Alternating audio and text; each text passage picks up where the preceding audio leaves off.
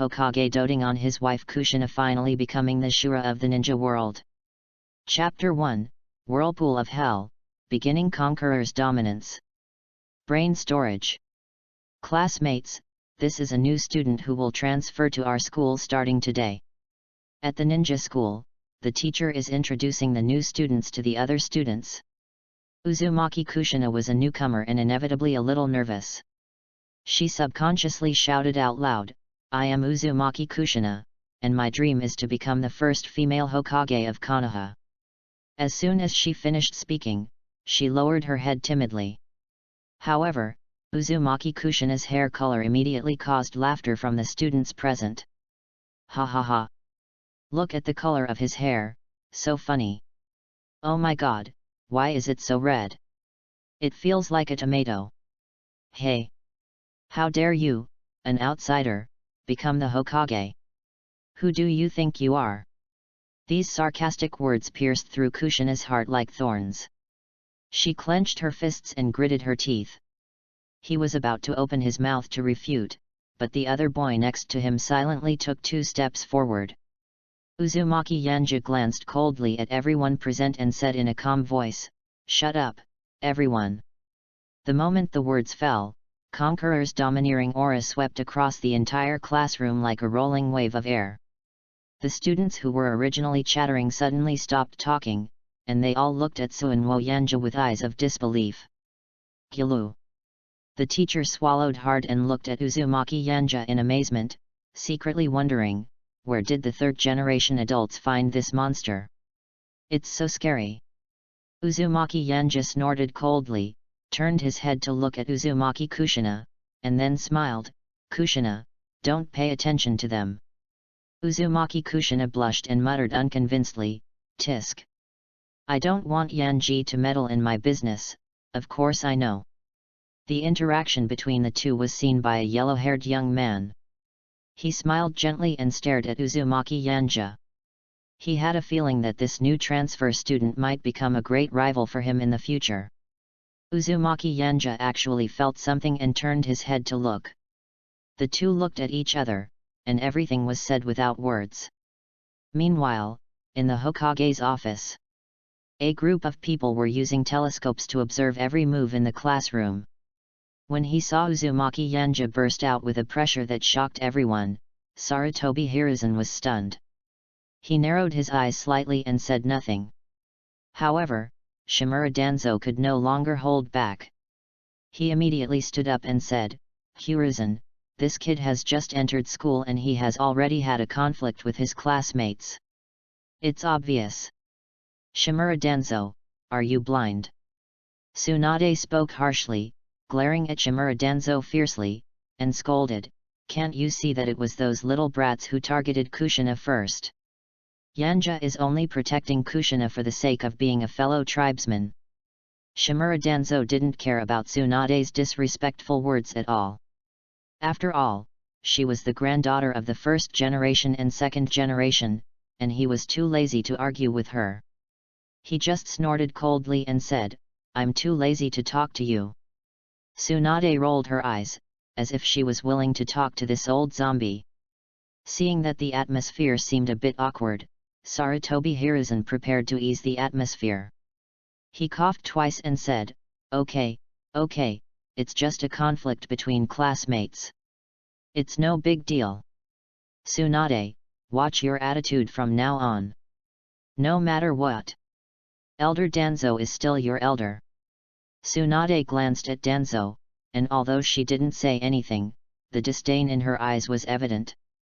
Although the other party is a member of the elders group, she has always only cared about her own interests. Even if the other party is her second grandfather's student, she still looks down on him.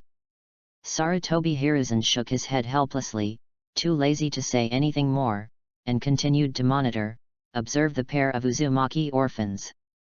Inside the ninja school, the teacher finally came back to his senses. He forced a smile, looked at the whirlpool Yanja, and asked, "Little boy, what is your name and what is your dream?" Uzumaki Yanja looked at everyone and said calmly, "My name is Uzumaki Yanja, and my dream is to become the strongest in the ninja world and help Kushina become Hokage. No one dared to speak. After all, the deterrent force caused by the vortex of disaster was too great. However, at this moment, Minato Namikaze stood up and smiled like the sun. My name is Minato Namikaze, and my dream is to become an outstanding Hokage recognized by the villagers. Please give me your guidance. Feeling the goodwill conveyed by Minato Namikaze, Uzumaki Yanja nodded and responded. In fact, he was somewhat embarrassed towards Minato Namikaze. He traveled to the ninja world not long ago and became a member of the Uzumaki clan, which had just experienced genocide. Fortunately, Konoha's ninja appeared in time and brought him and Uzumaki Kushina back to Konoha village. As a time traveler, he also awakened the system to pamper his wife and make her stronger. As long as he binds to a person of the opposite/same s*x, he can get rewards through system evaluation. He just crossed over and happened to meet the fleeing Kushina, and tied himself up directly. Uzumaki Yanja took Kushina's hand, found a corner to sit down, and immediately turned on the system. Ding dong, host stepped forward to rescue Kushina. Reward, lots of fruits. Automatic fusion, no side effects. System panel. Host, Uzumaki Yanja. Chakra attributes, fire, wind, thunder, earth, yang. Skills, gravity fruit, conqueror's haki, fire style great fireball technique, fire style dragon flame song, 3-body technique, whirlpool ceiling techniques. Weapon, none. Spiritual beast, none. Strength rating, chnin. Looking at the simple and clear system interface, Suinwo Yanja fell into deep thought. Now that I have come to Konoha village, it means that there will definitely be someone watching me in secret, well, I should say protecting me. Sarutobi Hiruzen is probably watching. If he asks me about Conqueror's haki, I'll say it's a bloodline limit. Anyway, as long as Uzumaki Mito is still alive, Konoha cannot cause any trouble. Uzumaki Yanja narrowed his eyes slightly, a gleam of brilliance flashed in his eyes, and suddenly, he noticed a sight. Turning his head, he saw that it was Minato Namikaze who was looking at him. Namikaze Minato smiled slightly and then looked away. Uzumaki Yanja curled his lips and ignored the other party's attention. However, Kushina was obviously unhappy and whispered, "This sissy, is he trying to snatch Yanji from me?" Hearing this, Suinwo Yanja was stunned for a moment, then smiled and asked, "What are you robbing?" Kushina was startled, like a child who had done something wrong. She was at a loss. She hurriedly shook her head, "No. Nothing." However, her face, which was so red that it seemed to be dripping with blood, had already completely betrayed Kushina. Uzumaki Yanja showed a gentle smile, which was completely different from his cold and indifferent look just now. The sunlight came through the window, gently covering the two of them with a golden dress. Their eyes met, filled with the tenderness and shyness of youth. Chapter 2 Don't envy me, I'm by your side. As the golden sun fell to the western mountainside, the bell for the end of school rang at the ninja school. One by one, the students walked out of the school gate, holding their parents' hands, walking on the sun-covered road, talking and laughing as they left. Uzumaki Kushina stood at the door, looking at those people with envy, recalling his own past experiences, and could not help but lower his head in grievance. Suddenly, Uzumaki Kushina was stunned for a moment, and the next moment, she turned her head to look beside her, only to see a red-haired boy holding her hand. Smiling, she said, "Don't be envious, you have me by your side." A gentle word, but it enveloped Kushina's heart like the juice of melted candied fruit. She only felt extremely sweet in her heart, but she still turned her head away proudly and snorted, "Stop acting like an adult, BD. And I'm not envious." After saying that, she quickly took 2 steps and rushed towards the Senju tribe, but her hand never dropped. It seemed that only the warmth transmitted by Uzumaki Yanja's palm could make her feel at ease. Uzumaki looked at Kushina's back with a smile and just ran with him. Inside the Hokage's office.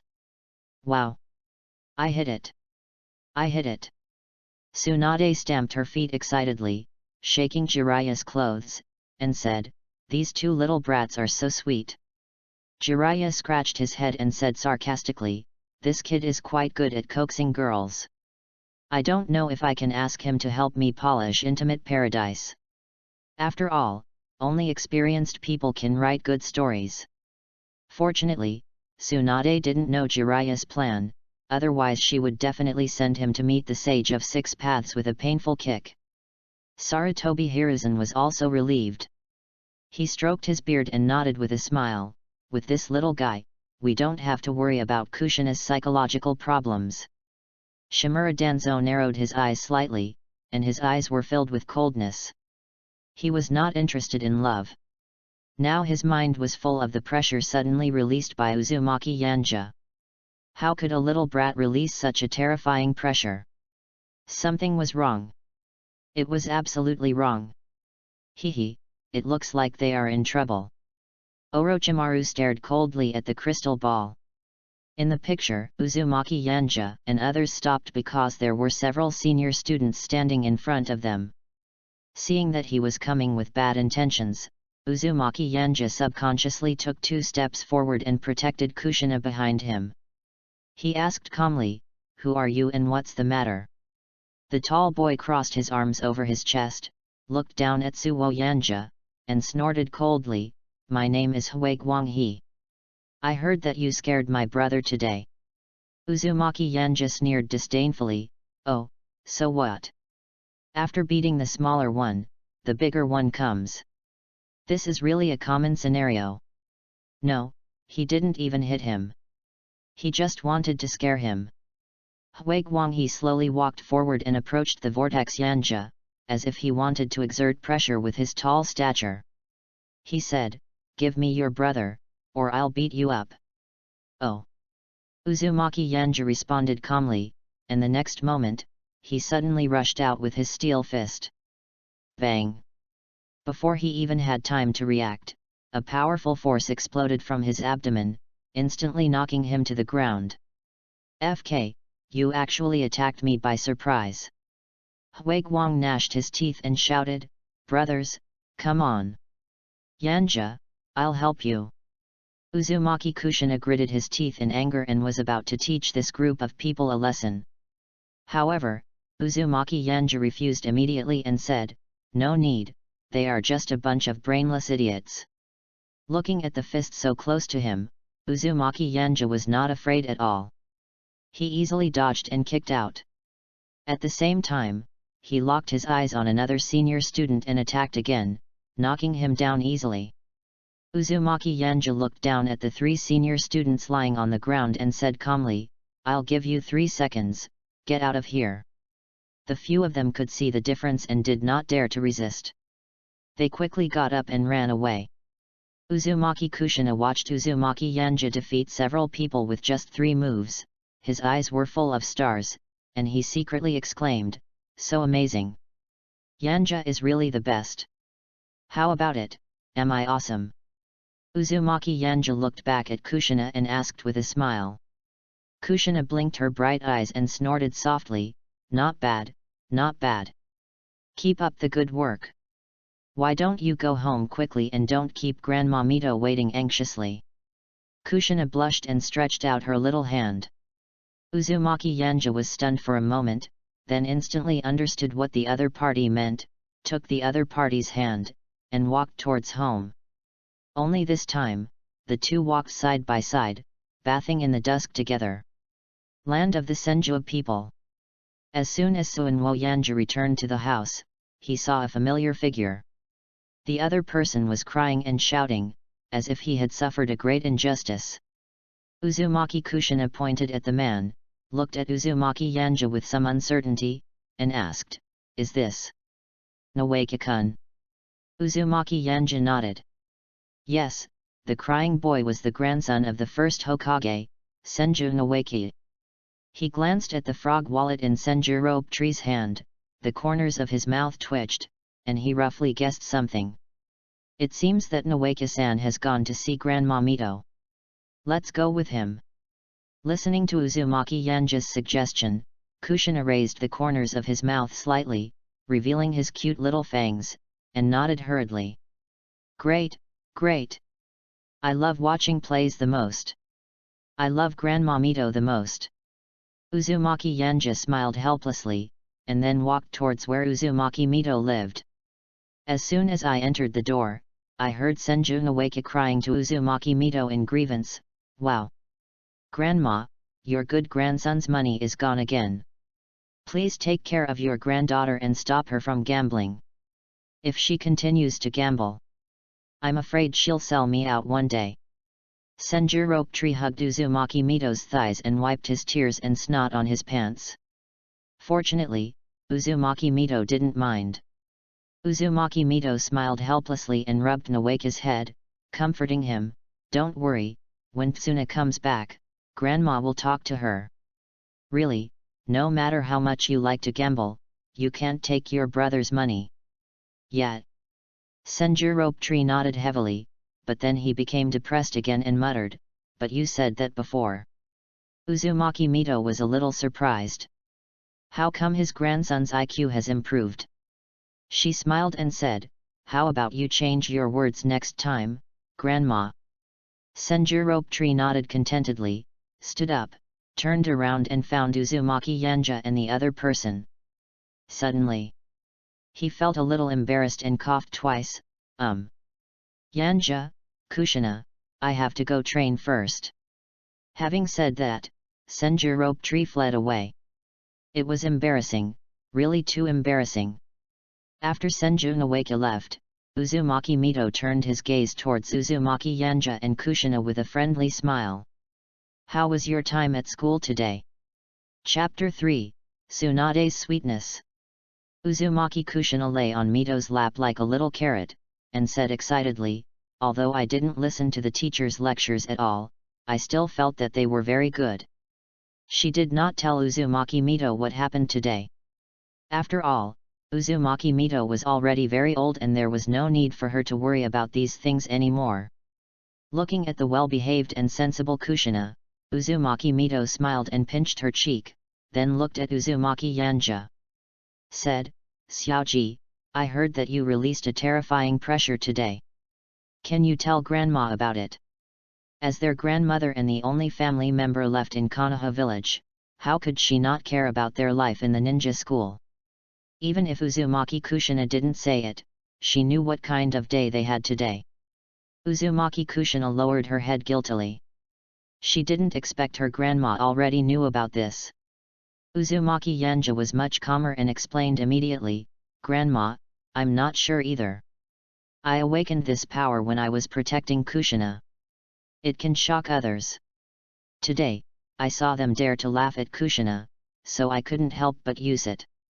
At this point, Uzumaki Yanja pretended to be aggrieved and guilty, lowered his head and said, "Grandma, I'm sorry, I was wrong." Uzumaki Mito smiled and shook his head, then he touched Uzumaki Yanja's head and said, "You did nothing wrong. If someone bullies you, you should fight back. Blood for blood, tooth for tooth, this is the only way to ensure that you two little guys will not be bullied. Of course, if you can't beat them, then go find your ropes, or find Sister Tsunade. Although she is the wife of Senju Hashirama and has a gentle personality, her style of doing things is completely different.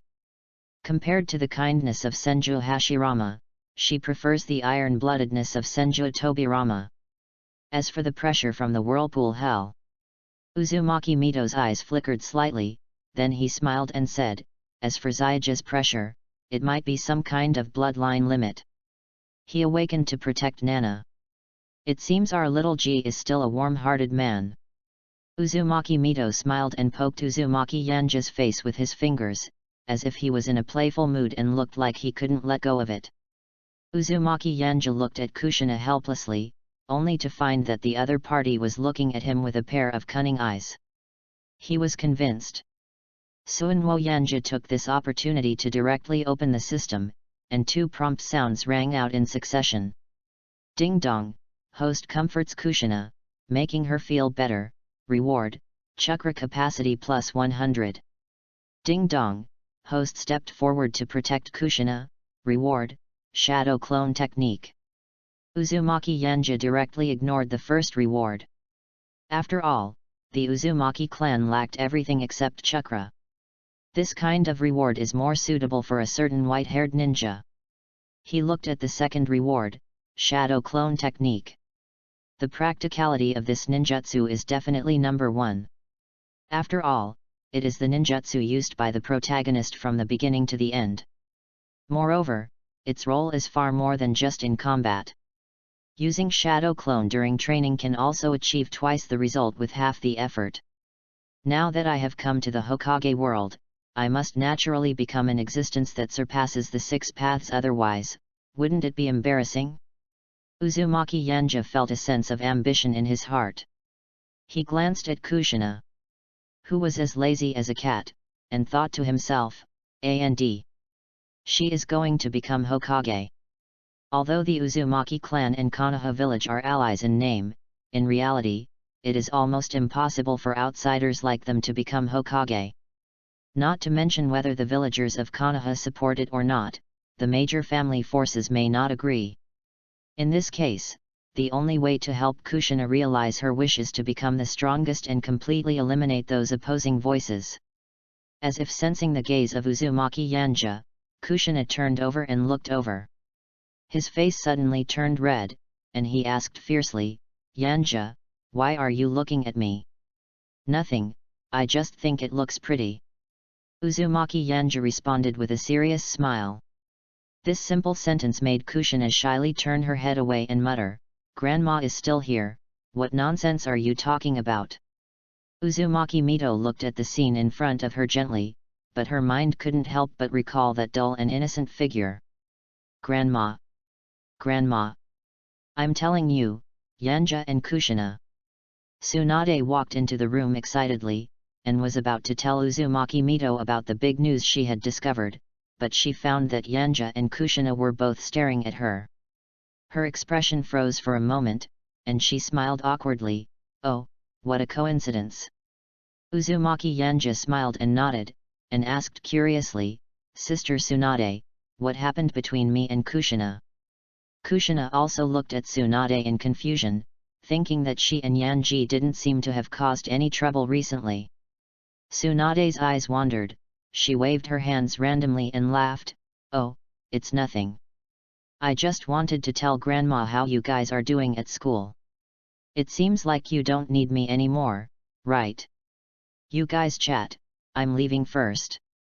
Seeing that Tsunade was about to leave, Uzumaki Yanja called out to Tsunade and said, "Sister Tsunade, could you please teach me how to train?" The power of the gravity fruit and Conqueror's Haki is directly proportional to the strength of the physique. If you don't have a strong physique, then the rewards will be wasted. Tsunade happens to be more inclined towards physical skills, so if we can ask Tsunade to teach us, it will undoubtedly be twice the result with half the effort. "Hey!" Tsunade was slightly startled, looked up and down at Uzumaki Yanja, then nodded and said, "Okay, it just so happens that there are no missions during this period." As she said this, she looked at Uzumaki Kushina again, with a slight smile on her face, and said in an inexplicable tone, "Kushina wants to come too." "What?" Uzumaki Kushina pointed at herself, her face full of disbelief, "But I don't want to." "Hehe, if Kushina doesn't want to train, then I won't teach." Tsunade put her hands on her hips and raised her snow-white chin proudly. Hearing this, Kushina was like a deflated ball. Although she didn't want to train, how could she let it go if it delayed the Yanji? Kushina grumbled and glanced at Yanji resentfully, "It's all your fault."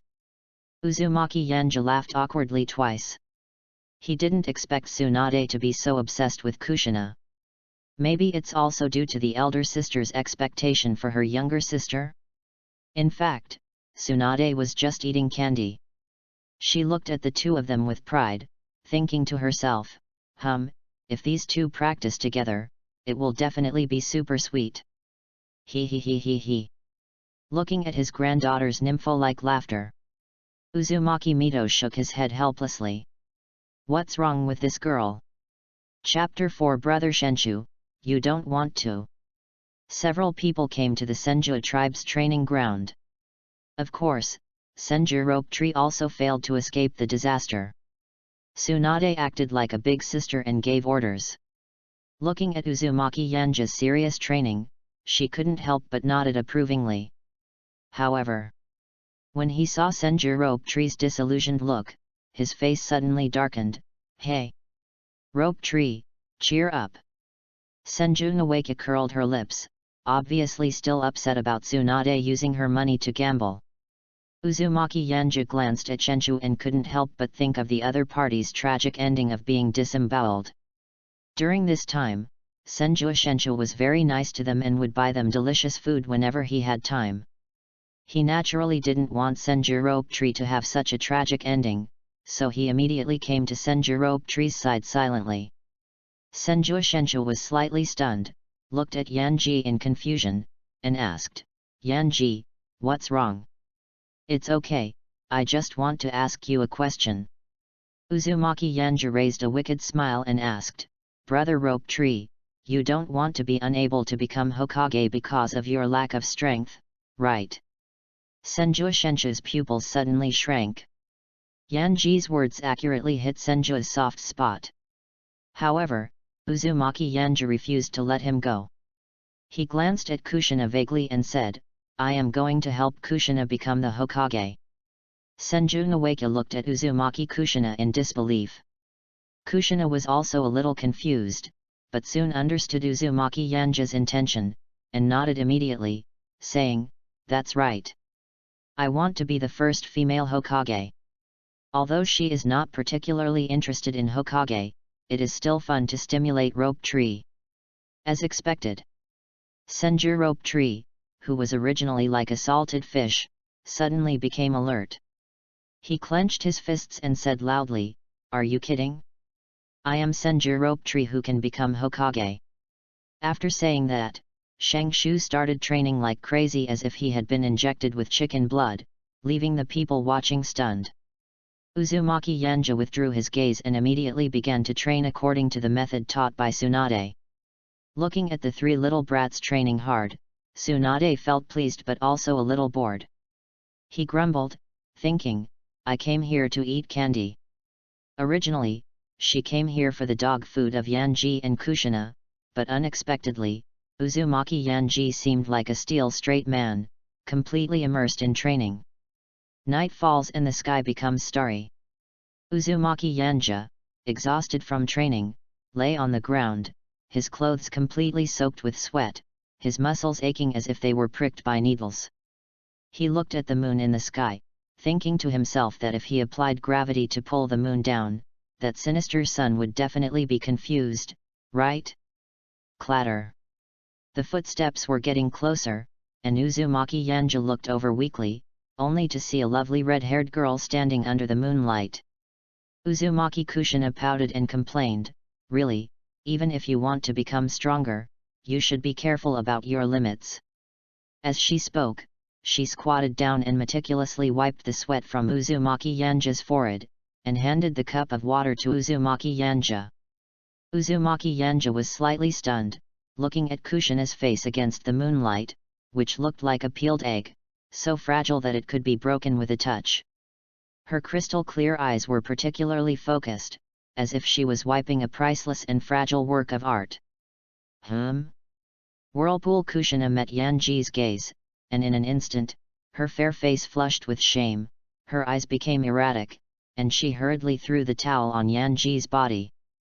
He whispered, Forget it, just clean it yourself, lazy bum. Humph.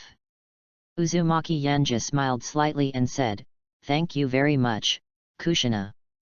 He stood up, put away the towel and cup that Kushina brought, glanced at her, and said, It's so late, let's go back and rest. Kushina nodded, but said unconvincedly, it's obviously because Yanji started training too late and didn't take care of his body at all. Okay, don't worry. I know what I'm doing.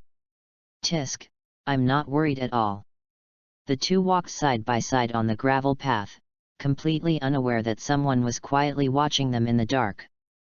Tsunade, who was hiding in the bushes, was holding a camera, looking at her masterpiece with a smirk on her face, as if her evil plan had succeeded.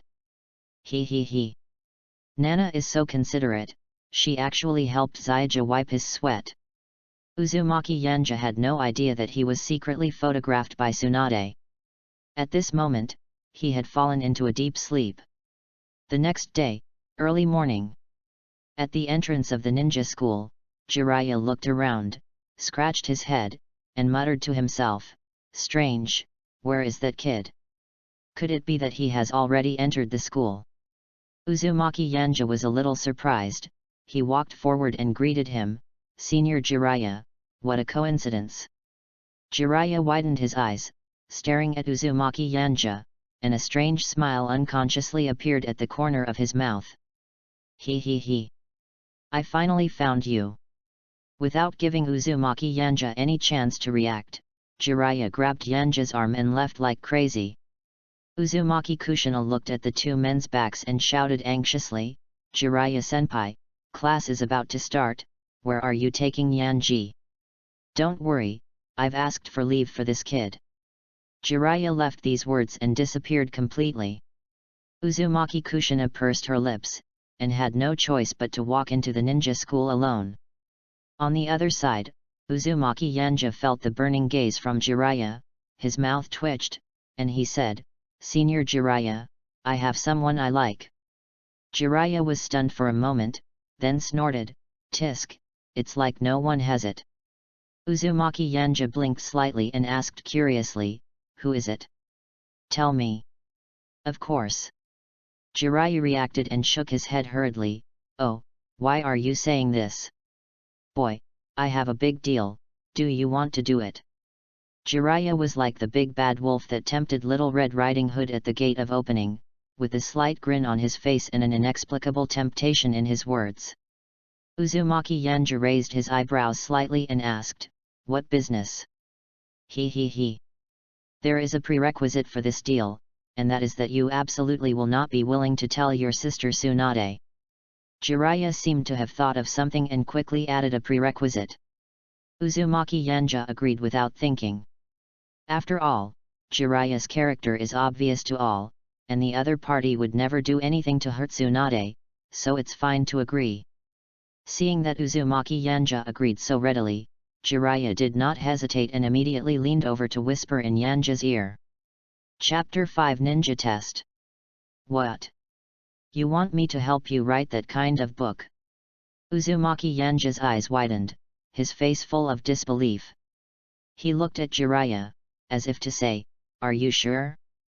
He is a minor." How mad and crazy could Jiraiya be to let him help him write the famous masterpiece Intimate Paradise? SHH. Keep your voice down. Don't let your sister Tsunade hear it. Jiraiya was so scared that he was in a panic. He quickly covered Uzumaki Yanja's mouth and looked around guiltily. There was no other way. He wanted to add some love elements into Intimate Paradise, but he had never been in love before, so he could only ask Uzumaki Yanja for help. Although the other party is still young, according to his observation, the other party is definitely a romantic saint, and his future achievements will definitely not be inferior to his. Uzumaki Yanja's heart was extremely complicated at the moment. He had thought that he would contact Jiraiya, but he didn't expect that it would be for this reason.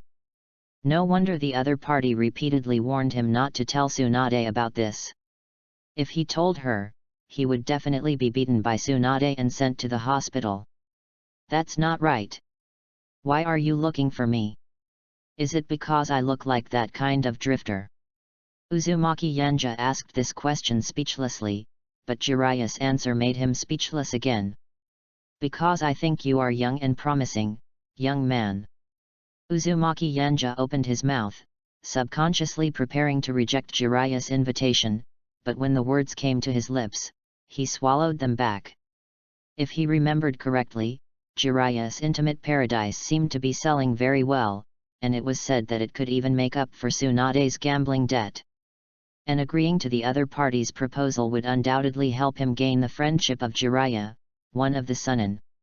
No matter what, this is a very profitable business. With this thought in mind, a gleam of brilliance gradually appeared in the eyes of Suinwo Yanja. The next moment, he nodded with difficulty, "Okay. But I have one condition." Jiraiya immediately waved his hand, "Go ahead. I am only responsible for helping you polish the plot. If the book is published, my name must not be used." Uzumaki Yanja felt that this matter was somewhat embarrassing, and in order to avoid unnecessary trouble in the future, it would be better not to sign his name. His proposal was naturally within Jiraiya's consideration, and he agreed without even thinking about it. After all, he didn't want Tsunade to cause trouble for him, because that was something that not everyone could afford. The two of them reached a deal so simply and hastily, and under Jiraiya's personal escort, Uzumaki Yanja returned to the ninja school. However, as soon as he entered the classroom, his expression suddenly turned ugly. He saw 3 boys surrounding Kushina, and their arrogant attitude was disgusting. "Hey, Tomato, why didn't your little follower come today? Ugly. Ugly, lelol. What's that expression on your face? Are you planning to hit us? Humph, a transfer student like you shouldn't be so arrogant. You have a round face and red hair like a tomato. Don't you know that's ugly? How can a tomato become Hokage?" Uzumaki Kushina was forced into a corner, his fists clenched tightly, his teeth clenched, and he suppressed the impulse in his heart. "We can't cause trouble for Grandma Mito. And we can't cause trouble for Yanji." Kushina kept persuading herself, but her tolerance and understanding were seen as cowardice by others, which immediately made them even more arrogant. The leader raised his mouth and said jokingly, "Hey, it's Tomato Festival, time to harvest tomatoes." He was about to reach out his hand, but a cold and murderous voice suddenly sounded. "Life is so painful, shall I send you to death?" The boy shuddered all over and turned his head in disbelief, only to be met with a fist as hard as iron. Bang! With just one punch, the boy's teeth were knocked into his stomach and he fell to the ground in a mess. Uzumaki Yanja stepped on his face, stomping hard, looking coldly at the bully, or the spectator, and said calmly, "If you want to die, come on. I don't mind fulfilling your wish." The whole place fell into dead silence, everyone lowered their heads, not daring to speak. Uzumaki Yanja snorted disdainfully, then looked at the angry Kushina and smiled, "Kushina, next time someone bullies you, just fight them, then they won't dare to bully you anymore." He understood that Uzumaki Kushina had never integrated into Konoha and felt that he was an outsider, so he chose to endure the bullying and was unwilling to cause trouble. However, Uzumaki Yanja was not worried. After all, they were candidates for Nine Tails Jinchuriki, and Konoha would provide them with privileges as much as possible. Uzumaki Kushina nodded, as if he had figured it out, and slowly took 2 steps forward to stand on the podium. Her increasingly determined eyes swept over everyone present. She took a deep breath, and said loudly, "Listen to me, you bastards. No one is allowed to bully me, or don't blame me for being merciless." As she spoke, she clenched her fist and angrily smashed it on the desk. With a loud bang, a big hole was smashed in the desk. This scene made those who still looked down on her tremble instantly. If such a terrifying force hit them, as if they had imagined that scene, they all swallowed guiltily and dared not look at Kushina again. Ding dong, host teaches the naughty kid who bullies Kushina a lesson. Reward, Hidden Weapon Grandmaster. Looking at the cute and coquettish Kushina on the podium, who was like a little pepper, Yanji smiled slightly, with a hint of pampering in his eyes. "You." Just then, the teacher walked into the classroom, followed by Minato Namikaze who was helping with the box. Both of them looked at Kushina in confusion. Kushina blinked and stuck out her tongue awkwardly. "Teacher, please continue the class." As she spoke, she hurriedly moved her legs and moved closer to Sunwo Yanja, not daring to look into the teacher's eyes. After all, the teacher looked at the podium with a big hole in it, and the corners of his mouth twitched involuntarily, but he did not pursue the matter. Instead, he took the box from Minato Namikaze, looked at his classmates, and said, "Classmates, we are going to have a ninja test today. As usual, we'll test the kunao throwing technique first, then we'll have the ninja battle. There are numbers in this box. Those who draw the same number stand together and then line up to gather on the playground. Next, the first row will take numbers from left to right, and then go to the back row." As soon as the words fell, the classroom, which had been quiet for a short while, became lively again. And the students went to get their numbers with great interest. And Uzumaki Yanja once again felt the gaze from Namikaze Minato. A moment later, Uzumaki Yanja looked at Namikaze Minato, who had the same number as him, and smiled. "What a coincidence, Minato-san." Namikaze Minato smiled and nodded, saying, "Don't show mercy later, Yanji. Don't worry." The teacher led the students to the training ground and immediately conducted the first test, the kunao throwing technique. Chapter 6, Kushina on guard. Kongrifenzi. Arrive. 4 points. Beiji Road. Arrive. 5 points. As the teacher called out names one by one, the students came forward to throw kunao, and the teacher gave scores accordingly.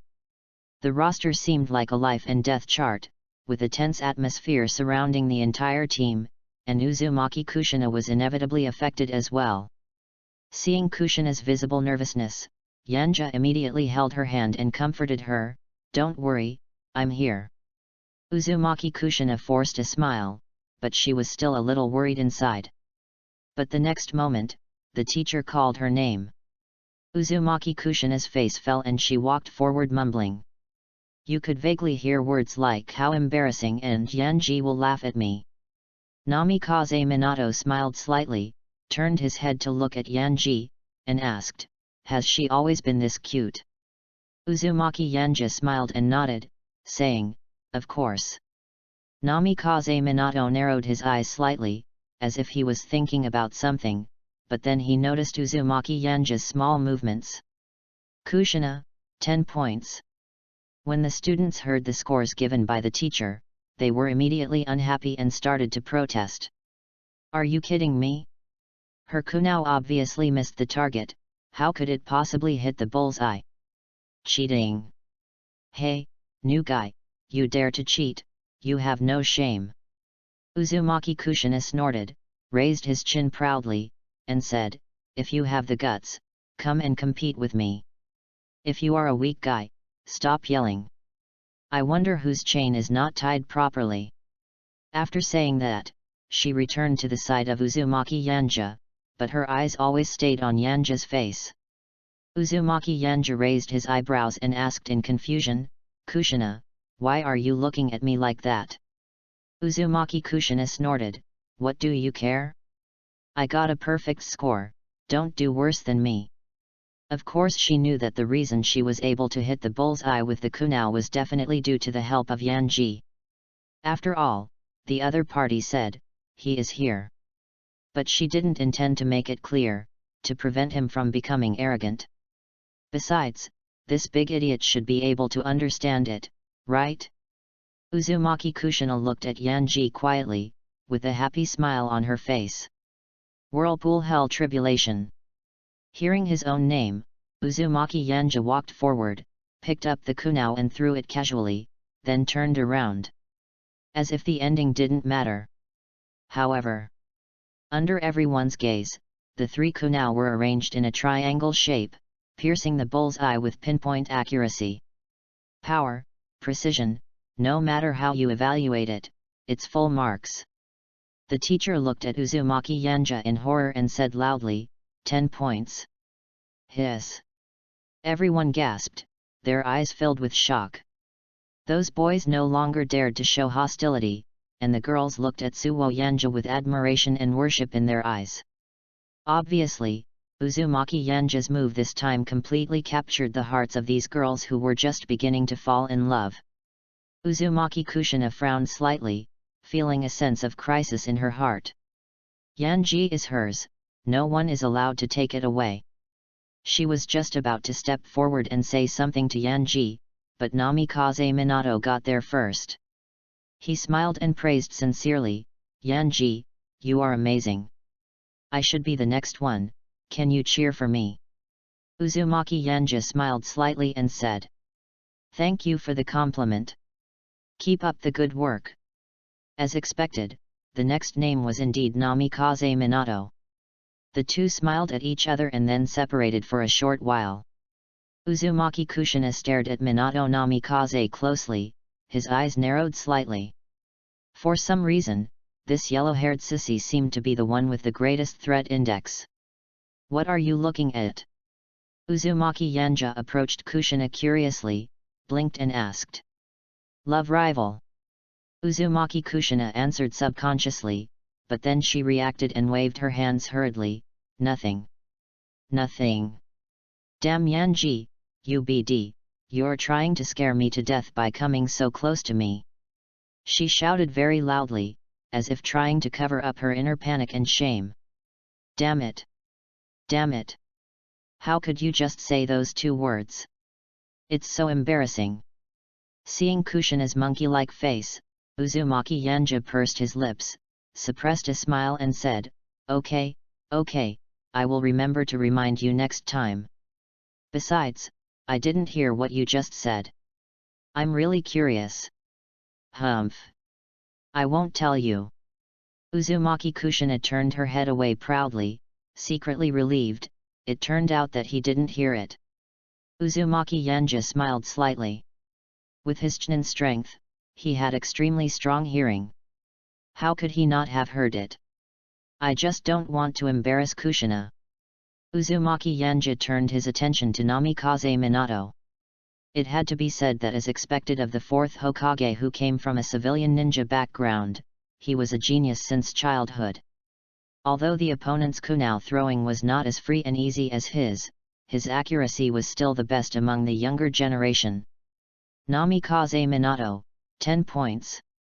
At this point, the hidden weapon test ended, and only 5 people got a perfect score. Uzumaki Yanja, Uzumaki Kushina, Namikaze Minato, Uchiha Tingyun, Hyagaming Seiku. Next, we will start the actual combat training, starting with number 1. After the teacher finished speaking, 2 ninjas walked out from the crowd. Uzumaki Yanja took a quick look but didn't have any impression of him. He shouldn't be a major character. He had no intention of observing and learning. After all, the opponent's fighting methods were nothing more than children playing house in his eyes. This is not arrogance, it is the truth. Namikaze Minato looked at Uzumaki Yanja, then smiled and asked, "Yanja, do you have time after school this afternoon?" Uzumaki Yanja was a little confused, but Kushina suddenly popped up, stared at Minato Namikaze warily, and asked, "What do you want to do?" Looking at Kushina who was protecting his food, Namikaze Minato scratched his head awkwardly and smiled awkwardly. "There is a good ramen restaurant in Konoha, I would like to invite Yanji to join us." Uzumaki Yanja blinked and suddenly remembered a must-visit place for time travelers throughout the ages, Ichiraku Ramen Restaurant. Thinking of this, Uzumaki Yanja smiled and nodded, saying, "Okay, let's go together after school." Humph. Uzumaki Kushina snorted and turned her head away in dissatisfaction.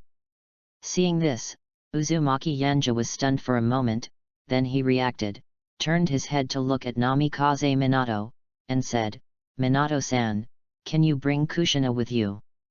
Minato Namikaze glanced at Kushina, and seeing the threat hidden in the other's eyes, he couldn't help but smile and nodded immediately.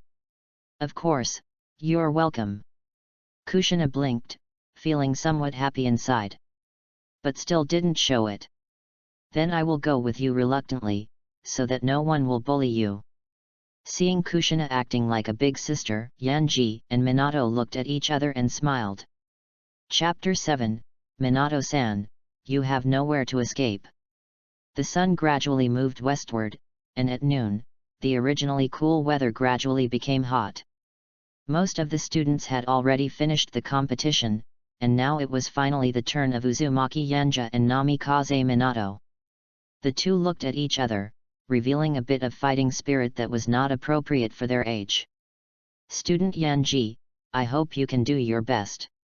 Yeah, you too. After the two of them talked to each other, the next moment, they concluded the art of opposition. The showdown is about to begin. Whoosh! Uzumaki Yanja took the lead in launching the attack, casually throwing out 3 shurikens and attacking at an extremely tricky angle. Namikaze Minato was agile and quickly dodged the attack while rushing towards Yanji. The two men exchanged punches and kicks, constantly dismantling each other's attacks and fighting back. The students watching the fight on the side held their breath and watched the two peoples fight seriously, and the teacher was no exception. One is the first in the class in both theory and practice, and can be called a shining star of the new generation. The other was a new transfer student who won over all the students with lightning speed. As a teacher, Ebino is also very curious about what kind of sparks will be created when these two outstanding young geniuses collide with each other. Suddenly, Uzumaki Yanja's eyes were slightly fierce. He blocked Namikaze Minato's sidekick with one hand, and threw a kunai with the other hand, piercing the opponent's vital point. Everyone was so shocked that they even forgot to breathe.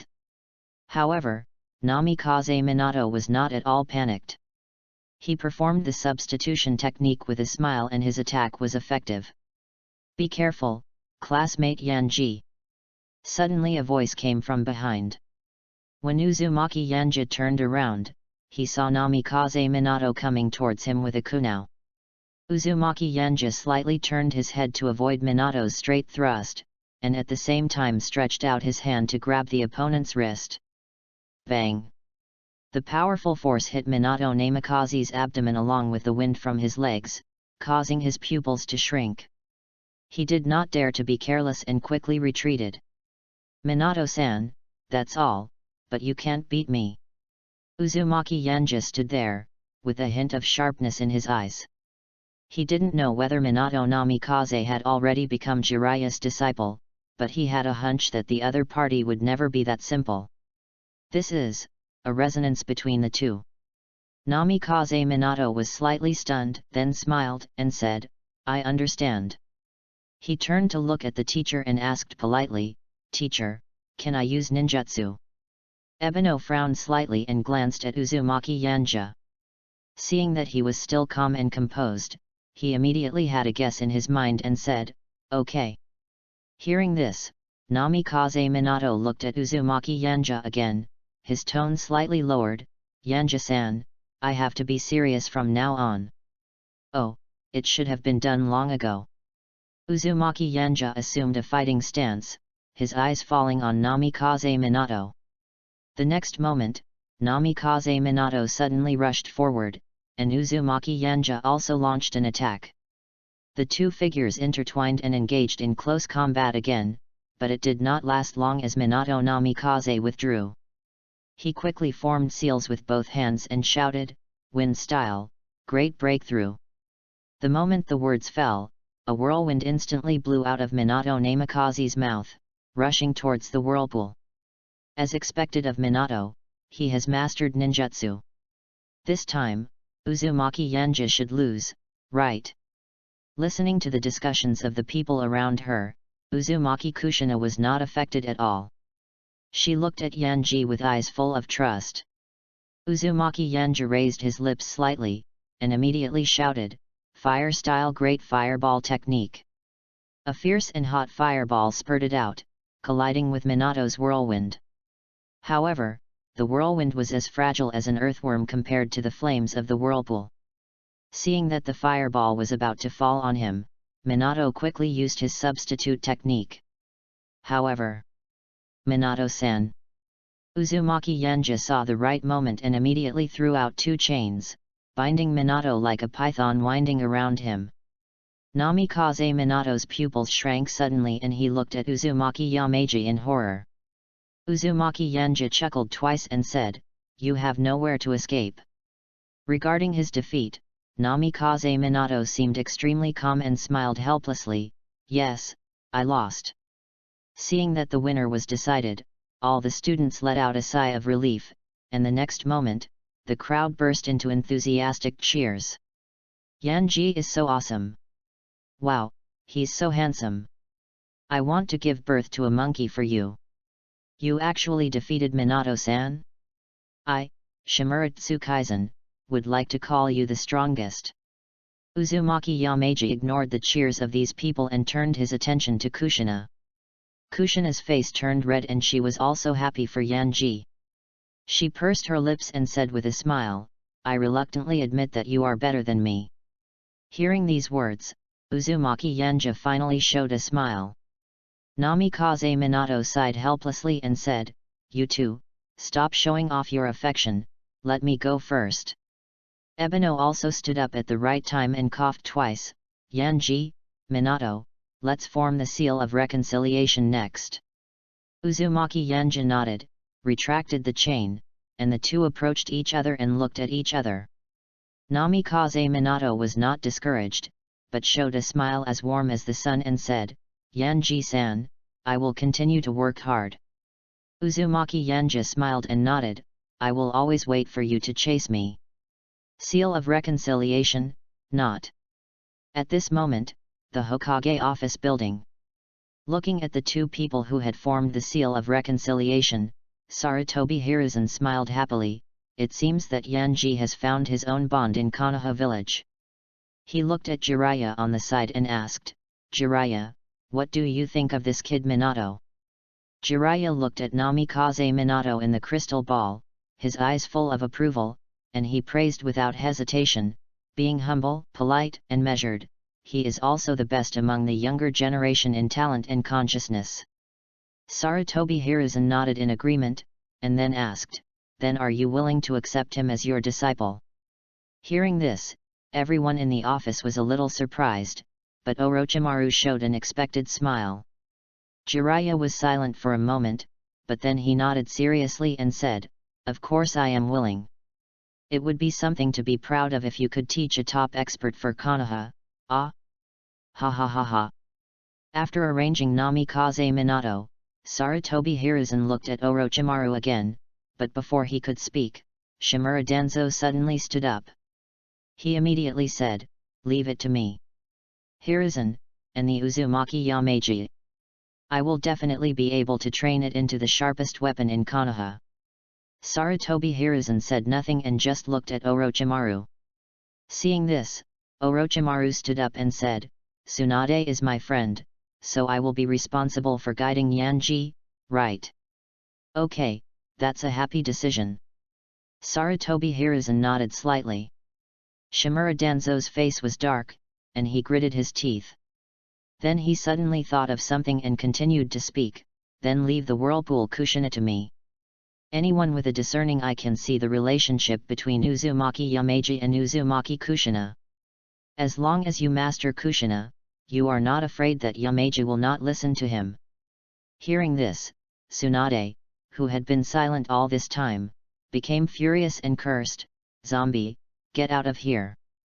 Kushina is under my guidance, you don't need to interfere." Shimura Denzo became more and more gloomy, glaring coldly at Sarutobi Hiruzen, but he saw him looking at the crystal ball. He snorted coldly, "Hiruzen, you will regret it." Sarutobi Hiruzen looked at him sideways and said slowly, "Denzo, I am the Hokage." Shimura Denzo clenched his fists and was shocked again. However, isolated and helpless, he could only slam the door and express his dissatisfaction. Bang! There was silence in the office. Chapter 8 Ichiraku Ramen. After school, as agreed, Minato Namikaze brought Yanja and Kushina to Ichiraku Ramen restaurant. Today's Uncle Ichiraku can't be called an uncle yet, he looks to be in his 20s. Seeing Namikaze Minato, he immediately smiled warmly and greeted him, Hey, Minato brought a friend here today. Namikaze Minato smiled and nodded, saying, Brother Ichiraku, please give me a bowl of pork bone miso ramen. Yul looked at Suwo Yanja and asked with a smile, what do you two kids plan to eat? Uzumaki Yanja pondered for a moment and said, I'll have a bowl of pork bone miso ramen, too. Uzumaki Kushina, I'm the same as him. Okay. You guys find a place to sit, I'll go make you ramen now. Hearing this, Yul nodded with a smile, and then started making ramen. After they found a place to sit down, Minato Namikaze couldn't wait to praise Yanji. Yanji, you are so amazing. You can actually accurately predict my next move. In the battle at noon today, Minato Namikaze always felt like he was being led by the nose by his opponent, which had never happened before. Not only that, after he replaced her, the other party actually predicted it accurately and quickly restrained her. Humph! Uzumaki Kushina snorted proudly, and said proudly, of course, our Yanji has experienced life and death battles. Our family. Namikaze Minato blinked, and looked back and forth between Yanja and Kushina in surprise. Although I already knew that their relationship might be special, I didn't expect it to progress so quickly. Kushina's face turned red when she realized what was happening, and she waved her hands hastily, no, it was just a slip of the tongue. Uzumaki Yanja raised his lips slightly, looked at Kushina, and asked jokingly, is it really a slip of the tongue?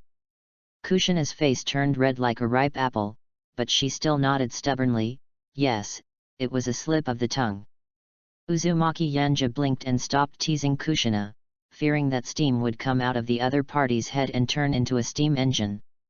Ahem. Namikaze Minato coughed twice awkwardly, interrupting the topic. He then looked at Yanji and asked in surprise, Yanji, you have actually experienced a life and death battle. You know, Yanji seems to be about the same size as him, and he doesn't look like he has experienced a life and death battle. However, thinking back to the first time we met, the other party's indiscriminate aura seemed somewhat reasonable. Well, about that. Uzumaki Yanja nodded and admitted it, but did not continue the topic. After all, this matter involves the war to annihilate the clan in the hidden Whirlpool village. If it is mentioned too much, it will inevitably affect Kushina. Uzumaki Kushina looked up at Uzumaki Yanja, but his mind was lost in memories. When the hidden Whirlpool village was caught in a massacre by other ninja villages, she tried her best to escape, but unfortunately she was hunted down by the ninjas of the hidden mist village.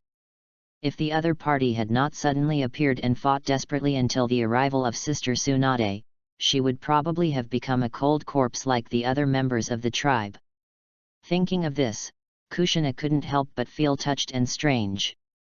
Suddenly, she felt a trace of residual warmth coming from her palm, and suddenly felt extremely relieved. She looked up, only to find that Uzumaki Yanja was also looking at her. Plop! Plop! Uzumaki Kushina's face flushed, her heartbeat quickened, she pursed her lips, and mustered up the courage to say something. That's right. A voice suddenly sounded, frightening Kushina. Then, her face darkened a little, and she glared at Minato Namikaze fiercely. Namikaze Minato trembled all over, subconsciously approached Yanji, and asked, What happened? Humph! Uzumaki Kushina snorted coldly and turned his head away, feeling a sense of loss in his heart. The determination that I had finally built up was broken by this sissy. Humph! I'm not happy. Uzumaki Yanja's mouth twitched, and he looked at Namikaze Minato speechlessly. Did this guy do this on purpose? Minato Namikaze also realized that he seemed to have become a light bulb, and scratched his head in embarrassment. Uzumaki Yanja shook his head helplessly, but still asked, Minato, what did you want to say just now? Oh, I remember now. Namikaze Minato pounded his hands and said, Yanji, you might be in trouble in the future. Uzumaki Yanja looked puzzled, and then listened to Namikaze Minato's explanation. Uchiha Tingyun is very competitive and aggressive. When I was number 1 in my grade, he would often challenge me. Now that you have defeated me, he is very likely to change his target and challenge you. Hearing this, Uzumaki Yanja didn't care at all and said, if he really wants to challenge me, then just come on, I don't care. Seeing Uzumaki Yanja so confident, Namikaze Minato was relieved and nodded with a smile. Yes, Yanja is so powerful, it seems there is nothing to worry about. Ah ha ha ha, delicious ramen is here. Ichiraku came out with 3 bowls of steaming ramen, placed them on the table with a smile on his face, and said, please enjoy. I'm starting to eat. Minato Namikaze clasped his hands together and started eating. Yanja and Kushina also started to taste it. I have to say that Ichiraku ramen is the food that the protagonist has been eating since childhood. It is cheap and delicious, and the quantity is also very large. After the 3 of them finished eating ramen, they went back to their homes. Looking at the back of Minato Namikaze leaving, Yanji thought to himself, he really is the little son. It's so comfortable to be with him. Snort. Hearing the light snort, Suinwo Yanja thought to himself that something was not good and quickly withdrew his gaze. As expected, Kushina Uzumaki was looking at him with a pout. When did your relationship become so good? Uzumaki Yanja smiled slightly, and suddenly had some bad thoughts, and said, oh, you are not jealous, are you? Uzumaki Kushina's cheeks turned slightly red, she snorted and raised her chin. No, Yanji is such a fool. I won't talk to you anymore. I'm going home to ask Grandma Mito for justice. Uzumaki Yanja laughed helplessly. You want to make sense? It would be better to just sign a marriage contract. Looking at Kushina's back, Yanji took a step forward and chased after her, pretending to be scared and begging for mercy. No, Master Kushina. I was wrong, please forgive me. Kushina turned around and made a face. Loyalu. No, I will let Grandma Mito punish you severely. The 2 ran in the dusk, chasing each other, and for a while, the streets on the way home were filled with laughter. On the other side. Chapter 9 Orochimaru-sensei? Damn Sarutobi Hiruzen. He is so soft-hearted that Konoha will be destroyed in his hands sooner or later. As expected. Without me, Konoha will never be able to return to its heyday when the first generation and sensei governed it. In the dark and damp underground, Shimura Danzo's eyes were filled with cold murderous intent and he clenched his fists in anger. He was unwilling to accept it. He had only hesitated for a moment, so why did it become the turn of a cowardly BD like Sarutobi Hiruzen to become the Hokage? Shimura Danzo lowered his eyes, his expression gloomy, and whispered coldly, Teacher, I will prove that your original decision was wrong. The one who can truly bring new life to Konoha. It's me. He clapped his hands, and in an instant, 2 ninjas suddenly appeared, half kneeling respectfully behind Shimura Danzo. Shimura Danzo said calmly without turning his head, find the right opportunity and bring Uzumaki Yanja back to me. Yes. The 2 ninjas responded in unison, and the next moment, they disappeared from the spot. Shimura Danzo touched his eyes hidden by the bandages, his eyes slightly narrowed, and no one knew what he was thinking. After returning to the Senju clan, Uzumaki Yanja did not waste time and continued his training. Uzumaki Kushina followed behind him, training with him in a serious manner. When Senju Nawaka saw this, he shouted about friendship, bonds, the position of Hokage and so on and joined the 2's team. In response, Uzumaki Kushina secretly complained, why is Rope Tree brother like this? Can't you see that this is our honeymoon time? Just then, Tsunade came over. She looked at the 3 people who were training hard, nodded with satisfaction, and then said, okay, it's getting late, let's take a rest. No. Senju Nawaki refused and shouted, the position of Hokage belongs to me. Uzumaki Yanja obediently stopped training and helped Kushina, who was exhausted and weak, up. She wiped the sweat off his face and said with a smile, "Next time, do it within your ability and don't work so hard." "Humph, I don't want you to care." Uzumaki Kushina snorted, but her body subconsciously moved closer to Yanji.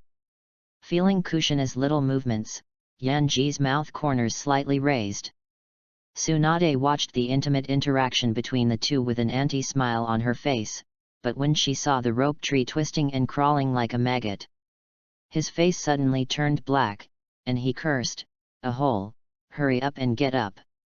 Senju rope tree still refused stubbornly, gritting his teeth and saying, "I can't fall down yet, I still have a future." "No shit. A hole." Tsunade cursed angrily and punched Senju rope tree on the head. Rope tree's eyes rolled back and he fainted instantly. Uzumaki Yanja. Uzumaki Kushina. The two looked at Tsunade in horror, both of them were shocked by the other's cruelty, and at the same time they couldn't help but worry about the life and death of Senju rope tree. Tsunade turned to look at the two of them, her anger instantly dissipated, replaced by a gentle smile. Said, "Nana, Zyuja, you must never be as disobedient as Shenshu in the future, otherwise your sister will be angry." How could the two dare to refuse? Their little heads nodded frantically like pestles, fearing that they would be forced to lie on the ground if they were a second late. Tsunade nodded in satisfaction, then put her hands on her hips and said, "Since you are so well behaved, I will tell you a piece of news in advance. Teacher means that Jiraiya will be the teacher of your good friend, Orochimaru will be in charge of Zyuja, and I will be in charge of Nanayo." Uzumaki Yanja was slightly stunned. What did that mean? Was this a discipleship or something else? What? Uzumaki Kushina was shocked and protested, "Why can't I be with Yanji?" "Ah." Tsunade raised a wicked smile and said, "Aren't you already together? Do you still need to hold a wedding in advance?" Uzumaki Kushina blinked, her face visibly flushed, and she said hurriedly, "Oh, Sister Tsunade, that's not what I meant." "Eh? I was wrong. I thought you really liked Yanji." I. Seeing Kushina transform into a steam engine, Uzumaki Yanja coughed twice and said, "Sister Tsunade, is this the Hokage's decision?" Tsunade nodded and said, "Yes, I am not sure what he is thinking. But, he allowed us to teach you how to train in advance. I will take care of Nana. I will take you to find that Orochimaru guy when the time comes." "I see." Uzumaki Yanja nodded thoughtfully. He had to admit that, except in some aspects, Sarutobi Hiruzen's decision was really quite in line with his wishes. Compared to the super-powerful Tsunade and Toad Sage Jiraiya, he prefers Orochimaru. After all, the opponent's methods are endless.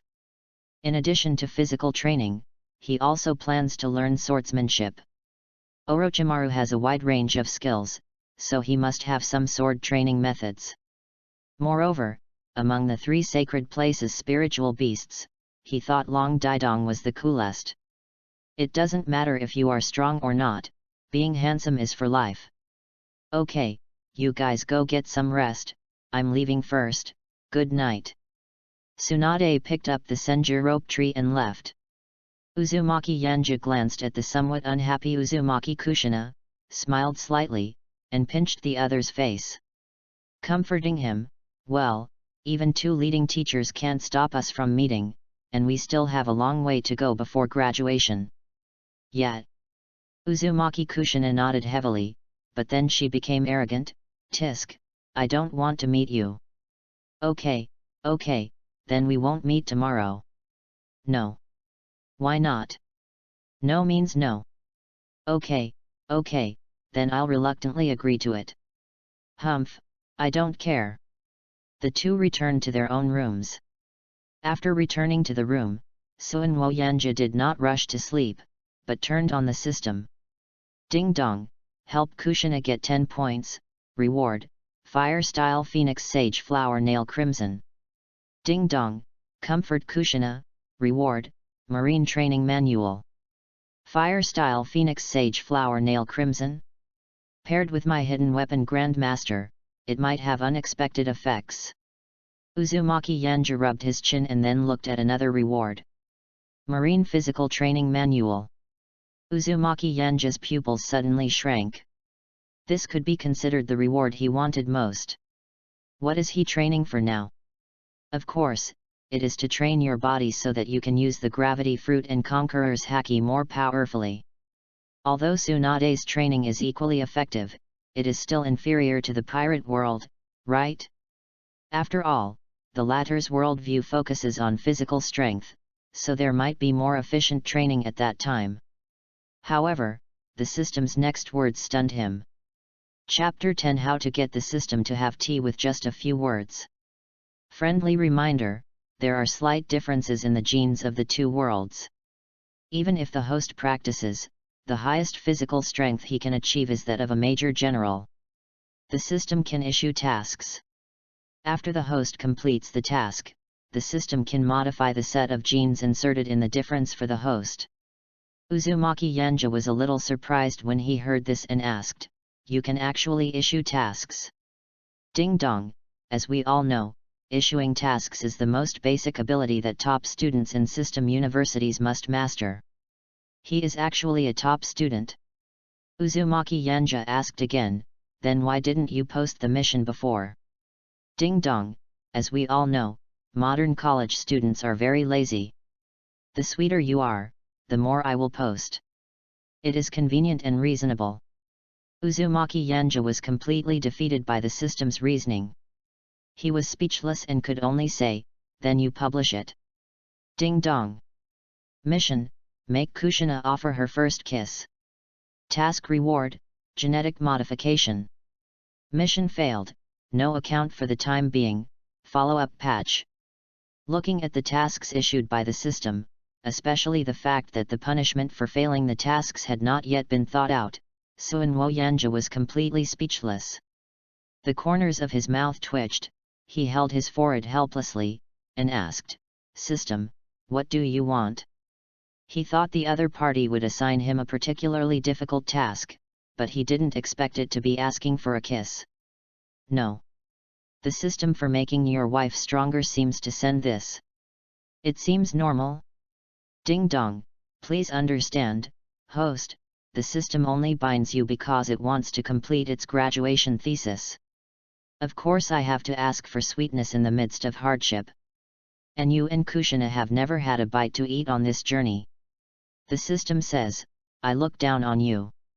I hope the host will take the subject of pampering your wife and becoming stronger seriously, otherwise if the completion of this system is delayed, I will transform into a beautiful woman to seduce you and become your mistress. Listening to the shrill roar in his ears, Suinwo Yanja scratched his ears, speechless. Do systems have university graduation theses these days? Sigh, there are really 360 professions, and each one is not easy. Speaking of the system, I'm curious, where do you find jobs after graduation? Uzumaki Yanja was a little curious. The systems in the novel world were almost omnipotent. Why did they still need to find a host? Ding dong, we are looking for a host to complete our graduation thesis.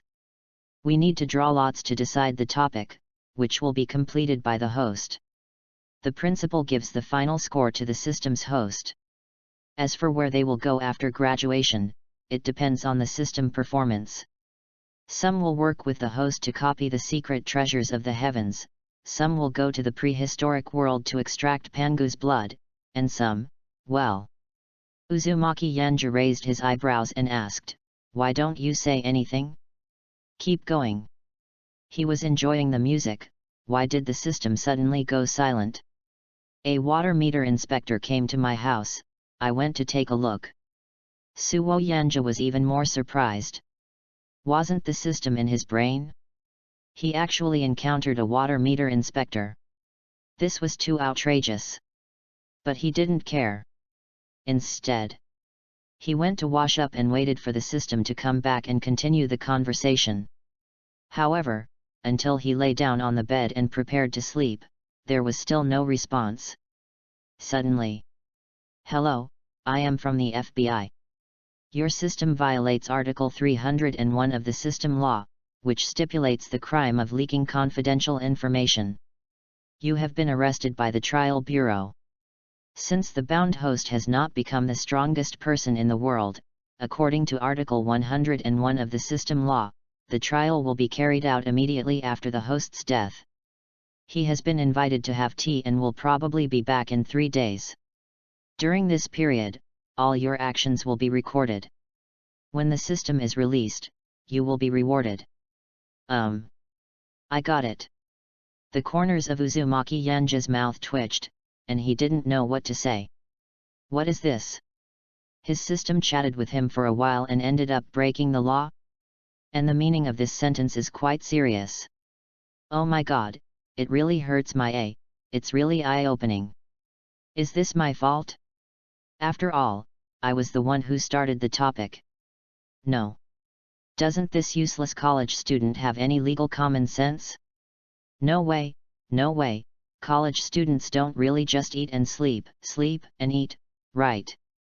A storm arose in the mind of the whirlpool Yanji, and he even imagined the system. He raised his head unwillingly and yelled, "It's unfair. Are you okay?" Hearing this, Uzumaki Yanja came back to his senses and asked, "Is there anything else? Your system has left a letter for you, please check it. In addition, if it is convenient, please give me a 5-star rating for my service attitude. Thank you very much." Looking at the letter that popped up at the same time, and another evaluation interface that looked like a group, he gave it a 5-star rating without hesitation. "Thank you for your help. This is my thank you, please accept it.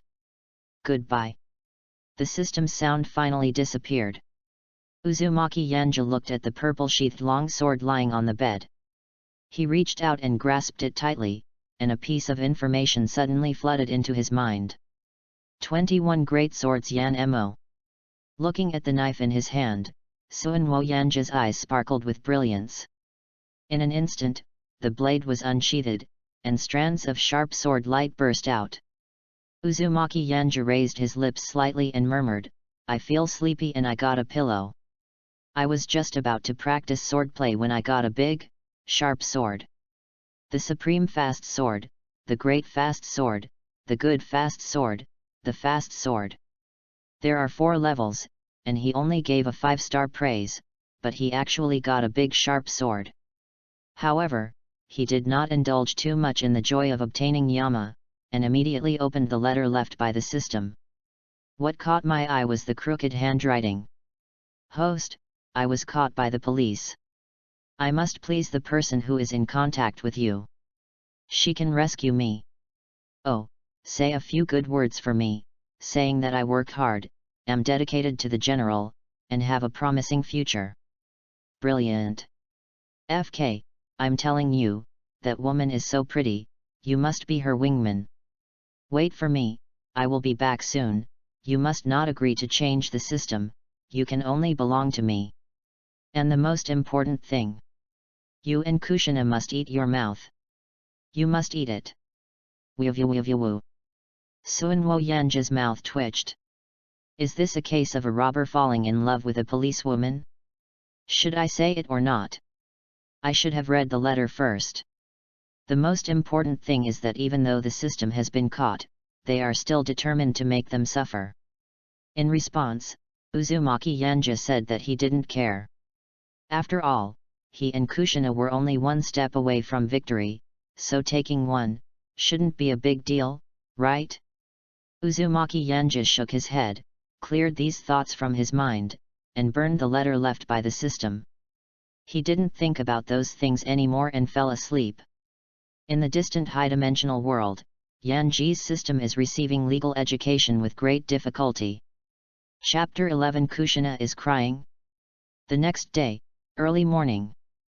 Before Uzumaki Yanja's biological clock even rang, he was forcibly pulled off the bed by steel hands.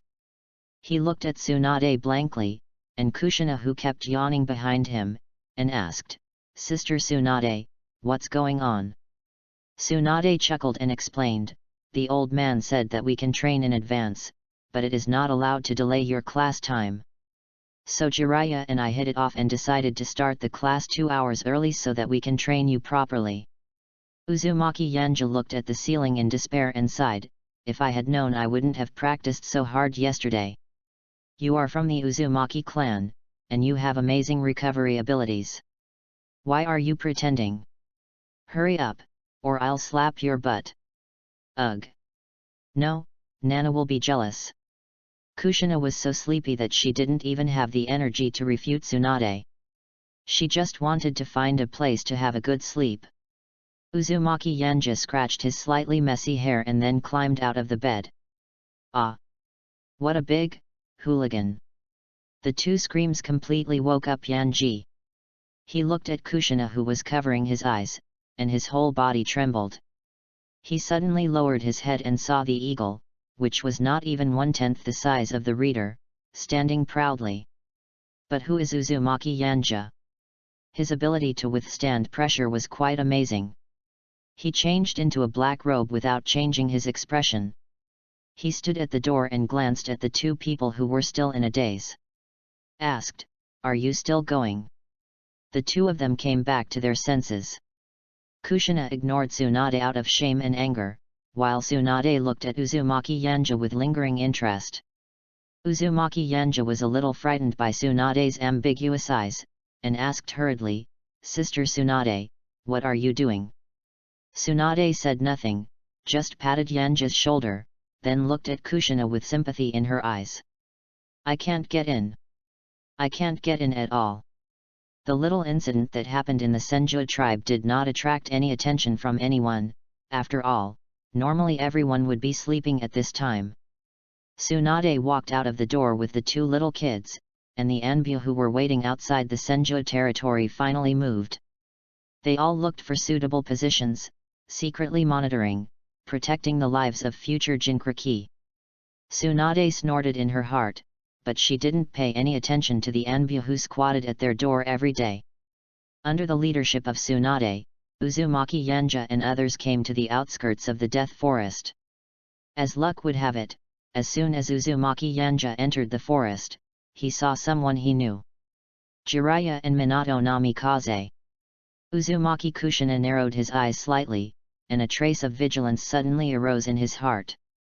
Yesterday, Jiraiya snatched away his Yanji without any explanation, and Namikaze Minato immediately stole Yanji's attention.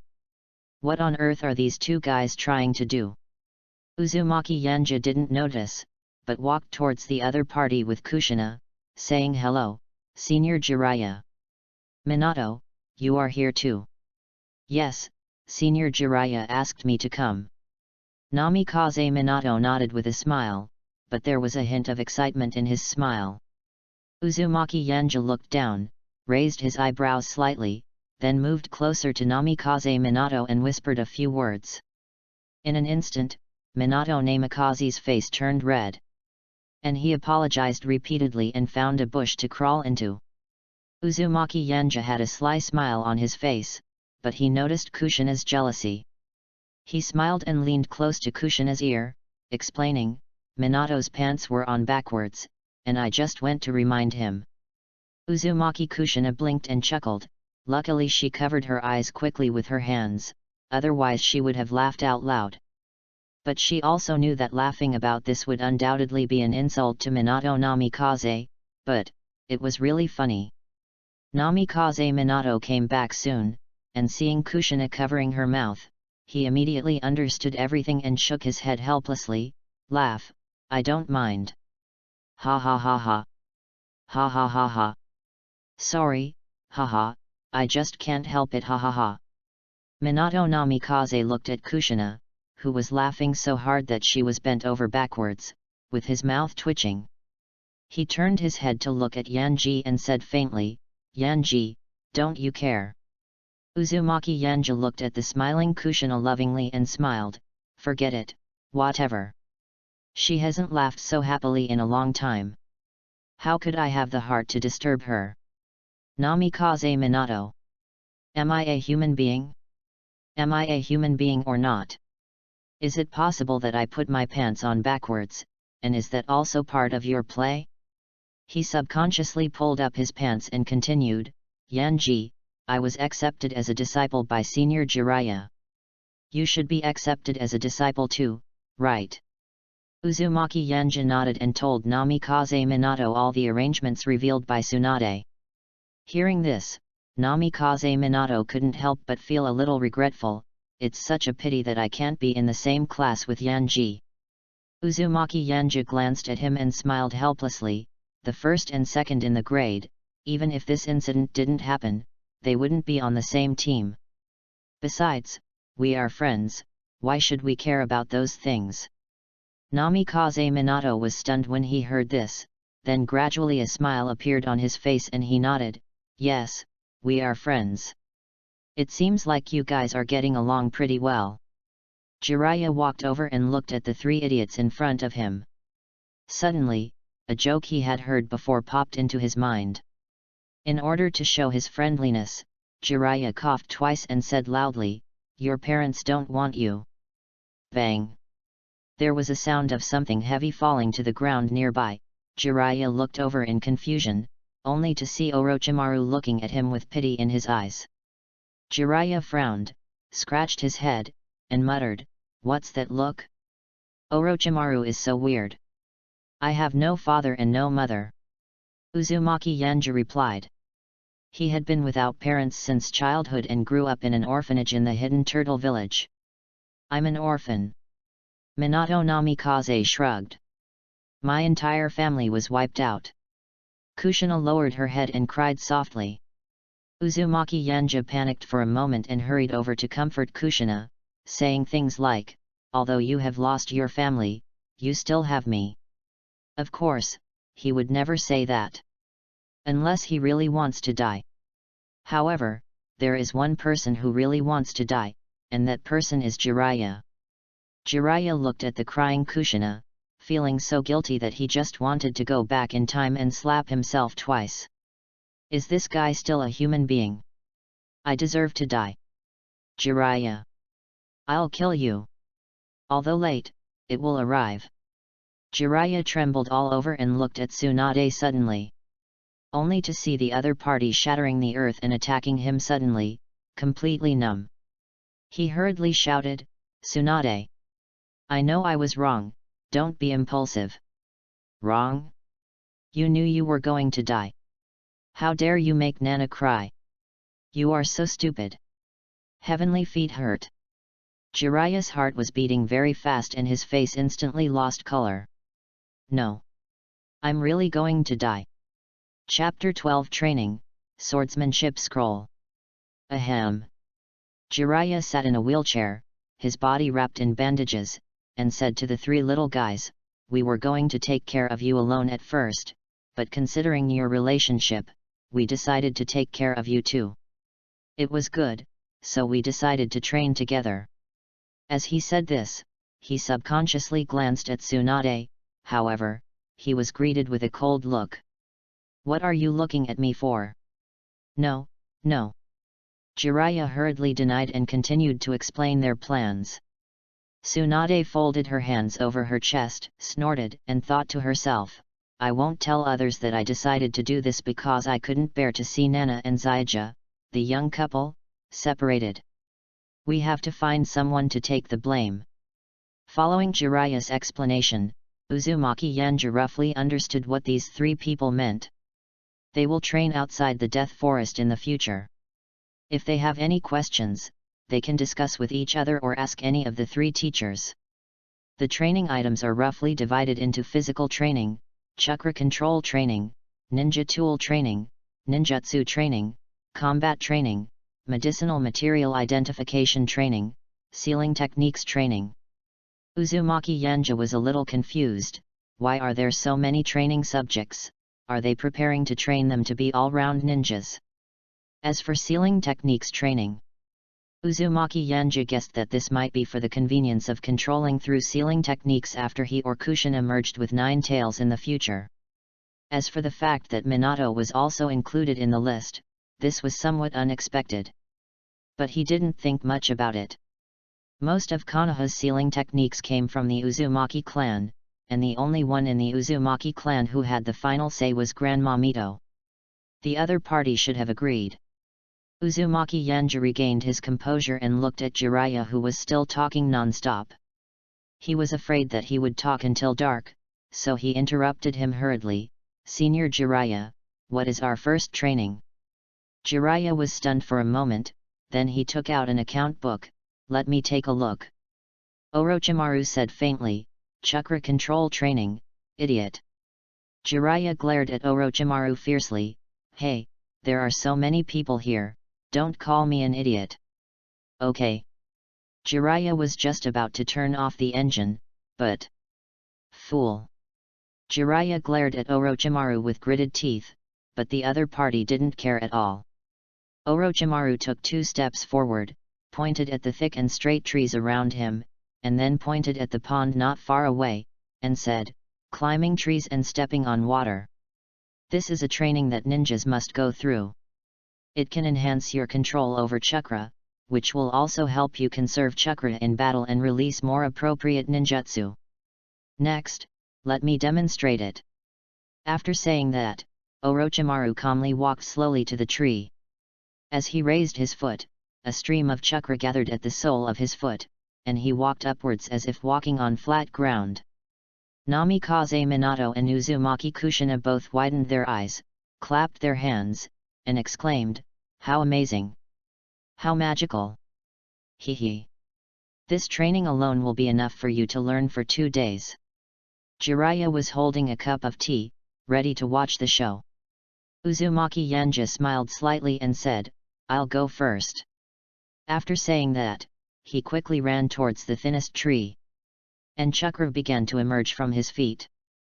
Tsunade widened her eyes and stared intently. Jiraiya drank tea and waited for the show. Orochimaru narrowed his eyes slightly, a wicked smile appeared on the corner of his mouth, and he murmured, "Interesting child." Clatter. "FK. This kid is so awesome. Interesting.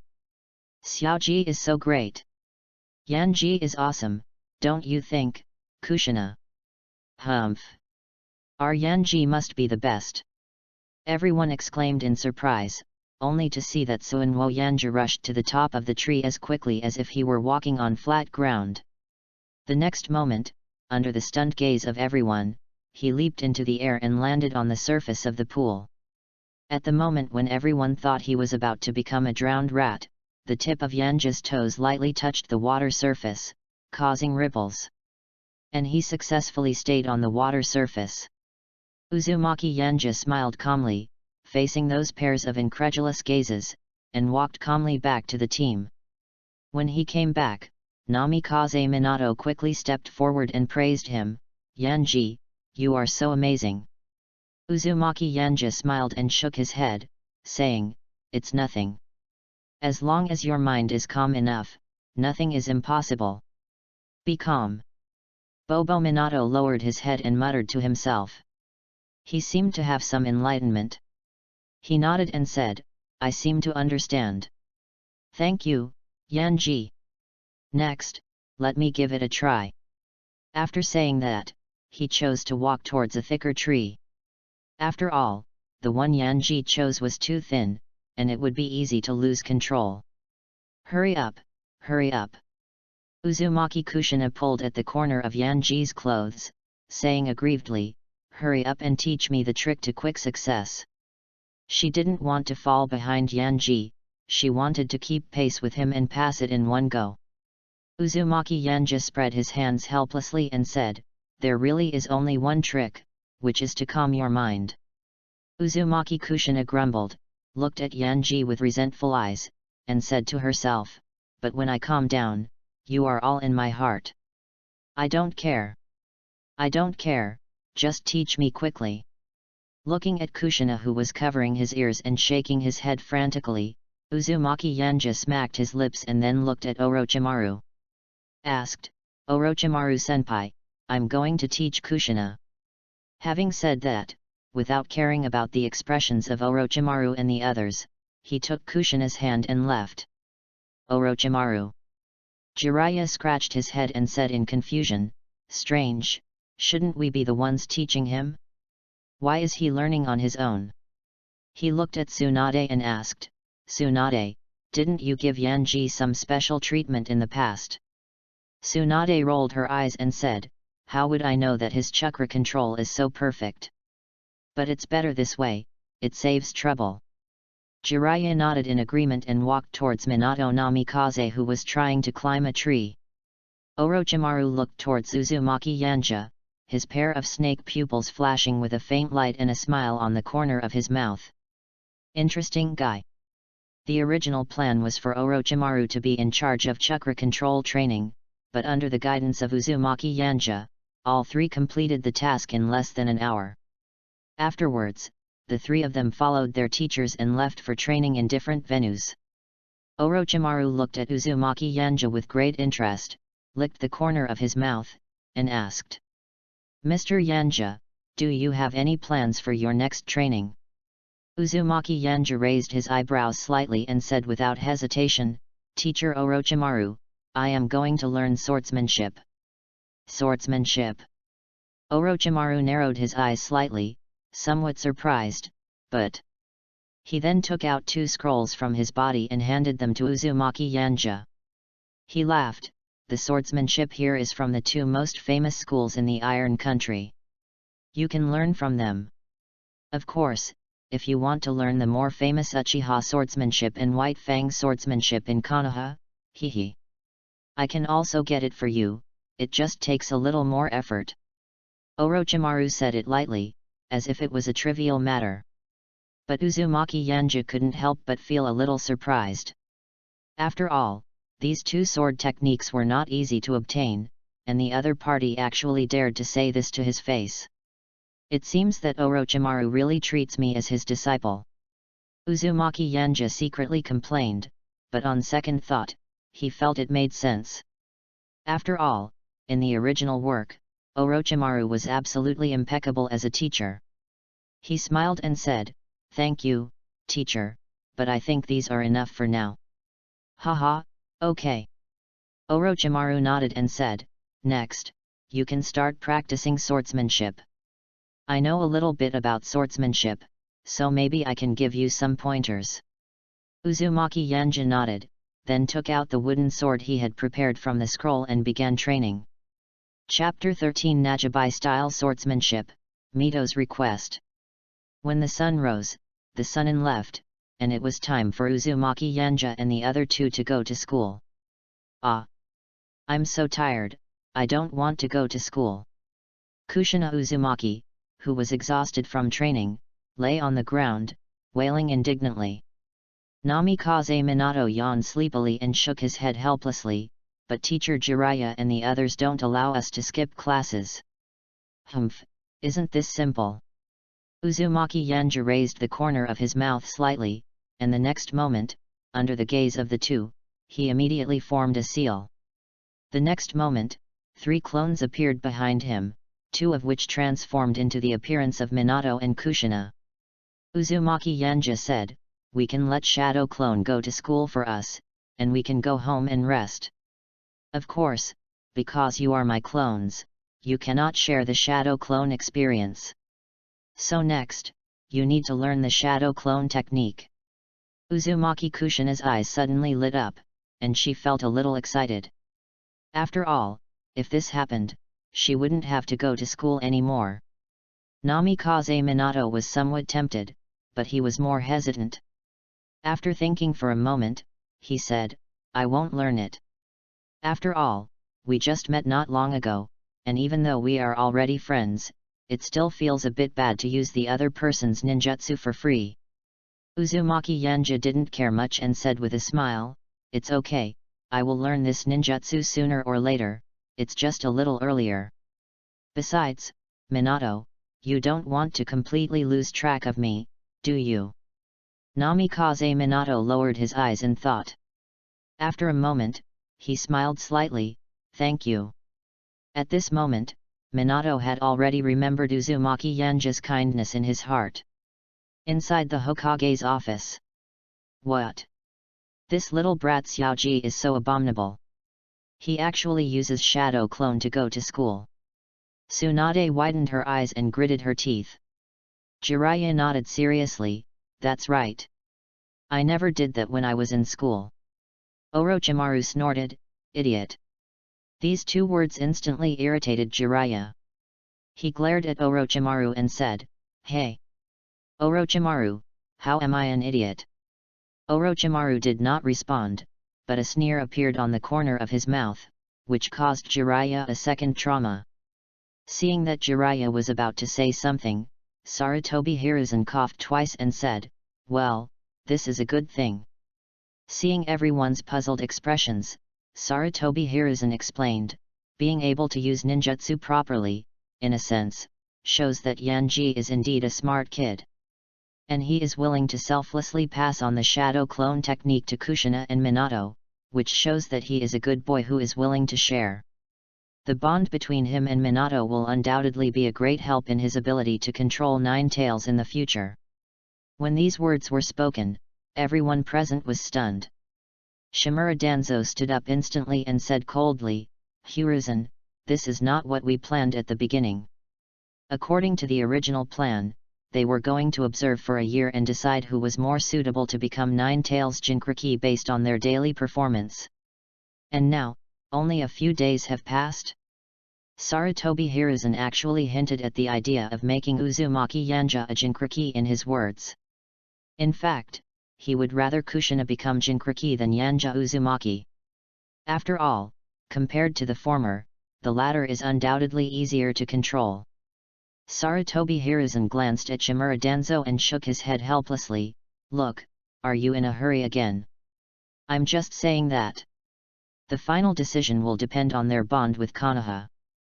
Shimura Danzo narrowed his eyes coldly, and without arguing, he immediately changed the subject, seeing that the envoys from the Hidden Cloud Village are coming to Konoha, you should think about how to entertain them. He placed particular emphasis on the word entertain. Sarutobi Hiruzen glanced at him and then looked away reluctantly. Uzumaki Yanja did not rest after returning to the Senju tribe's territory. Instead, he came to the training ground alone. Facing a one-to-one replica of a mannequin, he continued to practice swordsmanship while holding a wooden sword. He knew that biting off more than he could chew, so after some comparison, he chose to specialize in the Nagiryu swordsmanship. According to the scrolls, during the Warring States period, the ancestor of the Nagi Yoshi, was a renowned chef whose knife skills were so good that he could even cut meat into slices as delicate as a cicada's wing. However, wars broke out repeatedly during the Warring States period, and Nagi Yoshi resolutely joined the battlefield in order to protect his country. After fighting on the battlefield for several years, Nagihara Yoshi integrated his knife skills learned from cooking with the art of killing the enemy to create the current Nagihara Ryu swordsmanship. Compared to the mysterious and unpredictable Muga Ryu swordsmanship, Uzumaki Yanja is undoubtedly more inclined to the Nagiryu swordsmanship that focuses more on killing. Who? Uzumaki Yanja was breathing heavily, with sweat dripping down his forehead, but his eyes were unusually firm. It seems that my talent for swordsmanship is not bad. This is something to be happy about. Uzumaki Yanja raised the corner of his mouth slightly, and swung his wooden sword again and again, each time accurately hitting the fatal point. As the saying goes, a chef who can't chop people is not a good chef. Nagi Akiyoshi continued to study parts of the human body, discarding fancy things and striving to deliver a fatal blow. This is the most prominent feature of the Nagiryu swordsmanship. Recalling the concept and introduction of the Nagiryu swordsmanship, Uzumaki Yanja took a deep breath, lowered his head to pick up the towel on the ground, and wiped the sweat off his face. Not far away, Uzumaki Mito looked at Uzumaki Yanja, who was training hard, and smiled with satisfaction. What a hard-working and good boy, Hashirama.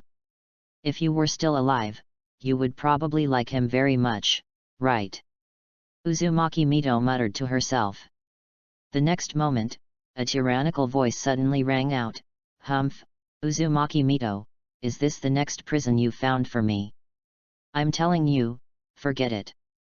If you dare to let me out, I will tear him to pieces without hesitation. Senju Hashirama has been dead for a long time, and his body is stinking. I don't believe there is any BD in this Konoha village who can suppress me. Uzumaki Mito gently stroked her belly and sighed, Nine Tails, after all these years, you're still so grumpy. Both Yanja and Kushina are good kids. I believe they can become your friends. When the time comes. I hope you can take good care of them, please. Uzumaki Mito's tone was very gentle, and she did not seem upset at Nine Tails insulting her husband.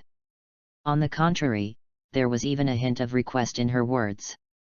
However, Nine Tails didn't buy it at all, and its voice was still filled with hatred and anger. What a pipe dream! Uzumaki Mito, if you, a BD woman, die, I will definitely raze the entire Konoha village to the ground.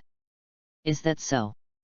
Uzumaki Mito closed his eyes lightly, raised the corners of his mouth slightly, and murmured, I understand. Chapter 14 You Are Mine. After finishing his swordsmanship training, Uzumaki Yanja did not sit idle, but went to the kitchen and started a new round of action. Uzumaki Mito walked into the kitchen and asked with a smile, Xiaoji, what are you doing? Uzumaki Yanja, who was busy, looked back at Mito and explained, I'm making sushi. Kushina likes salmon sushi more, so I plan to make more. Haha, it seems that Zyja likes Nana very much. Uzumaki Mito covered his mouth and chuckled, saying teasingly. However, Uzumaki Yanja did not feel embarrassed at all, and nodded openly and admitted, yes, I like Kushina very much. Such a simple and direct answer surprised Uzumaki Mito. However, she did not dwell on it too much and instead asked the questions she had prepared long ago. Xiaoji, how about Grandma ask you a question? Grandma, please speak. Uzumaki Mito pondered for a moment and asked, Xiaoji, what do you think of Konoha village? Uzumaki Yanja, who was still kneading the rice ball, stopped and narrowed his eyes, but then turned around and said with a smile, I think it's very good. After I came to Konoha village, I met Grandma Mito, Sister Tsunade, and Minato. I have long regarded this place as my second home. Home? Uzumaki Yanja sneered secretly. Normally, he would treat Konoha village as his home. But it's best not to urinate on their heads, or he won't mind the family being torn apart. Fortunately, the system has a built-in good and evil shielding function, and Uzumaki Mito did not sense the malice deep in Yanji's heart. She just smiled and then said, it seems that Xiaoji has found his own bond in Konoha village. But Grandma has one more question to ask you. Uzumaki Yanja noticed Mito's fleeting confusion, raised his eyebrows slightly, and asked, what's the problem? Uzumaki Mito hesitated for a moment, and finally asked the question in his heart, if Grandma passes away in the future, but Grandma wants to let a rather irritable old friend live in your body, are you willing? It may be a little grumpy and resentful, so you need to be more tolerant of it, but I believe, you may become friends in the near future. Uzumaki Mito. Who is your friend? Don't make decisions on your own, you are just a prison that I am ready to tear apart at any time.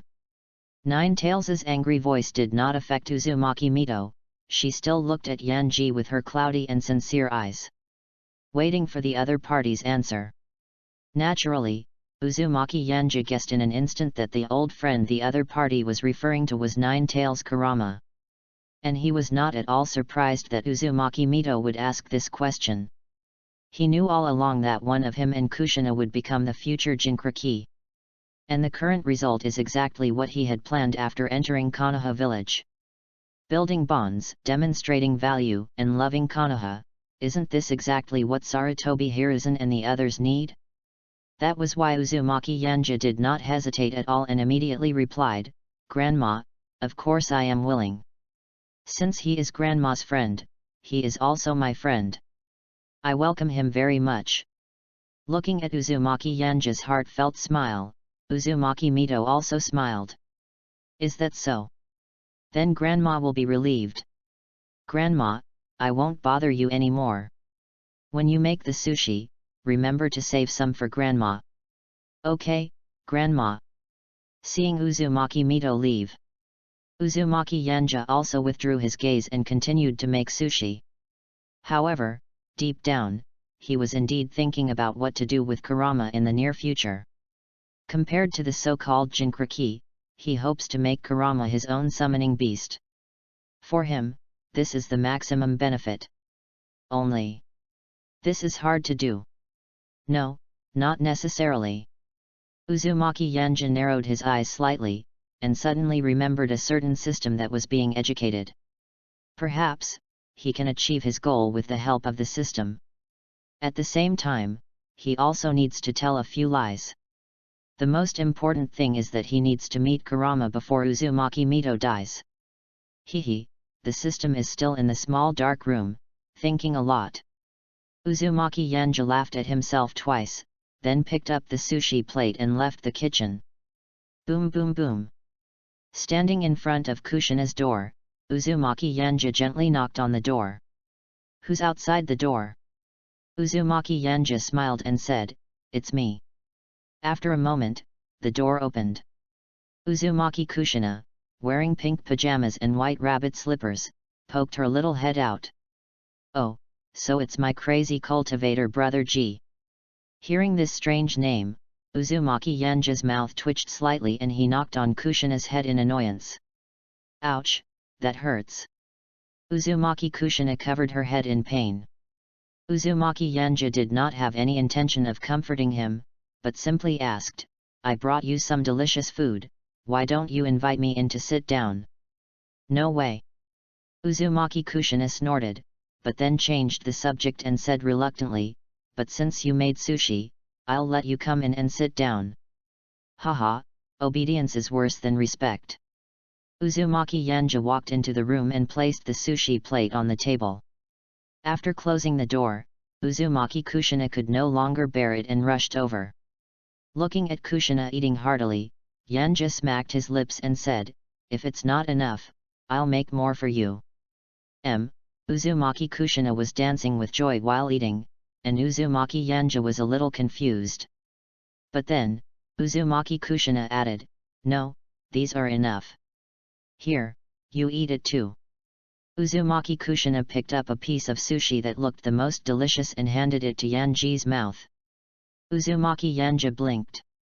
These seemed to be the chopsticks that Kushina had just used, right? But seeing that the other party didn't seem to care, he didn't say anything more and swallowed it. Uzumaki Kushina pursed her lips shyly, and the next moment, she said proudly, "How is it? Is it delicious?" Uzumaki Yanja replied as a matter of course it's delicious, but this seems to be made by me, why does it sound like you made it? Uzumaki Kushina snorted, "You gave it to me, so it's mine. If you round it up, it means I made it. Not only that, you are also me." Hey! Uzumaki Yanja was stunned. But Kushina turned her head away proudly, and her blushing face told it all. Seeing this, Uzumaki Yanja couldn't help but smile and nodded, "Yes, I am you." Uzumaki Kushina's eyes widened in shock. Is this a confession? Chapter 15 Shopping. Uzumaki Yanja finally left Kushina's house, but recalling the other party's look like a frightened rabbit, he couldn't help laughing. However, he did not indulge too much in beauty, but took out the marine training manual. It was relatively normal at first, but as he gradually turned back, his expression became more and more exciting. A long time. He looked at the ceiling and couldn't help but exclaimed, "What the hell? System, you are not my biological father, are you?" The training methods for the 6th form of Marine, Armed Haki, and Wisdom Haki are all written down here. He especially wanted to ask the system if there was a long-lost son, but he still received no response. Finally, Uzumaki Yanja coughed twice, lowered his head and said to himself, "Oh yes, the system was invited to drink tea. Forget it, never mind. Anyway, more is better than less." The corners of his mouth raised slightly. In a sense, he has now gathered 3 colors of domineering energy. He only needs to practice further to enhance his strength. Not only that, Yama is a black sword that has not yet been formed. Now that he has the method to practice armed domineering, this also means that in the near future, he may be able to quench Yama into a real black sword. The Haki of wisdom and information is also an extremely powerful skill. If you can learn it, you can predict the opponent's next progress. It is a god-tier skill. Not only that, if you can reach a higher level, you can even predict the future. He. If you master them all and add the gravity fruit, wouldn't it be like Pirates vs Hokage? Uzumaki Yanji smiled and shook his head, and then began to perform physical training according to the Marine Training Manual. On the surface, the training methods in the pirate world are no different from those in the Hokage world. However, through an in-depth comparison of Uzumaki Yanja, it can be found that there are certain differences in details such as force and posture between the two. Uzumaki Yanja performed 50 push-ups according to the Marine Training Manual, and his forehead began to sweat. He couldn't help but feel a little shocked. The Uzumaki clan's physique is naturally stronger than that of ordinary ninjas, but I am already sweating when I am 50. You know, under normal circumstances, I can do 400. No, maybe I can go one step further. Uzumaki Yanja narrowed his eyes and suddenly remembered that he still had the gravity fruit. Immediately, his eyes suddenly opened, a blood-red ripple spread, and the double gravity began to crush his body. Boom! Uzumaki Yanja was shaken all over, but he still managed to hold on and support his body. Subsequently, under the dual consumption of push-ups and the use of gravity, Uzumaki Yanja started new training. Gradually, sunset becomes dusk. The moment Kushina found Yanji and pushed the gate of opening, her face turned red. Hey! BD! Why don't you wear clothes? Uzumaki Yanja, who had just taken a medicinal bath, looked innocent and said, "This is my room. I don't care." Kushina covered her eyes and exposed her slit, urging, "Hurry up and put on your clothes and go shopping with me. I had a rare day off and was going to go shopping with Yanji, but something like this happened to me. What ABD? I want him to treat me to 3-color meatballs, and there are so many delicious ones." Uzumaki Yanja smiled, then put on a clean black robe and said, "Okay, let's go." "Well, as an apology, how about I treat you to the entire Konoha village?" Uzumaki Kushina snorted proudly, "I reluctantly agree. However, her heart is... Hehe. This big BD Yanji really understands me so well, wow. I really love him. Otherwise, we should eat less and save some money for our future." The two held hands and left the Senjo land. "Wow!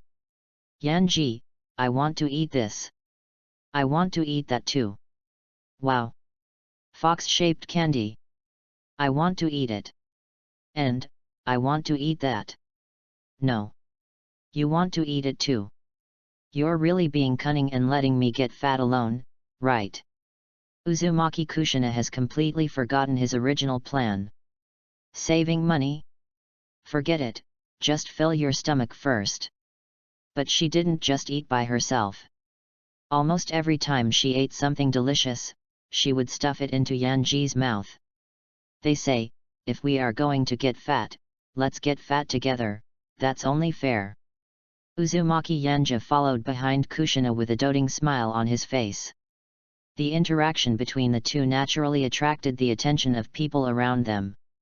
These two kids are so cute. Wow, I really want to take them home. That's right. Look at that bright red hair, it's really beautiful. These two little guys seem to be a couple? Am I wrong? That shouldn't be the case, right? At such a young age, if it is, that would be great. The sound reached Kushina's ears, and her face gradually turned slightly red with embarrassment. She glanced at the moonlit sky, and a smile gradually formed on her lips. I thought to myself, Dad, Mom, I am doing well now, I seem to have found a new family. Thinking back to the instructions my parents gave me before they died, tears rolled down my cheeks. Suddenly, Uzumaki Yanja handed over a handkerchief and said with a smile, "What's the matter, my little princess. Uzumaki Kushina snorted, raised her snow-white chin, and said, "Nothing, I'm just a little sleepy." "Then let's go back to sleep," Uzumaki Yanja suggested. "No way. I'm going to eat more so that I can have a good sleep." "Okay, I'll accompany you." Uzumaki Yanja and Kushina wandered almost from the east to the west of Konoha village. They fed each other and their stomachs became bulging. "Okay, I've had enough, let's go home," Uzumaki Kushina stretched and said with a smile. However, Uzumaki Yanja did not plan to go back. He glanced slyly at the gambling house beside him, and inside was a figure that couldn't be more familiar. Konoha's fat sheep, Tsunade. "Kushina, do you plan to make back all the money we eat?" Uzumaki Yanja turned his head to look at Kushina. Kushina blinked blankly, not understanding what Uzumaki Yanja meant. However, this does not matter. She just nodded heavily and said, "I agreed with great reluctance." Of course, she will choose to unconditionally support what the person she likes wants to do. Uzumaki Yanja smiled, then leaned over to whisper in Kushina's ear. Gradually, Kushina's eyes sparkled, and the look she gave to Tsunade, who was killing everyone in her way, became full of surprise. Chapter 16 Tsunade in the Gambling House. In the gambling house, Tsunade proudly stepped on a chair, shaking her hands, and the dice kept making sounds. Single. Single. Single. Single. Tsunade was so anxious that her face turned red, and she kept shouting the word single. The next moment, the dice cup was smashed hard on the table. All the gamblers stared at the dice cup intently, and as the dice cup was opened. Xiao. Ha ha ha. Laozi wins again. Ha ha ha, thank you so much for your generosity, Lady Tsunade. Woohoo, get rich, get rich. Some were happy while others were sad, but Tsunade was crying. Today, she had already lost 300,000 taels. Ahem. At this time, the waiter in the gambling house came up with a smile and said, "Master Tsunade, a little gambling can make you happy. Why don't we take a rest first? Who knows, maybe your luck will be better tomorrow." Although no one would complain about earning more money, Tsunade is the disciple of the third generation and the granddaughter of the first generation, so she must not be offended. Tsunade glanced at the boy and said, "Why? Could it be that I could lose your money?" The servant smiled awkwardly, "How is it possible?" "Then don't bother me making money." Tsunade snorted, her eyes determined, "I'm betting on double this time." "I don't believe this. I'll place the order." At this time, Uzumaki Yanja and Kushina, who had transformed themselves into a middle-aged couple, slowly walked over. The chips were dropped directly onto the gambling table. Tsunade looked up at the other person, raised her eyebrows slightly, but didn't say anything. The next moment, she continued to shake the dice, and the dice cup fell open. She stared at the dice cup closely, and the number on the dice inside was 1. Tsunade widened her eyes and exclaimed, "No." But he was like a cockroach that was immune to death, and he continued to yell, "Come again. I'll bet on double." Uzumaki Yanja and Kushina looked at each other, both of them flashed a meaningful smile, and placed the order without further ado. After all, Tsunade's title of Fat Sheep is well known, and Kushina has only been here for a short time, but she is already well known. As a time traveler, Uzumaki Yanja knows even better that Tsunade's luck in gambling is at a conceptual level. The other party is almost certain to lose every time he gambles, so he doesn't need to know how to gamble. As long as he bets against the other party, he will definitely be able to make a fortune. Then, "Tsunade, lost again. I'll bet on you this time. Press double." "I'm still placing an order." "Press double." "Double bet." "Press the order." Uzumaki Yanja always strikes back, and will only start betting on odd and even numbers after Tsunade has placed her bet. Gradually, the amount of money he earns is terrifying." Kushina was stunned. She thought they would make a lot of money, but she didn't expect it to be this much.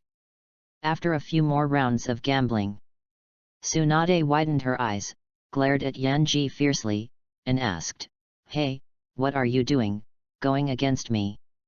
Even if she was brainless, after so many rounds, she could certainly see that the other party was deliberately pressing against her. "What does this mean? Are you using her as a cheating device?" "Ahem, Lady Tsunade, you're joking." Uzumaki Yanja coughed twice and realized that he seemed to be following too closely. "No. I have to find a reason to escape, otherwise it will be bad if the other party finds out my identity." With this in mind, he turned his head and looked at Kushina. The moment their eyes met, they instantly understood each other's meaning. Uzumaki Kushina took Yanji's arm seriously and said anxiously, "Oh, husband. I just remembered that our child has not been fed yet, let's go back quickly." Uzumaki Yanja blinked and nodded repeatedly, "Okay, let's stop here today." Having said that, he went directly to the gambling house's counter to exchange cash. Tsunade narrowed her eyes and stared at the backs of Yanja and Kushina thoughtfully. She always had a hunch that there was something familiar about the other person, but she couldn't put her finger on it. She was about to be slaughtered again, but at this moment the servant came up and said, "Master Tsunade, you don't have enough funds." Tsunade frowned slightly, feeling a little disappointed, but there was nothing she could do. "But I secretly made a decision in my heart, I have no money left, so I have to find a chance to borrow some money from Shenshu." The other side. The two who had made a lot of money were walking on the way home. Uzumaki Kushina pursed her lips and asked, "Yanji, isn't it a bit wrong for us to do this? Sister Tsunade takes such good care of us, yet we still want to cheat her out of her money." Although he did find it very interesting, Kushina felt a little guilty when he thought back to how Tsunade had taken care of them after they came to Konoha.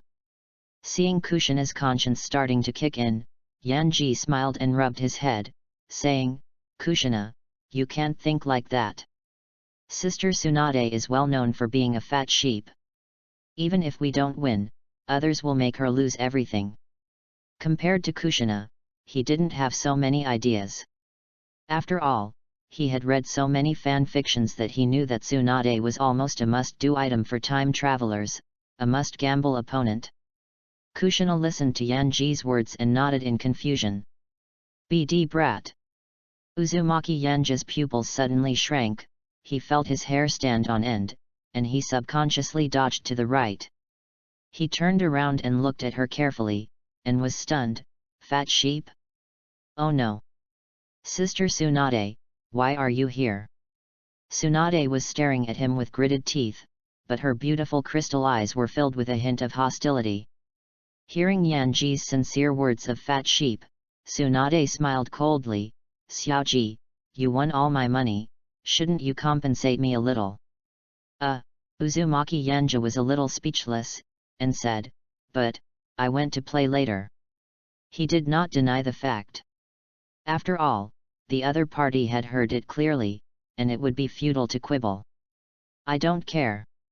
Tsunade snorted coldly, folded her hands over her chest, and said, "Give me some money so that I can continue gambling. Otherwise, I will tell Grandma that you are young and have not learned your lesson." Uzumaki Yanja was silent. "It's not that I'm scared, but I vaguely remember that Tsunade has liked gambling since she was a child. How could the other party have the nerve to say that about him?" However, he also happily gave Tsunade 100,000 as a hush money, and this was just the tip of the iceberg of what he earned from the other party. After getting the money, Tsunade instantly regained her good mood, rolled her eyes at Yanji in annoyance, and said, "Little BD. You are not allowed to go to the gambling house." After saying that, she turned around and left quickly. Looking at Tsunade, who was full of joy and rushed towards the gambling house again, Uzumaki Yanja fell silent again. Because he knew very well that this 100,000 would definitely flow into the hands of a stranger again. In fact, he was sometimes curious, what kind of sparks would be created if Kakuzu, who loved money, met Tsunade, who always lost in gambling. At this moment, Kakuzu, who was far away at the money exchange, sneezed. Chapter 17 Grandma once said. Tsunade's little episode did not affect their mood. They continued shopping hand in hand. However, Uzumaki Kushina suddenly stopped. "What's wrong?" Uzumaki Yanja asked, and then he saw Senju Rope Tree sitting on the swing with a depressed look on his face. Seeing this, Uzumaki Yanja couldn't help but feel a little curious. After all, Senju Rope Tree was almost a happy person and rarely showed such an expression. He walked up to her curiously and asked, "Brother Shenshu, what's wrong with you?" Senju Shenshu looked up at Yanji, hesitated for a moment, and reluctantly expressed his distress. Said, "My sister is so hateful. I've been a genin for such a long time, but the tasks I've been assigned are still to help villagers find cats, help young women find husbands, and chat with lonely elderly people. I originally thought that the timing was not right, but today I found out that my sister was worried that I might be in danger, so she specifically informed Brother Orochimaru. I'm going to be the Hokage, how can I do these little things?" Senju Rope Tree clenched his fists in indignation, feeling that he had simply disgraced the name of Senju. Uzumaki Yanja suddenly remembered that Senju Rope Tree had already graduated by then. Strictly speaking, the other party was still his senior. However, he remained silent regarding Senju Nawaka's complaints. After all, the other party was a character who was clearly stated to have died in the war in the original work. Uzumaki Yanja smacked his lips and said, "Brother Shenshu, I have something to say but I don't know if I should say it or not." Senju Rope Tree was a little confused, then asked, "What?" Uzumaki Yanja secretly sorted out his words and then said, "Brother Shenshu, I think you are in a misunderstanding." Senju Rope Tree was a little confused. "What do you mean my thinking is in error? Shouldn't you join me in blaming my sister, and then accompany me to fight for my legitimate rights?" Uzumaki Yanja nodded and said, "I think the small things that Brother Shenshu mentioned are also big things." Senju Rope Tree blinked, "What do you mean?" Uzumaki Kushina also looked at Yanji curiously. Uzumaki Yanja continued, "In my opinion, no matter what the mission is, the essence is ultimately for the prosperity of Konoha. Sister Tsunade and the others are carrying out dangerous missions, aiming to promote the harmony and stability of Konoha through their own strength, safeguard the overall interests of Konoha, and enhance Konoha's prestige in the ninja world." Senju Shenshu widened his eyes and looked at Yanji in disbelief. He could hardly imagine that these words were spoken by Yanji, who was younger than him, and this was exactly what he was pursuing. Thinking of this, Senju Rope Tree immediately said, "So, I should carry out those dangerous missions and work hard for the prosperity of Konoha." As he spoke, his eyes sparkled with brilliance, and he even began to breathe heavily, feeling his blood boiling. At this moment, he had imagined himself carrying out a mission outside, and behind him was the peaceful and harmonious Konoha village. Looking at the burning Senju Rope Tree, Uzumaki Yanja's mouth twitched and he coughed twice. "Brother Rope Tree, I haven't finished yet." Hearing this, Senju Shenshu sat obediently, looking at Yanji expectantly. Go ahead. Listen." He was very curious about what exciting words Yanji would say. Now he urgently needed some encouragement to fight against his sister. Uzumaki Yanja pondered for a moment and said, "But I think that the tasks that Brother Shenshu is currently doing are also very important. Although they may seem like trivial things, they still have their role." Senju Rope Tree was full of curiosity. What is it for? He just felt that those tasks were very boring and there was no challenge at all. His dream is to become a Hokage as outstanding as his grandfather and second grandfather, not to do those little things. However, Uzumaki Yanja gave a different opinion. "The dangerous tasks I mentioned before are to fight for the interests and rights of Konoha, and these so-called small tasks also play a role in the internal. Through these little things, we can not only enhance the happiness of the villagers and strengthen the cohesion among the villagers, but also enable the ninjas to integrate into the villagers, listen to their demands, and solve problems. This is the role of little things. Senju Rope Tree was already numb from hearing this. He didn't expect that these little things could have such a big impact. And brother, your ideological awareness is too high, isn't it? Uzumaki Yanja smiled and continued, Brother Rope Tree, don't you want to become Hokage? Of course.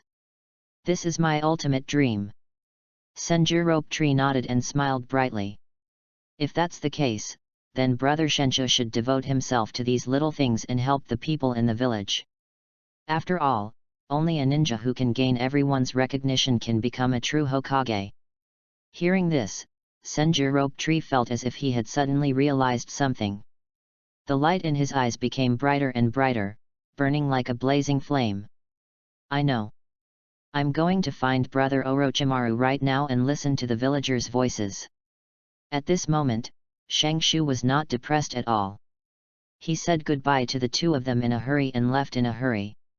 Looking at the Senju Rope Tree that he had fooled, Yanja Uzumaki raised his lips slightly and thought to himself, You little brat, I can't fool you anymore. Yanji. Uzumaki Yanja looked over when he heard the voice, only to see Uzumaki Kushina looking at him with admiration on her face. You are so amazing, how did you come up with these words? Uzumaki Yanja smiled slightly and explained, This is what the grandmother at the orphanage told me. I just modified it a little bit. I see. Uzumaki Kushina was thoughtful, but the smile on her face remained unchanged. Anyway, you are still very powerful. Uzumaki Yanja smiled. The main reason why he said that was because he had his own selfish motives. The Senju clan took great care of them, and it was impossible for him to just sit back and do nothing. And he has no effective way to prevent future events for the time being, so he can only fool Shangshu. Another reason is Hokage's office. Sarutobi Hiruzen smoked his pipe, not concealing the amazement and admiration in his eyes at all. At this moment, he looked at Yanji as if he was looking at a piece of unpolished jade.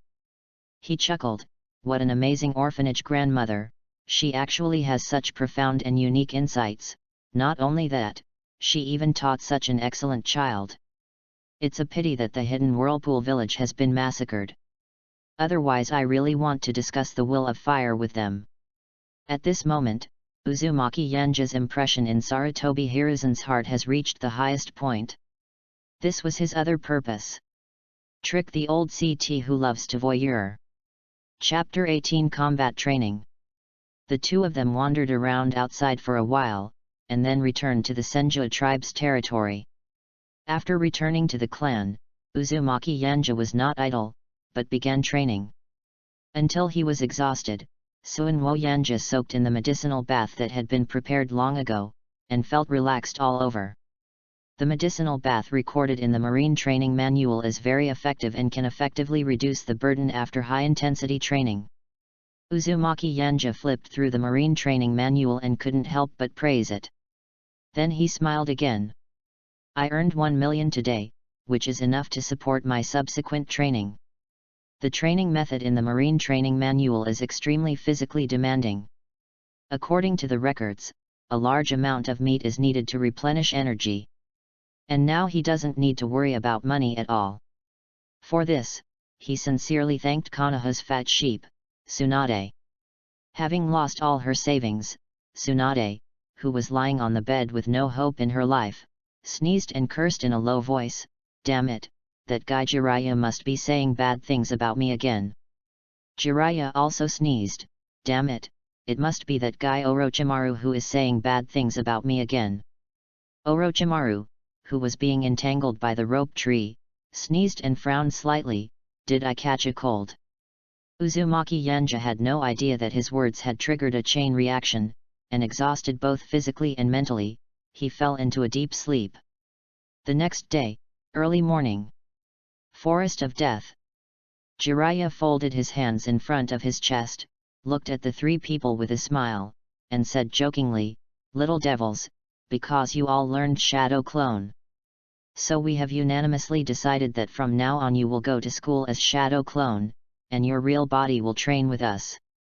In a while, the three of us will leave Konoha to carry out a mission, which may take a long time. We will try our best to adjust the plan and teach you all aspects of knowledge in a short period of time.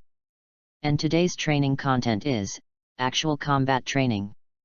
Hearing this, Uzumaki Yanja glanced at Minato and Kushina beside him, and immediately asked, "Are you asking us to compete?" "Of course." Jiraiya deliberately dragged out the tone, and the next moment, he chuckled twice, "No." Tsunade rolled her eyes in annoyance and complained, "Hey, Jiraiya, can you hurry up?" "Oh, okay." Jiraiya shrugged helplessly, then looked at the three people and said, "Next, you need to go deep into the Death Forest to hunt wild boars and collect their tusks. And the number of prey you hunt represents your score, which will directly affect your ranking." Uzumaki Yanja raised his eyebrows and asked, "What is the purpose of ranking?" "He he he." Jiraiya laughed evilly and said mysteriously, "You will know when the time comes." Uzumaki Yanja was speechless. "Okay." Tsunade took 2 steps forward and said, "You can set off from now on. The deadline is in 1 hour. Oh, by the way, this training does not allow you to use Shadow Clone to split up." Hearing this, Suinwo Yanja was a little disappointed.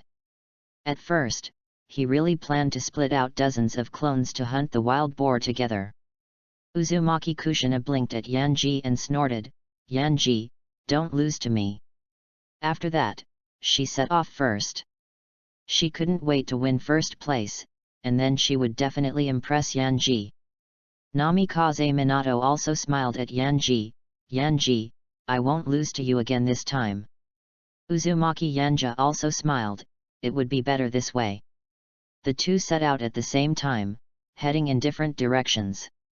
Jiraiya looked at the backs of the three people and couldn't help but sigh, "What a group of passionate young people. I wonder if they will like the surprise we prepared for them."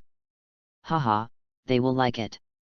Orochimaru sneered twice, then glanced at Tsunade and said faintly, "Tsunade, thanks to you, my new disciple has caused me a lot of trouble." Even so, there was no complaint in Orochimaru's tone, and there was even some inexplicable appreciation. Tsunade was a little confused and asked, "What's going on?"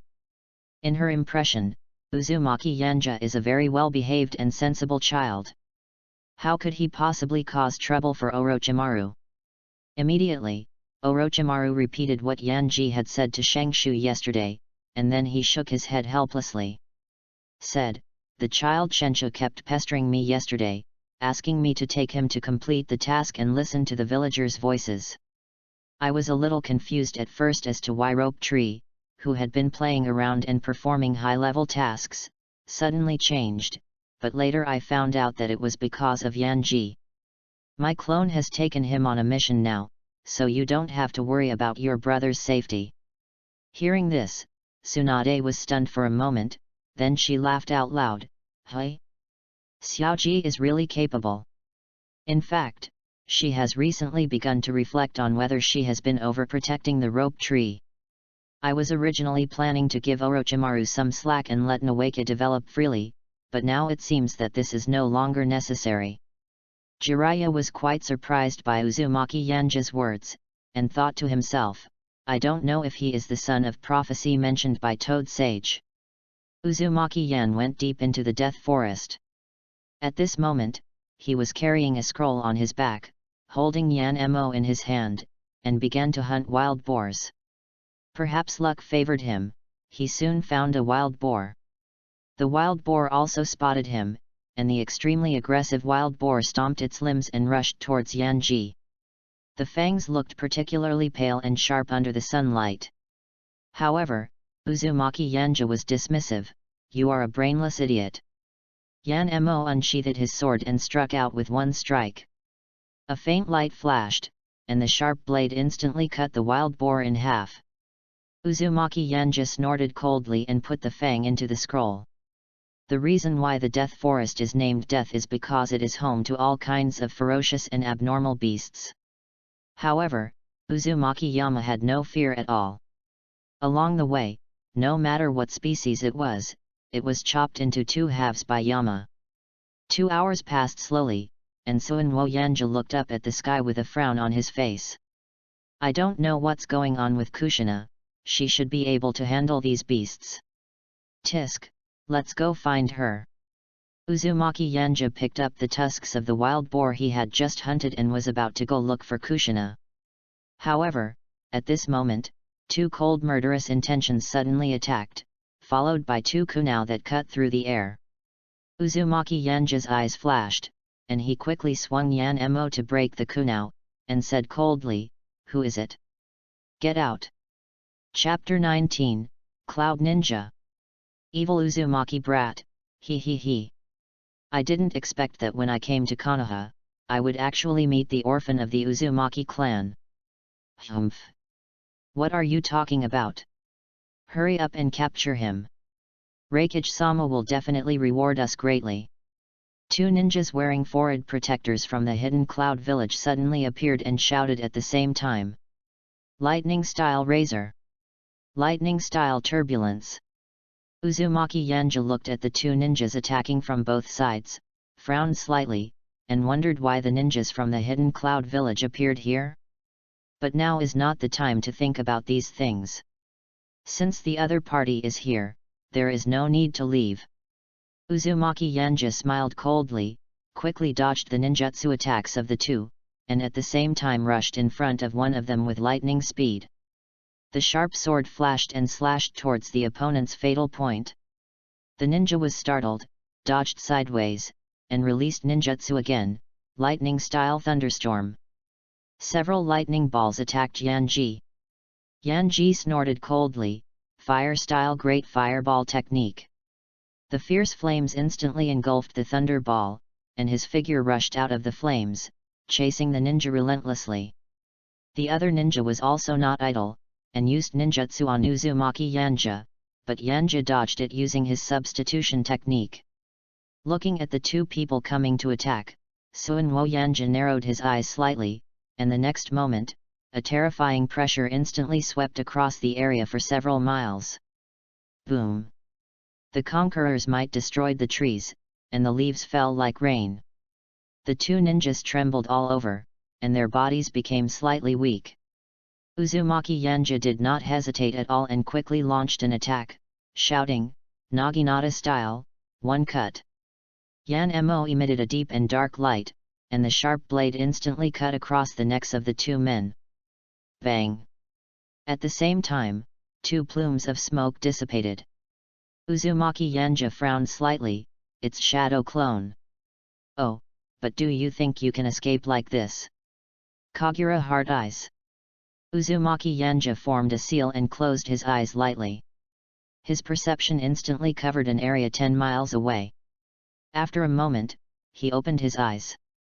He smiled coldly, a new hunt begins. He quickly jumped onto the thick branch and ran in the direction he sensed. Meanwhile, on the other side, the 2 Kumagakure ninjas collapsed on the ground and stared at each other with horror in their eyes. That little brat is too scary, isn't he? Luckily we used Shadow Clone to test the waters first, otherwise we would have been killed by the other party. No, let's run quickly and not let that little devil catch us. The 2 stood up and prepared to escape. However, Najinari-ryu, double slash. The 2 men shuddered, quickly took out their kunai, and turned around to resist. However, facing Yama, who is ranked among the best swords, the kunai is as weak as tofu. Damn it! Run!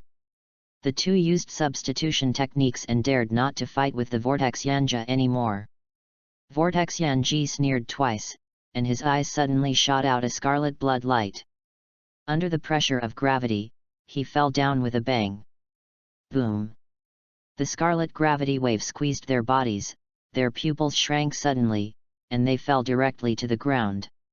Uzumaki Yanja stepped out slowly, looking down at the two with cold eyes. And asked in a calm voice, "Evil ninjas from Kumagakure, what is your purpose in coming to Konoha?" The Kumagakure ninja was embedded in the ground like a puzzle. He struggled desperately and gritted his teeth. "Damn it, kid, I'm a Konoha ninja." Another one also hurriedly agreed, "Yes. It was Master Jiraiya who invited us to give you a practical lesson." "Oh, that's ridiculous." Uzumaki Yanja mentioned Yan-mo and smiled coldly, "Do you think I will believe your nonsense?" He placed the blade on one of the men's necks and said calmly, "Anyone who threatens Konoha will have only one outcome, death." The man trembled all over and was almost going crazy. "No, who is the Konoha ninja between us? You defend Konoha so much, do you really treat Konoha as your own home? Will you? I'm crying. Master Jiraiya, you didn't say this mission doesn't include after-sales service. I'm going to die." "Stop it, Lord Yanji." Just when Uzumaki Yanja was about to cut off the opponent's neck, a familiar voice suddenly sounded. He looked back and saw that it was Orochimaru.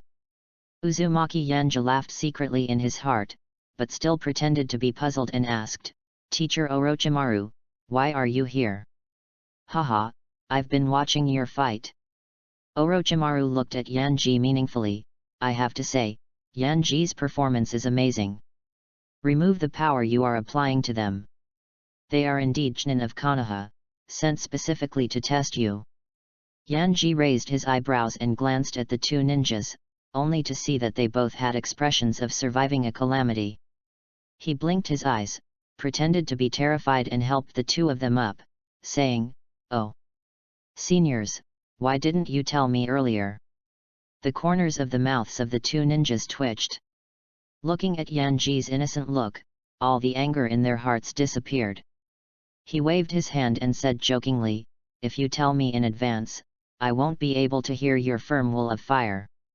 Anyone who threatens Konoha's existence will have only one result, death. Look. Look. This is something a little kid said.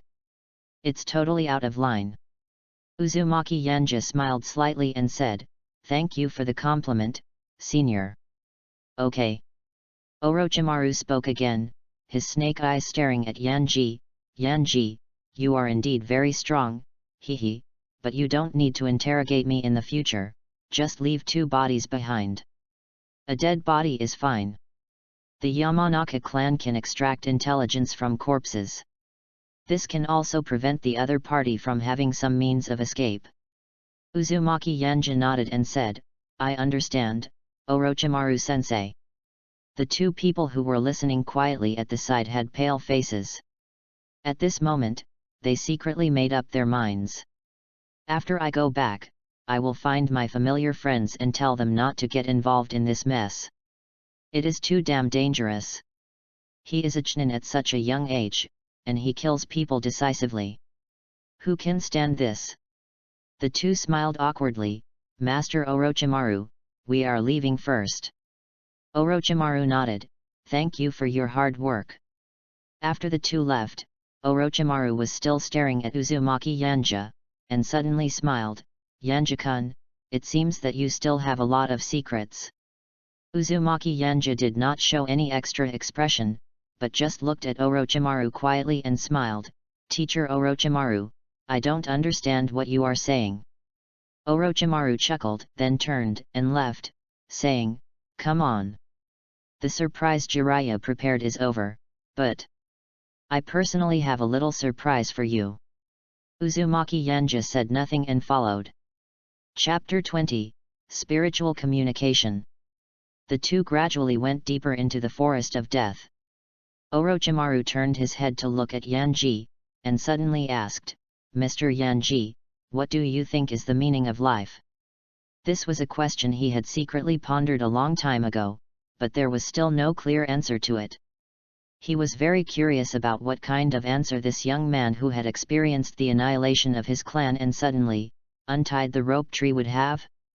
Upon hearing this question, Uzumaki Yanja was somewhat surprised. Has Orochimaru already thought about this question so early? He didn't remember the original story very clearly, but he knew that the brave rope tree was the last straw that broke the camel's back for Orochimaru.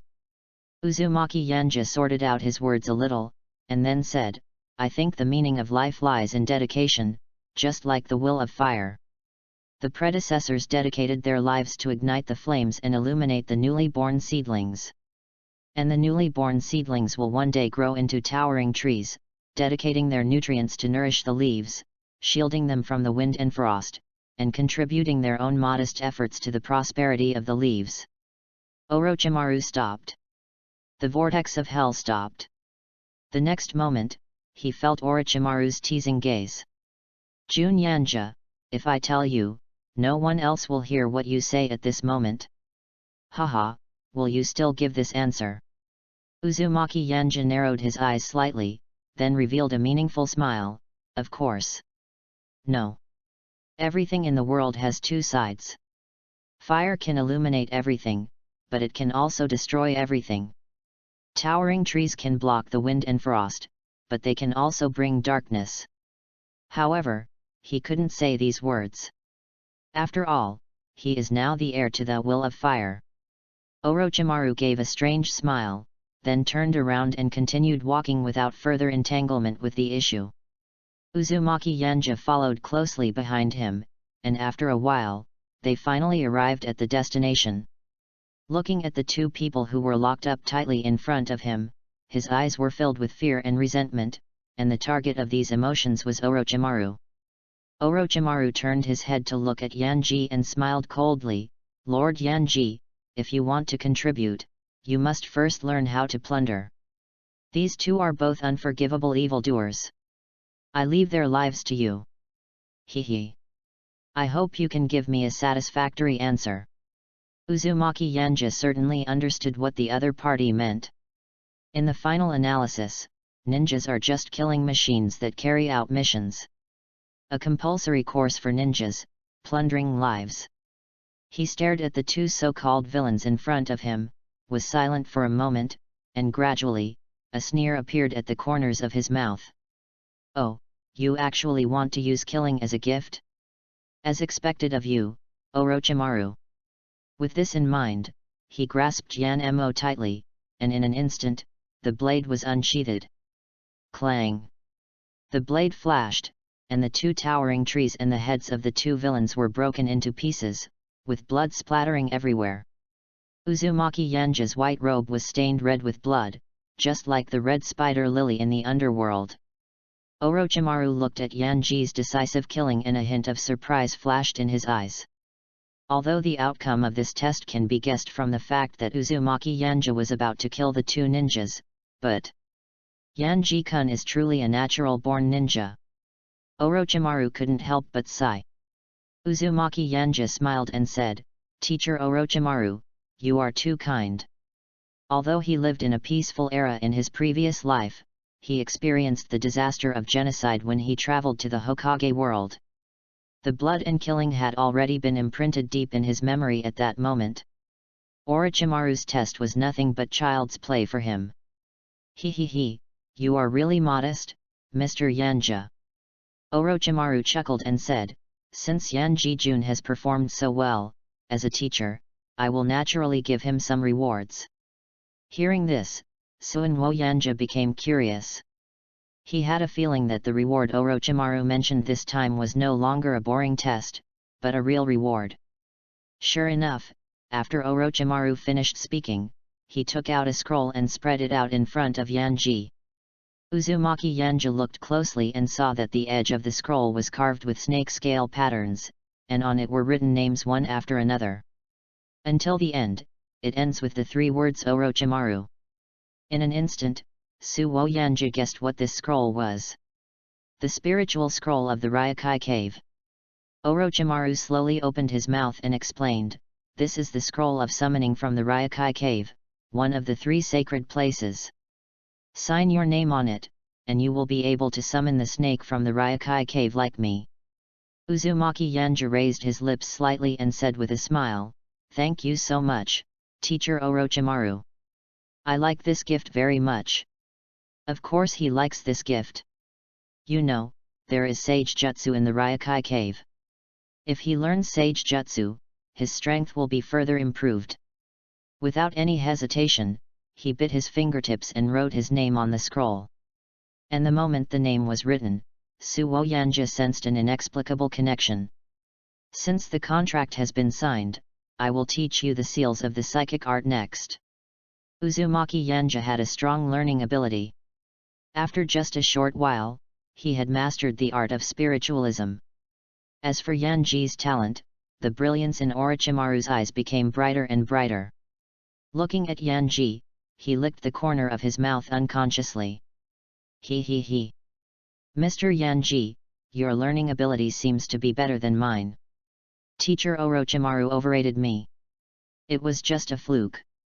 Now that you have learned the art of spiritual communication, try to summon the snake from the Ryokai cave. As if he had thought of something, Orochimaru gave a rare and careful reminder, don't use too much chakra, otherwise it is likely to summon some troublesome guy. Uzumaki Yanja was of course aware that the troublesome fellow Orochimaru was referring to was Manshi, the evil summoning beast that always asked for sacrifices. He nodded seriously. He didn't have enough strength to suppress it now, so it was better to avoid it as much as possible. Uzumaki Yanja took a deep breath, then formed a seal and said in a low voice, "Spiritual communication technique." Orochimaru looked at Uzumaki Yanja with interest, curious about what kind of being the other party would summon. But the next moment, he couldn't laugh anymore. Hiss. BD. Who is the BD who dares to disturb Laozi's rest? An angry roar echoed throughout the forest. Minato Namikaze, who had just finished fighting, leaned against a tree and looked into the distance in disbelief. What a powerful chakra! On the other side, thanks to the influence of this roar, Kushina finally defeated her opponent. She looked into the distance, frowning slightly, with a slightly worried look on her face. Could this roar be related to the Hell Tribulation? As the instigator of everything, Uzumaki Yanja looked down at the giant snake under his feet and fell silent. Chapter 21 Gravity Blade, Tiger, cut off the reverse scale. Damn human, who allowed you to step on my head? The one-eyed snake roared angrily. Uzumaki Yanja instantly recognized the giant snake. It was Shinga, who had just appeared in the Boruto era. And looking at the other party's blind eyes, it is obvious that the other party has been betrayed by humans and has become extremely violent and hates humans. Looking at the opponent's snake tail swinging towards him, Uzumaki Yanja jumped nimbly and landed next to Orochimaru. Orochimaru stared at Zinja and recognized his identity. After all, he had some kind of cooperative relationship with Wan Shi, and he also learned about Zinja's deeds from them. It can be said that Zinja is a being that is not weaker than Wan Shi. He glanced at Yanji and said, "Didn't I ask you to control the release of chakra as much as possible? I have controlled enough." Suinwo Yanja shook his head. He didn't expect that he would be able to bring Zinja's spirit out. "Teacher Orochimaru, now is not the time to talk about this. Its killing intent is very strong. Human, die." Uzumaki Yanja frowned slightly and dodged Zinja's attack again. Zinja's single eye was full of ferocity, its fangs emitted cold light, and it bit towards the vortex Yanja. Uzumaki Yanja did not dare to be careless. He held Yan-mo tightly and quickly moved forward to slash with the sword. Clang! Yama's sharp blade fell on the fangs, making a sharp sound. The next moment, seeing the venom spewing from the opponent's fangs, Uzumaki Yanja's pupils shrank slightly and he hurriedly dodged. The poison was sprayed on the green grass, and the green grass turned into stone. "Damn human, I'm going to use you as a snack today." Zinja roared angrily, his huge body blocked out the sky, and his snake tail smashed into the vortex of Yanja like a giant pillar. The whirlpool Yanji raised his sword to meet him, and in an instant, the terrifying aftermath swept all around. His face darkened slightly, and he actually felt a slight numbness in his arm. Uzumaki Yanja took a deep breath, stared at Zinja, and said, "I think we can talk." "Humph." You humans are all despicable bastards. What is there to talk about? Xenia snorted coldly, twisted his snake body, and spewed out petrifying venom again. Vortex Yanji dodged again, his eyes emitting a bloody light. Gravity gathered on the blade, and slashed down suddenly. Boom! The gravity-enhanced Yama slash struck Xenia's snake body, causing the other party's pupils to shrink sharply, and obvious cracks appeared on its scales. Damn BD! Xenia became extremely violent due to the broken scales, and his huge body almost flattened the surrounding forest. Uzumaki Yanja kept dodging, looked at Orochimaru who was also dodging, and said, "Teacher Orochimaru, can you help me hold him back?" "Oh?" Orochimaru asked with a hint of teasing in his eyes, "What do you want to do?" Whirlpool Yanja remained silent, but stared at the reverse scale on Xenia's body. If he remembered correctly, as long as Xenia's reverse scale could be removed, the other party would become gentle. However, this action is difficult for him to accomplish on his own, so he must seek help from Orochimaru. Key. This guy is his teacher. He was just watching the show. Fortunately, Orochimaru did not ask any more questions, but quickly formed a seal and shouted, "Wind style, wind cutting technique." Orochimaru released a strong gust of wind from his hands, cutting through Xenia's body. Shania was furious and locked his sights on Orochimaru. He didn't care who the other party was. Since they were human, they deserved to die. Orochimaru looked solemn as he glanced at Uzumaki Yanja and said to himself, "Lord Yanja, although I don't know your plan, please don't let me down." Uzumaki Yanja was holding Yan Mo and watching the fight between Orochimaru and Xenia. He seemed to be watching the fight, but in fact, he was looking for the right opportunity. The reverse scale is the most important thing to Xenia. If he fails to get it once, then he will almost never be able to get the opponent's reverse scale again. And he has already made preparations, striving to win with one strike. At the same time, this is also a rare learning opportunity. I have to say, Orochimaru is worthy of being one of the future Sunin. Various ninjutsu emerge one after another. Even Shania can't defeat him for a while. It's a pity that Orochimaru today is not at his peak in the future. As time went on, facing the furious Xenia, Orochimaru gradually fell into a disadvantage. A drop of cold sweat dripped down his forehead, and he was secretly shocked. Wan Shi was right, Xenia was indeed on par with it. Why hasn't Lord Yanji made a move yet? Is he taking revenge on me for standing by and watching? Haha, he really has bad intentions. Looking at Xenia charging over, Orochimaru's face was solemn, and he shouted in a low voice, "Triple Rashomon!" Boom! Boom! Boom!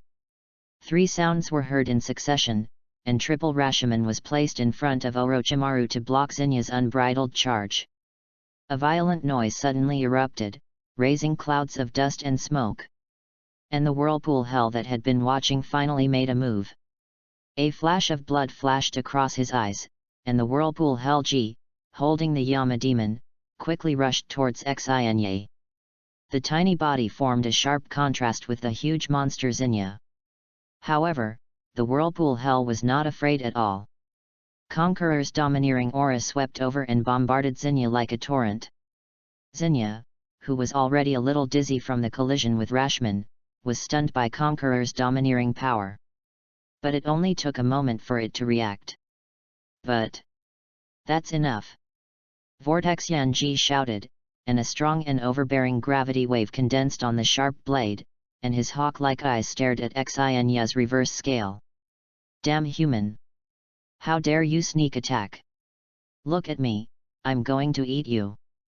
Xenia roared angrily, glared at Yanji viciously, opened his bloody mouth and bit towards the Vortex Yanji. Uzumaki Yanja did not retreat, but instead tightly grasped Yan Mo and injected all his strength into his right arm. Gravity Blade Tiger. The Yama, which was accumulating terrifying gravity, suddenly swung down, and with the spread of scarlet gravity waves, the blade slashed at the reverse scale. Boom! The terrifying bombardment caused Xenia to wail in pain. The scale was so strong that it did not break even under the close-range attack of the gravity blade tiger. But this has always been the purpose of the whirlpool hell tribulation. Snap! The snake scales around the inverse scale quickly collapsed, and the inverse scale actually fell off under the bombardment of gravity. Whirlpool Yanji panted heavily and grabbed Lin in his hand with lightning speed. Who? Uzumaki Yanja used Yama to support his body so as not to fall to the ground. He looked at Xenia, tightly grasping the reverse scale in his hand. Orochimaru came to Yanji's side, with inexplicable excitement flashing in his eyes. At the same time, he looked at Xenia vigilantly. A moment later, Xenia completely recovered. It shook its huge body, and its snake eyes stared at Yanji. Under the vigilance of the two, it lowered his head. Chapter 22, Subjugating Xenia. Human, what is your name? Xenia's tone was no longer violent, but instead revealed a hint of submission. Uzumaki Yanja looked down at the reverse scale in his hand, then looked up and said, Uzumaki Yanja. Xenia spit out his snake tongue and said, You have my reverse scale. If there is a battle in the future, just tell me what to do. Uzumaki Yanja nodded, Got it, I believe we will become good partners. Partner. There was a trace of pain in Xenia's eyes, as if he was recalling the sad past. Seeing this, Uzumaki Yanja said solemnly, Xenia, I promise you. In the near future, I will help you settle everything. The moment he grasped the reverse scale, he had a certain degree of control over Xenia. Not only that, he also obtained all of the other party's memories. The opponent's previous master was a very famous person. He was the current Kazekage and also the strongest Kazekage of all time.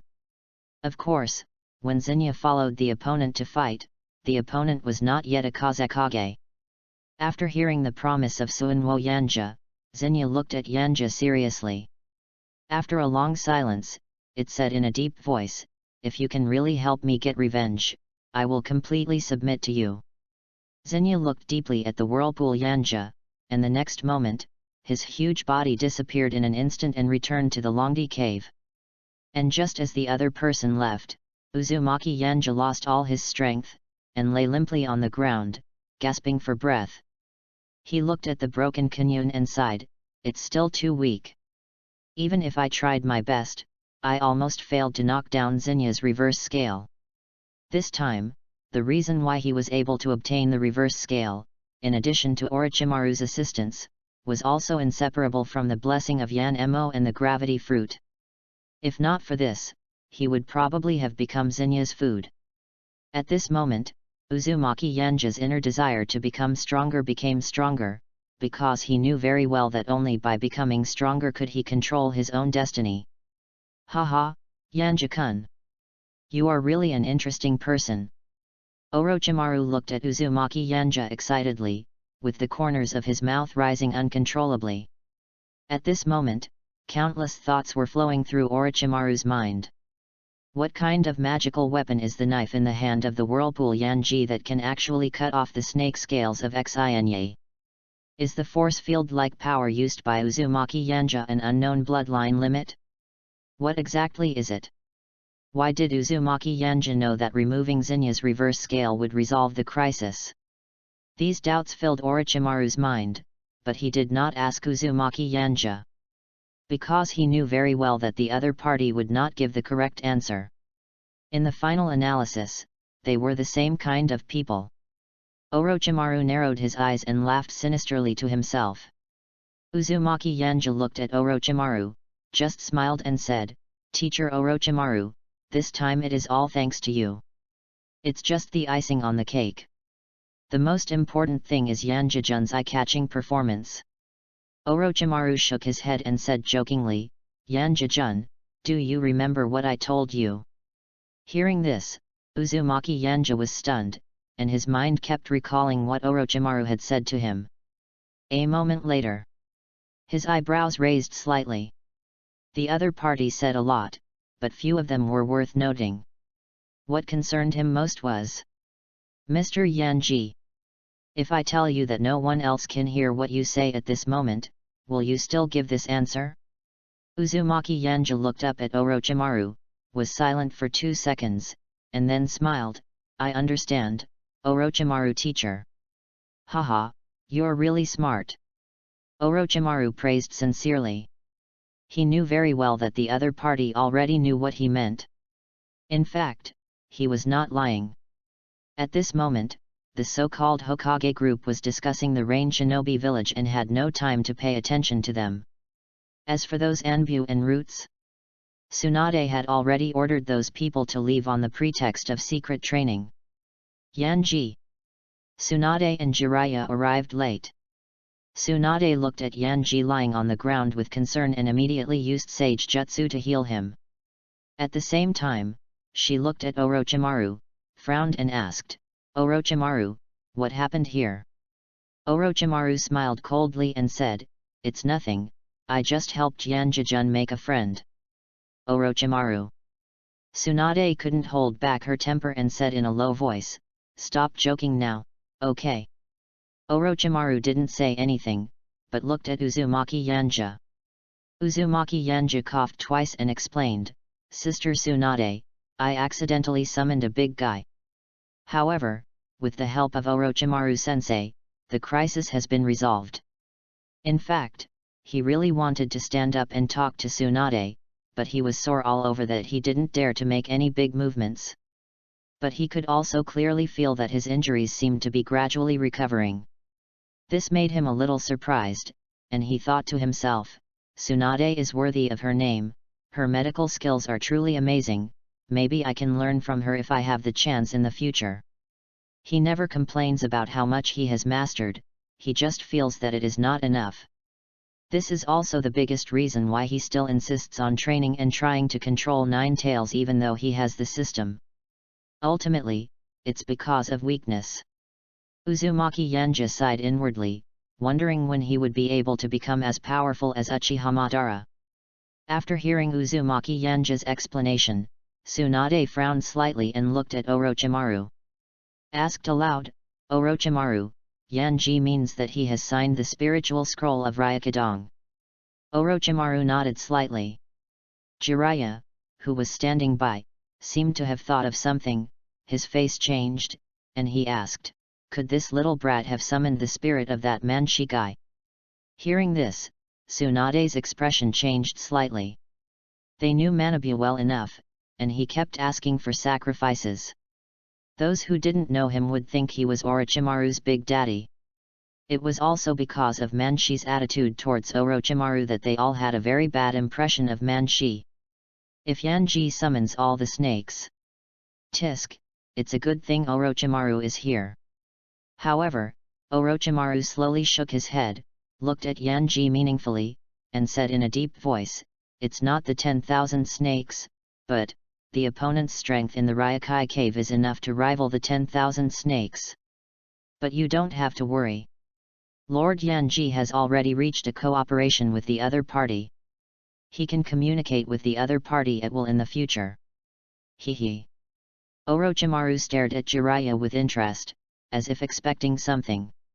And the ending was not unexpected. What? Holy crap! Is this kid so awesome? The expressions of both men changed, Jiraiya even looked extremely exaggerated. As if he had seen a ghost. They looked at Uzumaki Yanja, and Tsunade couldn't wait to ask, "Zyja, is it true?" Uzumaki Yanja nodded and admitted it. Thanks to Orochimaru, the other party's explanation had saved him a lot of trouble. After receiving Yanji's affirmation, Tsunade took a deep breath and looked shocked. Chapter 23 The System is Out of Jail?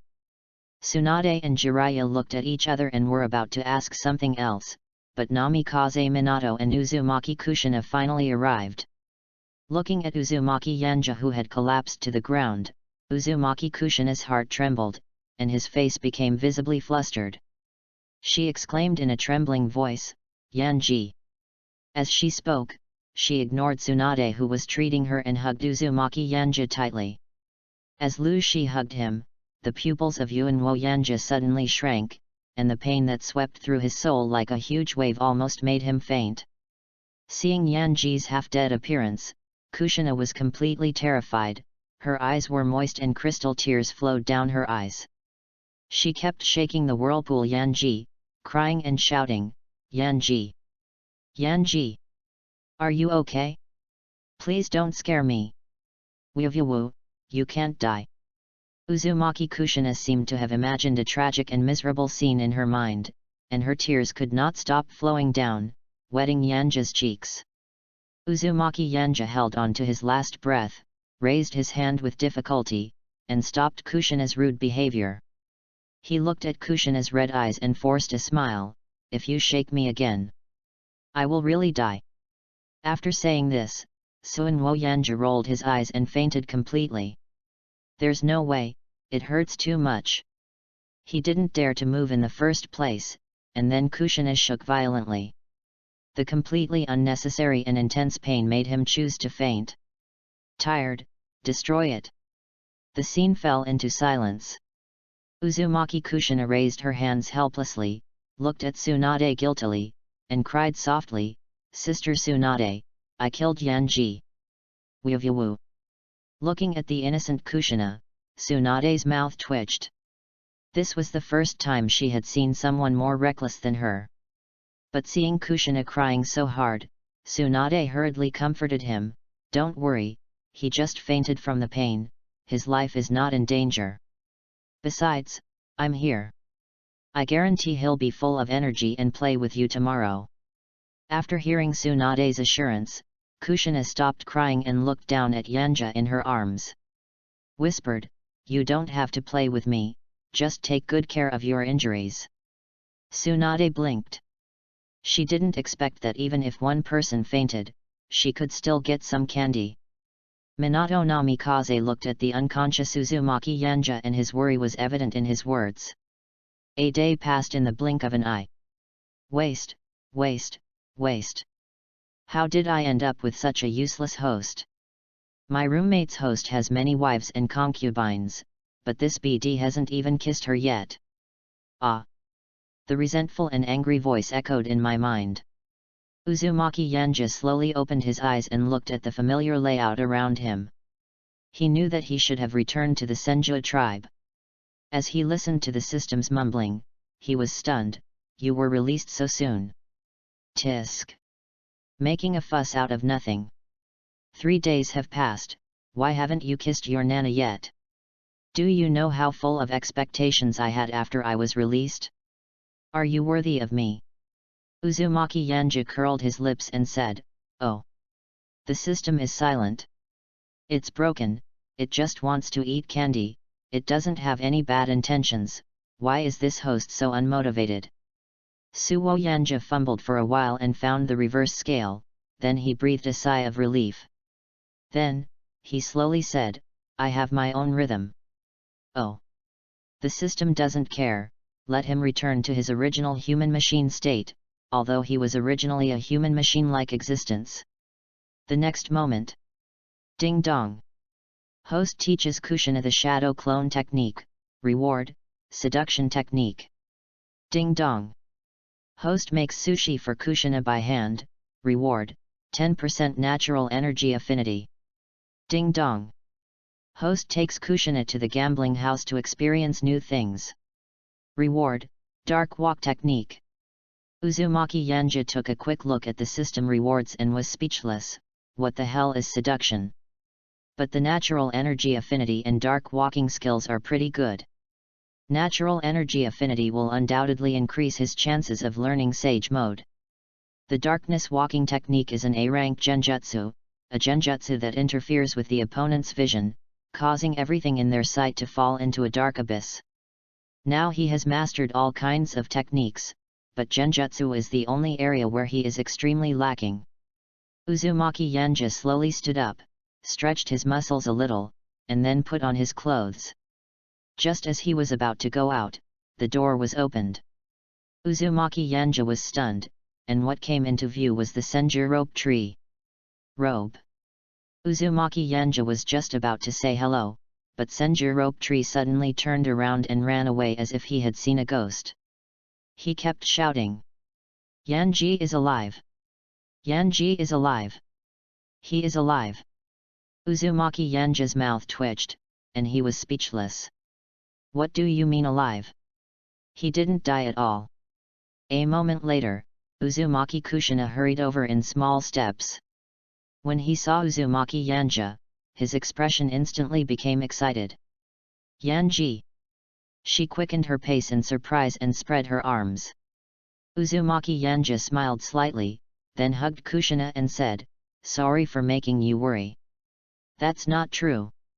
Kushina shook her head and said guiltily, "It's my fault that I didn't know how to handle the situation properly and made your injury worse." Uzumaki Yanji smiled, rubbed Kushina's hair, and said, "It's okay, it's none of your business, I was careless." "No. It's my fault." Uzumaki Yanji was silent for a moment, then nodded, "Okay, it's your fault. What did I do wrong?" Uzumaki Yanji was a little confused, and then he saw Kushina's moist eyes flashing with a hint of mischief. He smiled helplessly, chose to change the subject, and asked, "Has anything special happened recently?" Uzumaki Kushina tilted her head and blinked in confusion. "What do you mean?" Uzumaki Yanji fell silent. In fact, he wanted to ask whether Sarutobi Hiruzen had said anything. After all, the commotion in the Death Forest was quite loud. Even if the other party did not use the telescope technique, they would eventually find out about it from Tsunade and the others. But, this question shouldn't be asked directly. He smiled and shook his head, saying, "Nothing, I'm just a little curious about what the surprise Jiraiya mentioned is." Hearing this, Kushina laughed and said, "It's not a surprise at all, it's a punishment, idiot. I asked Sister Tsunade, and she said that Jiraiya was going to let the one who killed the least amount of wild boars shout out loud, 'I am a pig.' Not only that, Jiraiya also carefully prepared a speech. But since you fainted, all of this is useless." "That's right. I defeated a Chunin with my own strength." Looking at Kushina, who was filled with pride, Uzumaki Yanji gave him a thumbs up and exclaimed, "That's amazing." Listening to Yanji's praise, Kushina stroked her hair and snorted, "It's okay, it's not that bad." Seeing that Kushina had returned to her usual tsundere self, Uzumaki Yanji smiled and then looked at Tsunade, who was hurrying over. He greeted her, "Sister Tsunade, thank you for treating me." Chapter 24 Sarutobi Hiruzen. Baga. Tsunade cursed angrily and punched Yanji on the head, "You are so open-minded. Isn't it normal for me to treat my own brother? You're not allowed to take any more risks in the future, you know? Even if you don't think about yourself, you should still think about someone who is worried about you to the point of not even thinking about it, right?" When saying this, Tsunade looked at Kushina with light eyes. Kushina lowered her head shyly and rubbed her toes against the stone steps, as if trying to dig out a hole. Uzumaki Yanji scratched his head and laughed twice awkwardly, "I know, Sister Tsunade." After that, he looked at Kushina again and said, "Kushina, don't worry, I won't worry you anymore." Kushina suddenly raised her head, like a cat with exploded hair, and shouted with a flushed face, "Who cares about you, UBD? Really, I'm not worried about you, not at all. I'm going to eat, let's talk." Kushina covered her hot face and hurried away with small steps. White steam could be vaguely seen on her head. Looking at Kushina's fleeing back, Uzumaki Yanji let out a burst of hearty laughter. To be honest, sometimes he really likes to tease Kushina and watch her run away cutely. Tsunade looked at Yanji and said, "Xiaoji, do you have time now?" Uzumaki Yanji was a little confused and asked, "What's wrong?" He probably already had some guesses in his mind. Sure enough, the next moment, Tsunade helplessly spread her palms and explained, "There was a lot of noise in the Death Forest the day before yesterday. The third generation later went to ask us what happened. That BD Jiraiya actually told everything." "What a BD?" Speaking of Jiraiya, Tsunade cursed angrily. Now third generation already knows that you signed a psychic contract with Ryoji Cave and reached a cooperative relationship with a psychic beast whose strength far exceeds that of ordinary Jainin. No, those guys can't sit still anymore. I hope you can go to the Hokage office after you wake up. Hearing this, Uzumaki Yenja said secretly that it was true. He had long expected that Sarutobi Hiruzen and the others would be unable to sit still when they learned that he had signed a contract with a psychic beast that was as powerful as 10,000 snakes. Oh, I am really impatient. Uzumaki Yenja sneered secretly, but he did an excellent job on the surface, and directly stated that he could go to the Hokage office now. Immediately, under the leadership of Tsunade, Uzumaki Yenja came to the Hokage office for the second time. As for the first time, it was when he and Kushina first came to Konoha. Just entering the room, Uzumaki Yenja glanced at everyone in the room. Hiruzen Sarutobi, Danzo Shimura, Koharu, Mito Kaden, Future Sunin, and. Seeing the man with silver white hair and a short sword on his back, Uzumaki Yenja immediately knew the identity of the other person, Konoha White Fang Hotaki Sakumo. Uzumaki Yenja just glanced at it, then looked at Sarutobi Hiruzen, pretending to be confused and said, "Uncle Hokage, what do you want from me?" Sarutobi Hiruzen sat on the chair, looking at Yanji with his cloudy eyes, and said with a smile, "My uncle called you here mainly because he wants to know something from you. I heard from Jiraiya that you signed a contract with Ryoji Cave and obtained a very powerful psychic beast." Uzumaki Yenja glanced at Jiraiya and saw the other person smiling awkwardly and apologetically at him. He didn't mean to blame Jiraiya in his heart. After all, this matter was like a fire that could not be covered up. He nodded and said, "Yes, the spirit beast is called Zinnia. I made a promise with him that he is willing to help me in the future." "Oh." Sarutobi Hiruzen narrowed his eyes and asked, "What is the agreement?" He must ensure that this agreement will not affect the safety of Konoha, otherwise. Uzumaki Yenja could see what Sarutobi Hiruzen was thinking, so he immediately gave the excuse he had prepared, "Let me help it find a scale."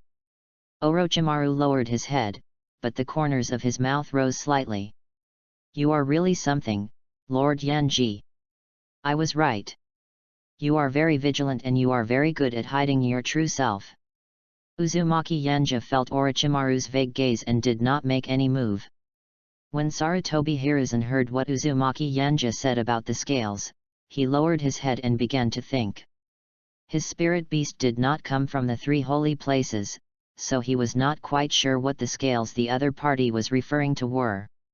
At this time, Shimura stood up, stared at Yanji coldly, and asked, "Are you sure it's just scales?" Seeing Shimura Danzo taking over the task, Sarutobi Hiruzen frowned slightly, but also turned his gaze to Yanji. Uzumaki Yenja nodded calmly and said, "I swear by the will of fire, it's really just scales. In principle, you cannot lie, but unfortunately, today I have to lie about your so-called choices." There was no way he would reveal the true agreement. Kill the third generation Kazekage? If you tell him, you will definitely be restrained in the village by Sarutobi Hiruzen. After all, this kind of action is tantamount to provoking a war. But what does it matter to him whether to challenge or not? He has no sense of belonging to Konoha, and what's more, the third generation Kazekage will die sooner or later. The sooner he dies, the sooner he will be reborn. He is doing a good deed. When Shimura Danzo saw that Uzumaki Yenja dared to swear by the will of fire, his eyes narrowed slightly. Even if he didn't believe it in his heart, he couldn't say anything. Because he had already felt Sarutobi Hiruzen's unfriendly gaze. Shimura Danzo snorted coldly and sat back in his chair. Sarutobi Hiruzen stepped forward again and acted as a peacemaker to ease the atmosphere, saying with a smile, "Kid, I believe in you." Uncle Danzo didn't mean anything else. He was just worried that you were being deceived. Cheating? I'm glad he didn't cheat on me. Uzumaki Yenja sneered secretly, but on the surface he showed an innocent smile. I understand, uncle third generation. Looking at Uzumaki Yanja's innocent and ignorant appearance, Sarutobi Hiruzen nodded imperceptibly and said inwardly, good boy, it's only been a short time since you came here, but you have already deeply identified with the will of fire. Only people like this can become Nine-Tails' vessel. In Sarutobi Hiruzen's opinion, if Uzumaki Yanja didn't extremely identify with and cherish the will of fire, why would he swear by it? The reason why Sarutobi Hiruzen had this idea was due to Uzumaki Yanja's performance during this period. There was a brief silence in the Hokage's office. But soon, Sarutobi Hiruzen started the next topic.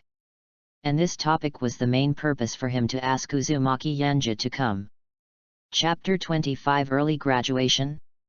Sarutobi Hiruzen took out 3 forms from the drawer of his desk and presented them to Uzumaki Yanja. Early Graduation Application Materials. Uzumaki Yanja was a little surprised. He didn't expect Sarutobi Hiruzen to take out such a thing. Could it be that he wanted him to graduate early? At the same time, he also noticed that there were 3 copies of the Early Graduation Application Materials, corresponding to him, Minato Namikaze, and Kushina Uzumaki.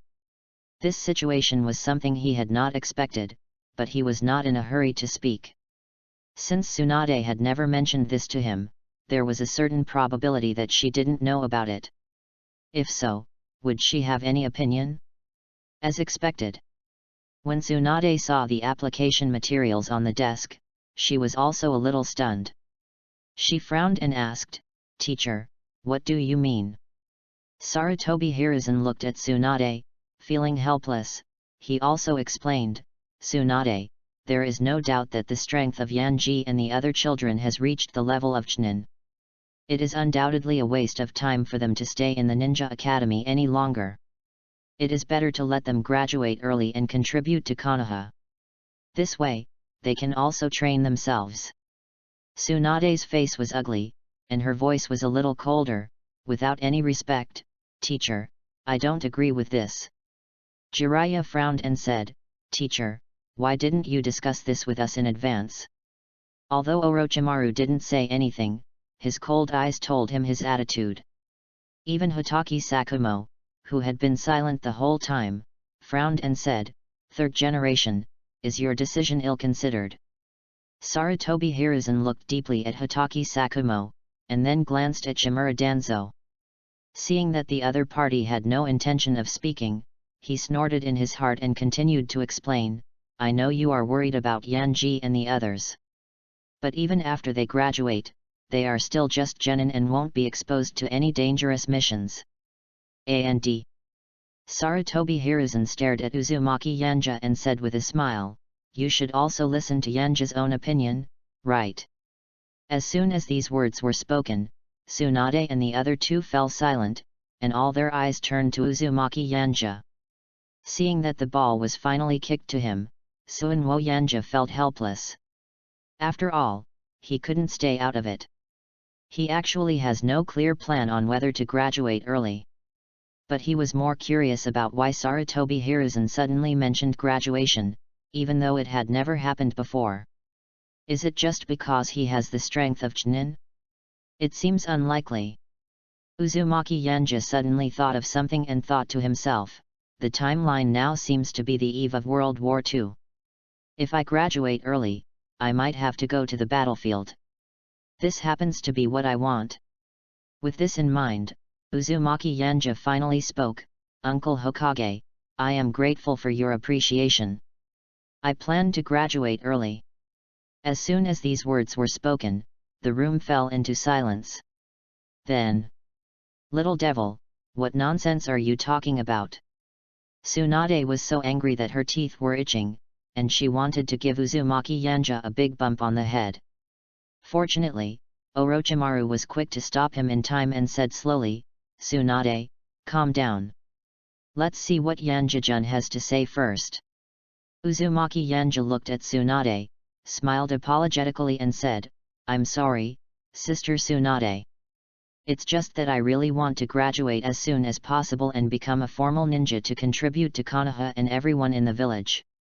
Looking at Uzumaki Yanja's gentle smile, Tsunade's eyes were dazed, as if she saw her grandfather, Senju Hashirama.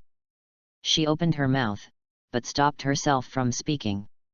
Sarutobi Hiruzen, however, showed a satisfied smile, nodded slightly, and praised sincerely, "Good boy, I was right about you."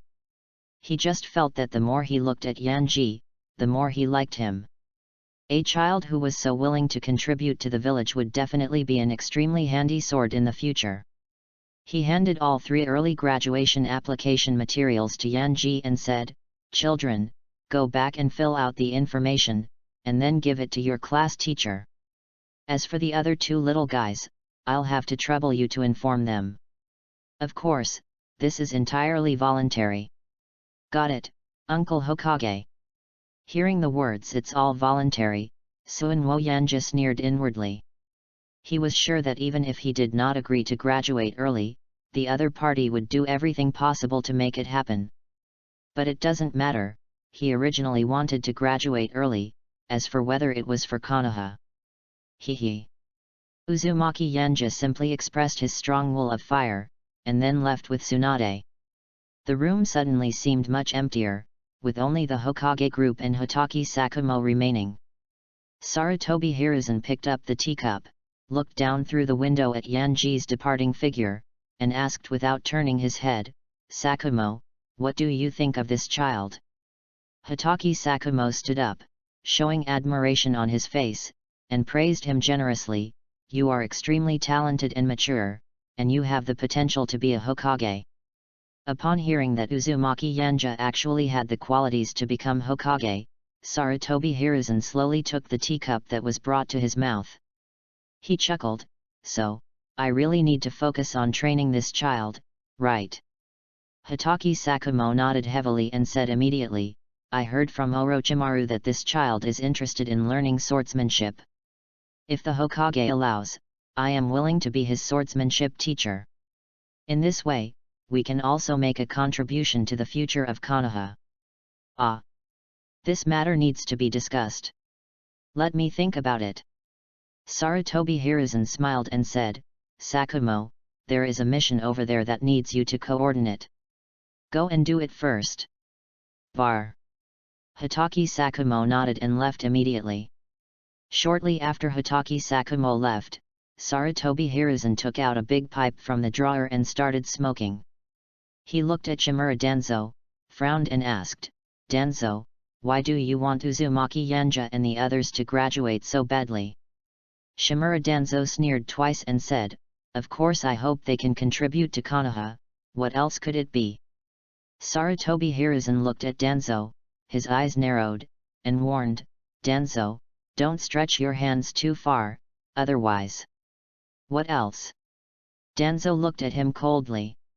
The atmosphere gradually solidified. At this time, Koharu stood up hurriedly and advised, "Hiruzen, Danzo is also doing this for Konoha, don't be so sensitive."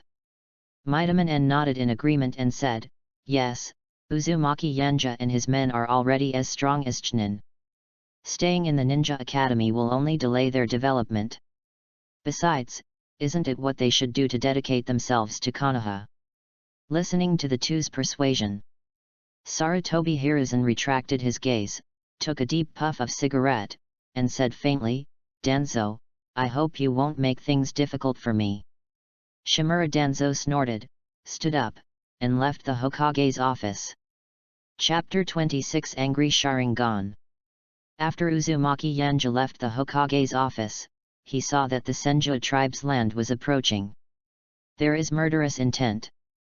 Uzumaki Yanja was shocked, and before he could dodge, Tsunade had already pinched his ear. The corners of his mouth twitched, and he said, "Sister Tsunade." He knew very well that the other party was definitely preparing to settle accounts with him. Although the other party was clearly opposed in the Hokage's office before, he chose to graduate early. Just now, with so many people watching in the office, Tsunade would not let him down, but now it's time to settle the score. "Orochimaru. Jiraiya. Please come back soon." Uzumaki Yanja was wailing in his heart, and Tsunade snorted and let go of his hand in annoyance. She cursed, "I'll let Grandma teach you a lesson when we get back." She was really a little angry. There was quite a commotion in the rain country and there were vague signs of war. As a result, Uzumaki Yanja actually chose to graduate at this time. Isn't this just jumping into the fire pit? I really don't understand you. Going to school is so good. You can skip classes if you have nothing to do. Being a ninja is not fun at all. Uzumaki Yanja smiled and said, "But compared to the life in ninja school, I still prefer being a ninja. Or rather, I hope to gain powerful strength in the next war." Tsunade didn't know what Yanji was really thinking, she just thought that he sincerely wanted to contribute to Konoha. She was too lazy to say anything more. She glanced at Yanji and said, "Go back and talk to Kushina about graduating early. I'm leaving now." Having said that, Tsunade disappeared in a flash. Uzumaki Yanja shook his head helplessly, then walked into the Senju tribe's territory, and immediately found Kushina and explained the situation to him. Kushina looked at the early graduation application materials, blinked, and asked, "Yanji, do you agree to graduate?" Uzumaki Yanja had expected this and nodded immediately. "Well, I plan to graduate early." Hearing this, Kushina no longer hesitated, and immediately patted his chest and said with a smile, "Then I will graduate too. After all, I still have to protect you." Uzumaki Yanja smiled and nodded, but then changed the subject. "It's not certain who will protect whom by then, and it's just genin, so it won't be a dangerous mission. Even when the Second Ninja World War broke out, if the situation had not been stalemate, there would have been no need for the genin to participate in the war. What's more, they are candidates for Jinkriki, and Konoha will be more concerned about their safety. At least, before the Nine Tails were sealed away." "I don't care." Kushina grumbled, "My strength is not bad either. After you fell unconscious, I have been learning healing ninjutsu from Sister Tsunade." "Oh."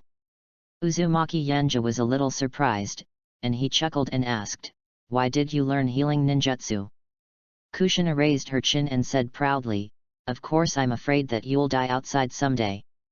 Then I can use healing magic to make your death more beautiful." In fact, after seeing Uzumaki Yanja seriously injured and fell into a coma, Kushina asked Tsunade to teach her the art of healing. This is so that if Uzumaki Yanja gets hurt again one day, she will not cause more trouble, but will be able to heal him. Looking at Kushina's rosy face, Uzumaki Yanja raised the corners of his mouth slightly and revealed a smile. Said, "Thank you very much, Kushina. But I'm afraid you will be disappointed. I will never give you this opportunity." Tisk. "That's better. Okay, let's go find Minato. We need to discuss this matter with him." "Oh, all right." The two immediately left the Senju clan's territory and found Minato Namikaze's home. Boom boom boom. There was a knock on the door, and after a moment, Minato ran over and opened the door. Seeing that the person coming was actually Uzumaki Yanja, his face suddenly lit up. "Yanja, have you recovered?" Uzumaki Yanja smiled and nodded, saying, "Thanks to Sister Tsunade, my body recovered quickly." "That's great." Namikaze Minato smiled brightly and asked curiously, "What do you want to see me about?" As he spoke, he looked at the information in Yanji's hand. Uzumaki Yanja immediately told Namikaze Minato that they were planning to graduate early. Hearing this, Minato Namikaze seemed a little hesitant. Uzumaki Yanja raised his eyebrows and asked, "What's wrong?" Namikaze Minato shook his head and said, "Nothing, it's just..." "Oh, forget it. I'll fill out the information in a moment." "Are we going to the ninja school to find a teacher soon?" Uzumaki Yanja nodded and said, "Okay, I think so too." After the three of them filled out the information, they went to the school, and then Ebino looked at the three Uzumaki Yanja members sitting side by side in the classroom, and then looked at the three people standing at the door. There was silence for a moment. Gradually, his expression became ugly, and he gritted his teeth and said, "So, you have been using Shadow Clone to teach these days?" Admittedly, it is surprising that they can use Shadow Clone at such a young age, but, as a teacher, he is more concerned about these three guys skipping classes. Is it so great to know Shadow Clone? Can I skip classes just because I know Shadow Clone? Uzumaki Yanja was a little confused. Wasn't he unconscious? This clone wasn't his at all. At this time, Namikaze Minato scratched his head awkwardly and explained, "I thought you were unconscious, so I assigned an extra Shadow Clone to replace you, but later I found out that you took a leave of absence. But then I thought, since you're here, it might save the teacher from deducting your grades because of your attendance rate." Uzumaki Yanja was at a loss whether to laugh or cry. It turned out that Minato meant well but ended up with a bad result. However, he didn't care. After all, it was just a small matter. He looked at the teacher and said, "Teacher, we are here to apply for early graduation." "What? No." Ebino refused without hesitation. "Uncle Hokage let." "Ah. Okay, let's go to the office first." Ebino glanced at the students in the classroom and said, "You guys go to study." After saying that, Ebino took Uzumaki Yanja and others out of the classroom. After a few people left, the classroom suddenly became lively. What's going on? Have Uzumaki Yanja and the others been using Shadow Clone to take classes these past few days? Oh my god, this is too good to be true. I haven't even mastered the art of clone yet, but they have already mastered Shadow Clone. Wow! Doesn't that mean that all the love letters I wrote these days were sent to an avatar? Ah! Come to think of it, Uchiha Tingyun has been challenging Yanji these days. But he keeps losing. It turns out that he has been losing to a clone. Tisk tisk, this is still Uchiha? A clown, right? Ha ha ha ha. Hush! Don't let him hear you, or you'll get beaten.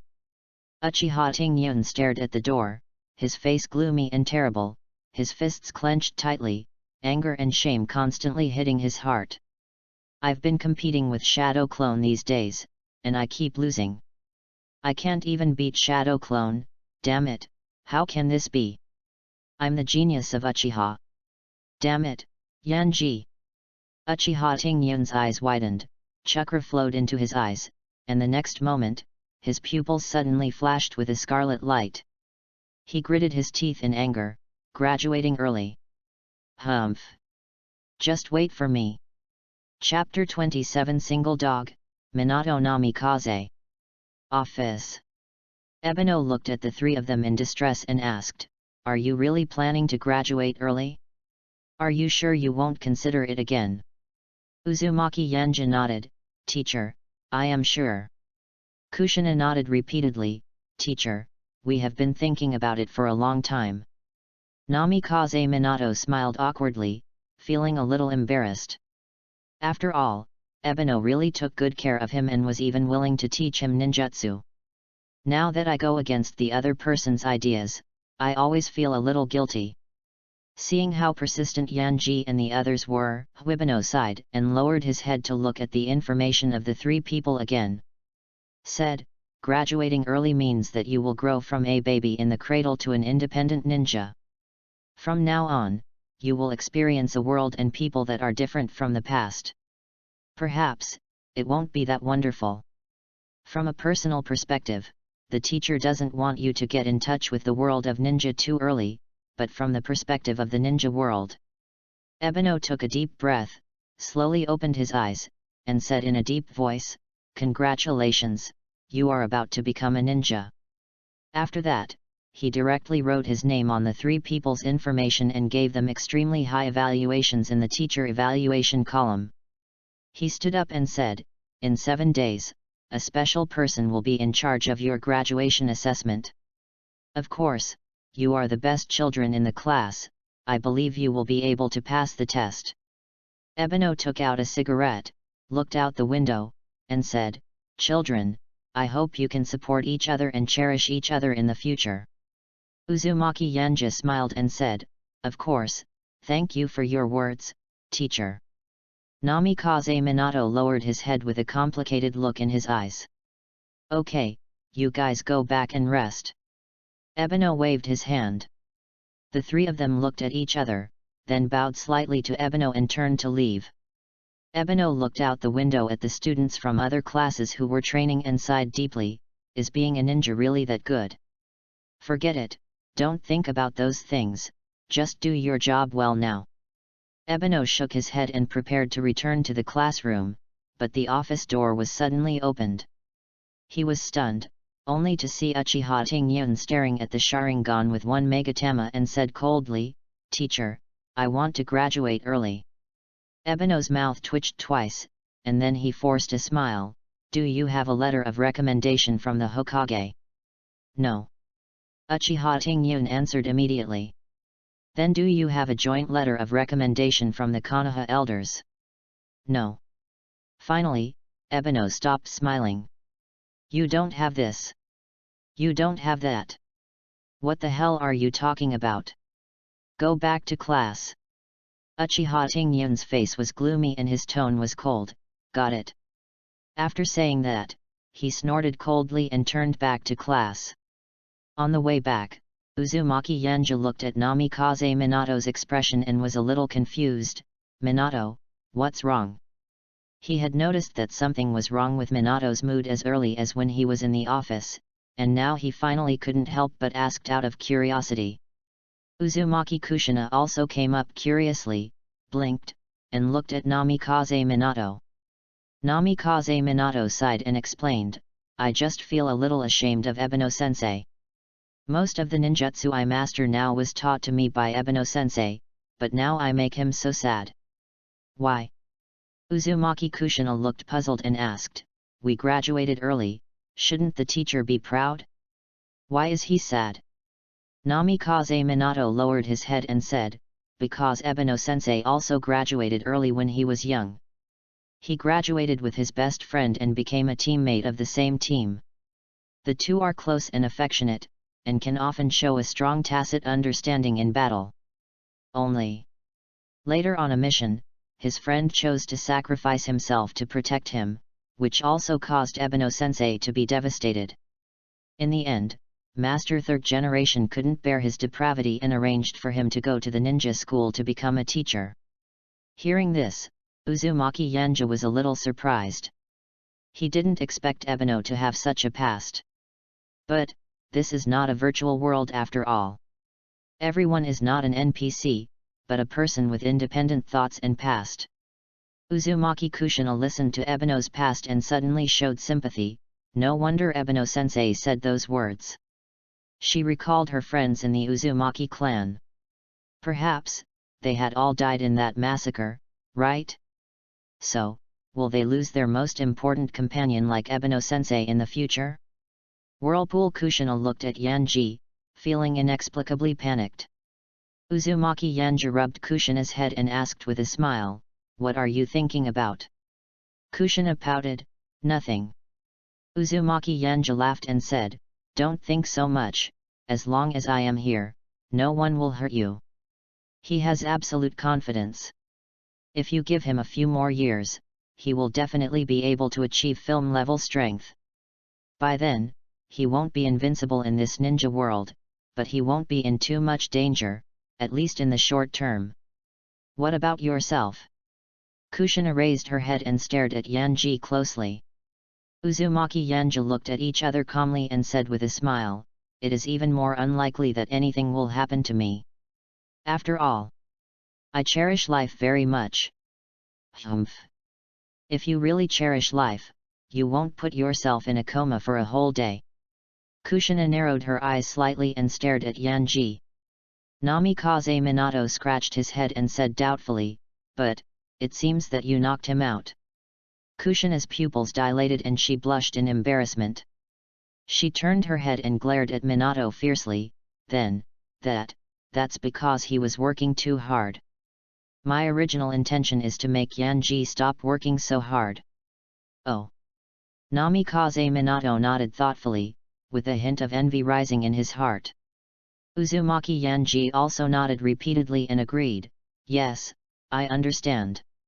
If I can't defeat you in the future, I will definitely run away first. That's pretty much it. Kushina hummed, walking at the front. After a moment, she looked back at Yanji and said, go home, you idiot. As you command. Lord Kushina. Uzumaki Yanji smiled slightly, said hello to Namikaze Minato and followed Kushina away. Looking at the backs of the two of them, Namikaze Minato felt more and more envious. He scratched his head and murmured to himself, should I also find a girlfriend? It feels so warm. Chapter 28 I just want to give the tailed beasts a home. Uzumaki Mito did not express any opinion on the fact that Uzumaki Yanja and others decided to graduate early. Just like that, 4 days passed by in a flash. During these few days, Uzumaki Yanja followed Orochimaru and others for training, and improved his intelligence gathering and medicinal material identification capabilities to a certain extent. Apart from that, nothing happened. It is worth mentioning that Uchiha Tingyun also successfully submitted an application for early graduation. Whirlpool Yanja soaked in the medicinal bath, recalling the cold look in his eyes when he met the other person on the street 2 days ago. I couldn't help but smack my lips, what a born evil Uchiha brat. System, can you please come up and talk to me? I have something to discuss with you. 4 days later, Uzumaki Yanja finally remembered to look for the system that he had banished to the cold palace. Farting, no room for negotiation. Uzumaki Yanja clicked his tongue and said with a helpless smile, don't be so stingy, I really have my own rhythm. To be honest, there is something I want to discuss with you. He didn't lie. To be precise, what he said was what he thought of after the system was captured. It's just that he forgot about it some time ago. Now that he remembered it, he would of course have to have a good discussion with this system. However, he waited for a long time, but the system still did not respond to any message. Just when Uzumaki Yanja thought that the other party was too lazy to pay attention to him and was ready to cry, make a fuss, and even hang himself. What's up? When Suinwo Yanja saw the system respond, he raised his lips slightly and said, can you arrange a task for me? The reward will be similar to the otherworldly space in the 3 holy places. When he said this, his face was calm and his heart was not beating, as if the system owed him 2 million. And this also successfully angered the system. Ah! You damn BD! You haven't even completed the task assigned to you before, and you still want a reward from me. Who were you before you traveled through time, you BD? Why are you so shameless? Uzumaki Yanja touched his nose, feeling somewhat guilty after being scolded. He smiled awkwardly and said, hey, we are both wandering around together, so who are we following? Who is wandering with your buddy? I can tell you seriously that this is impossible. Rewards like the alien space of the 3 holy places are simply incomparable to genetic modification. It has vitality and is equivalent to a small world. The system must be reasonable in issuing tasks. If you violate the rules, you will be judged. Unless you two give birth to a child now, this reward cannot be given at all. Oh, don't even think about having a baby. We are so young. Uzumaki Yanja waved his hand, touched his chin, and asked thoughtfully, being judged. But you have already been judged, haven't you? It was just delayed because of me. Uzumaki Yanja showed a gentle smile and said, tell me honestly, do you owe me a favor? 1. The system is a virtual life. 2. Isn't it because you, a damn BD, asked nonsense questions that I was sentenced to? Uzumaki Yanja was silent for 2 seconds, but the next moment. Who made you so ignorant of the law? Uzumaki Yanja coughed twice. Put away his joking thoughts, and said, I'm sorry for causing you to be judged. System, it is my unreasonableness and ignorance that have caused you to suffer injustice. In fact, these past few days, I have felt remorse for my mistakes every day. I feel like I'm not even a human being. If I could trade my life for yours, I would definitely do it without hesitation. It's a pity. God is jealous of talents. The world is so unfair to you, a gentle and kind system. Actually, it's not that bad. Seeing the system's tone soften, the corners of Suwo Yanja's mouth slightly raised and he sighed, alas. System, I'm sorry for you. In the next life, if I can meet you again, I am willing to work like a cow or a horse to repay you. Why not pledge your love to me? Suwo Yanja was stunned. What the hell? You, a virtual creature, are actually greedy for my body. He coughed twice and said solemnly, I already have Kushina, I am not interested in anyone else. Wow! What a treat! It's a pity that no substantial action was taken towards Kushina, otherwise according to the reward standards, there should be a very good reward. Oh! Uzumaki Yanja blinked, but finally couldn't suppress his evil intentions. Continue to ask, system, so you see what I said. Host, this is really against the rules. Uzumaki Yanja said bewitchingly, system, think about it, have you violated the rules? Even if this hadn't happened, you would still be judged. As the saying goes, if you have too many lice, you won't feel itchy. And think about it. If I get this reward, will I become stronger? Will my chances of survival increase? Will I be able to protect Kushina better? Will you have everything you want, including your life, by then? As long as you are brave enough, the system will give you. No, as long as you are brave enough, bread, milk, and all these things will be available to you. Besides, Uzumaki Yanja sighed and asked, you don't want to be unable to graduate, do you? I need to know, what on earth do you want to do, UBD, that you actually need a different dimension comparable to a small world? The system was very puzzled as to why Vortex Yanja suddenly wanted this kind of reward, since it clearly did not provide any substantial help in improving his strength. Hearing this, Uzumaki Yanja chuckled and said jokingly, I just want to give the tailed beasts a home. Speak human language. Uzumaki Yanja explained, if all goes as expected, I will become the Jinkraki in the future, but I will never be willing to let 9 tails stay in my body. Not only does this not conform to my ideas, it will also threaten my life. After all, if a tailed beast leaves the body, it will be fatal. So I want a different world to create the illusion that the tailed beast is sealed in my body. At the same time, he must be full of vitality. This can also be regarded as a bargaining chip for my deal with 9 tails. The reasons are very good. So, you agree? Uzumaki Yanja showed a hint of anticipation. Let me think for a moment. Uzumaki Yanja nodded and waited quietly for the system's response. Finally. Call for submissions, dear readers, do you want the system to be more humane? If you don't like it, try not to let the system speak in the future. In addition, if you think this book is good, can you give it a free gift? Chapter 29 Compromised System, Kushina, Danger. Ding dong. The task is now released. Save Kushina, reward, different space. Friendly reminder, this is the last time the system will make an exception.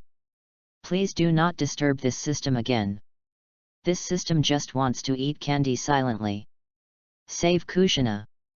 Uzumaki Yanja was stunned for a moment, but the next moment, he reacted immediately. His face suddenly turned gloomy, and he exuded a fierce murderous intent. He suddenly jumped out of the medicinal bath, casually threw on the black robe, and held Yama in his hand. Boom! He had no time to think about the door opening, and he smashed it violently. Meanwhile, on the other side. Damn it! Let me go! Uzumaki Kushina kept struggling, glaring at the ninja and cursing, do you know who my man is? She gritted her teeth, looking as ferocious as a little tiger. But her hands and feet were all tied up with chains, making her look more like a tiger without teeth. The Kumigakure ninja glanced at Kushina coldly and said calmly, "Don't waste your energy, orphan of the Uzumaki clan. Konoha village has 2 Jinkriki containers. If so, what's the problem with giving one to our Kumigakure? As for your man, haha, don't worry, you will have many men when you return to the Hidden Cloud village. Maybe I can even let you give birth to a child for me, ha ha ha ha ha." "Oh, stop talking. Look how scared this little kid is." Yamuzen sneered. Uzumaki Kushina had tears in her eyes, and her face turned pale as she imagined herself becoming a breeding machine in the future. Kushina closed her eyes in despair, a tear rolled down her eye corner, and she cried in her heart, "Yanji, I am so scared." At this moment, she was very conflicted. She hoped that Yanji could come and save her, but she didn't want to put him in danger. After all, these 2 ninjas are very powerful, and she is worried that Yanji cannot defeat them. The scene of Kushina crying immediately caused the 2 ninjas to sneer and laugh at her. "Ha ha ha ha. This is so interesting, kid. Can't wait. He he he. When we return this time, Reikage-sama will definitely reward us greatly. It's all thanks to that masked BD who gave us the information. Ha ha ha ha ha." The 2 people's laughter echoed in the woods, sounding particularly harsh. "You are looking for death." The 2 were startled and turned around in disbelief, only to see a red-haired boy holding a black knife, rushing towards them. A terrifying pressure was brewing all over his body, and in an instant, it suddenly erupted like a huge wave. Boom! The 2 men's pupils suddenly shrank, as if they saw a bloody demon, and their minds became dazed. Uzumaki Kushina stared at Yanji in a daze, with a smile that made her cry with joy, "Yanji!" Uzumaki Yanji's eyes were cold, and he suddenly shouted, Naginari style, 1/. Yan-mo slashed across the sky, quickly approaching the 2, and the sharp sword light bloomed in blood red in the underworld. "Damn it! What did you just do, little brat? Red hair? Are you also from the Uzumaki clan? He he he. Then come with us." The threat of death brought the 2 Kumigakure ninjas back to their senses. Muyi grinned and quickly retreated. At the same time, he quickly formed seals with his hands and whispered, "Fire-style great fireball technique."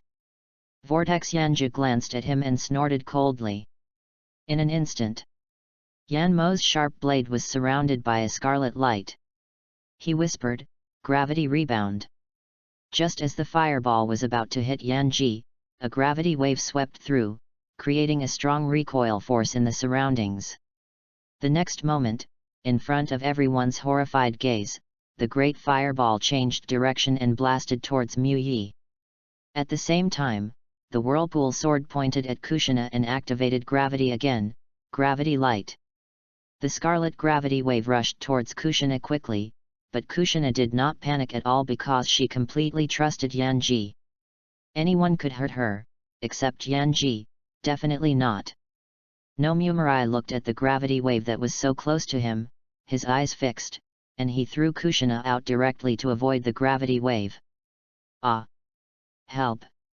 Uzumaki Yanja looked at Kushina, whose limbs were tied and who could only let himself fall, and without any hesitation, he quickly manipulated gravity to catch him. He used gravity to step on the void, walk to Kushina's side, and cut the chain.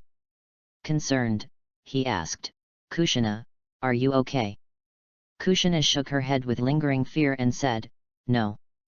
It's okay." Uzumaki Yanja smiled slightly, but the moment he looked at the 2 of them again, his eyes suddenly turned colder.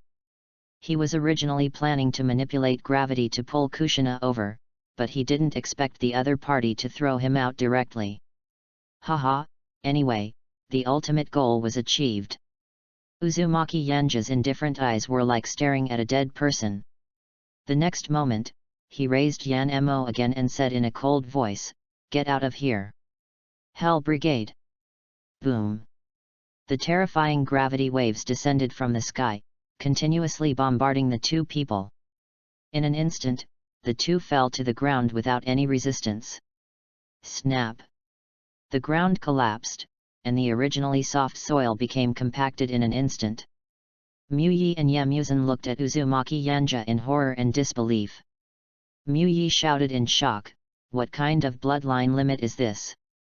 Nomu-sen roared, "Little brat, you dare to kill me, aren't you afraid that the Hidden Cloud Village and Konoha will go to war?" Uzumaki Yanja stepped down from the void, holding Kushina's hand and slowly approached the two of them. He smiled coldly and said, "Start a war? Do you have the qualifications? Your only remaining value is to become nutrients for this forest." After saying that, a gleam of light flashed in his eyes, and the pressure of gravity increased again. In an instant, cracks appeared on the ground, and a huge pit was formed. The originally arrogant Muyi and Nomu-sen fell into the endless abyss like garbage. Vortex Yanja looked down, listening to their wails which gradually faded away, and could not help sneering. After a moment, he suddenly sensed something and subconsciously dodged slightly to the right. At the same moment, a long knife passed by.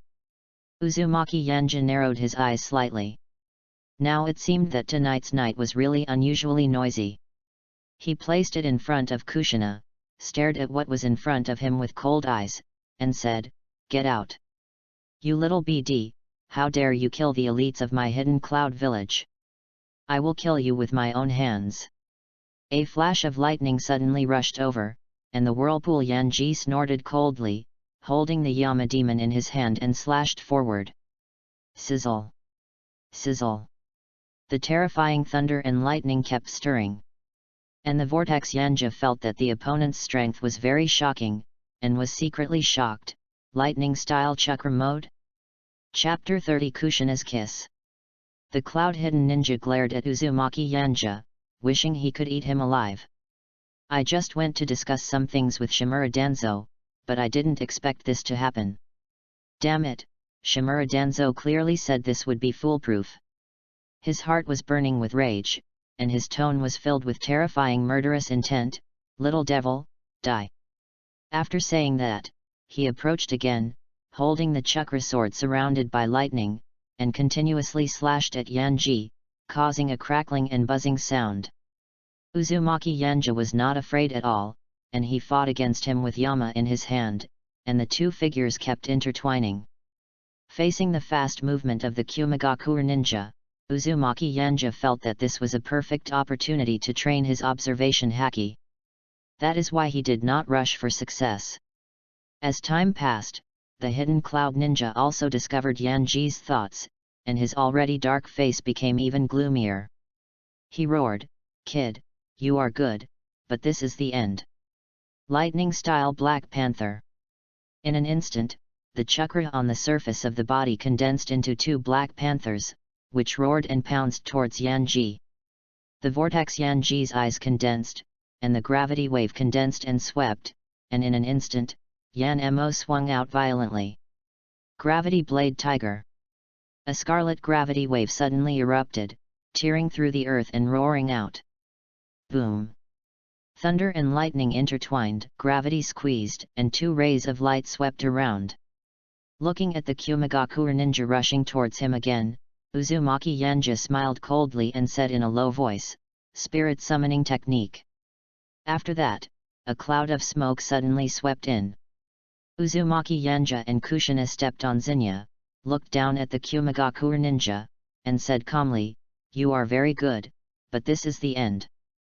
Zinya, kill him." "Yes."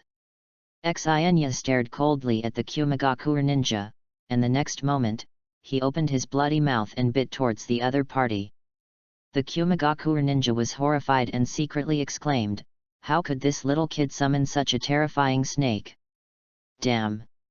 Is he Orochimaru's disciple?" The commotion here is too loud. It seems that it is doomed to be impossible to take the Uzumaki clan's little ghost away this time. At this moment, the Hidden Cloud Ninja had already begun to retreat, and immediately prepared to use the instant body movement technique to leave. But how could Uzumaki Yanja let him go so easily? Gravity crushes. Uzumaki Yanja pressed his palm slightly, and a force of gravity swept over with Conqueror's domineering aura, shocking the Kumagakure ninja. In just a split second, Zinya's bloody mouth was already infinitely close to the Kumagakure ninja. The next moment, it swallowed the hidden cloud ninja in one gulp, and spat out its tongue with an unsatisfied look. Everything seems to be over. Uzumaki Yanja, you are suspected of destroying the friendship between Konoha and the Hidden Cloud Village. Come with us. At this moment, two masked ninjas suddenly appeared on the ground. Uzumaki Yanja glanced at them coldly and asked calmly, "Who are you meeting?" The ninja said coldly, "This is not something you should know." Yet. Uzumaki Yanja responded lightly and smiled, "Then you can die too." Zinya. Zinya responded and immediately spurted out a large amount of petrifying venom. The two ninjas did not dare to be careless and dodged quickly. However, Zinya pursued him relentlessly like a mad beast, and his huge body soon turned the forest into a mess. Uzumaki Yanja was now sitting on Zinya's body as steady as a rock, with his hands clasped across his chest, watching everything quietly. He had roughly guessed the identities of these two ninjas. Roots. Including the masked ninja mentioned by the two Kumagakure ninjas before, he is also likely to be a root. After all, only an old dog like Shimura Danzo would do whatever it takes to achieve his goals. Compared to Sarutobi Hiruzen, he still had concerns.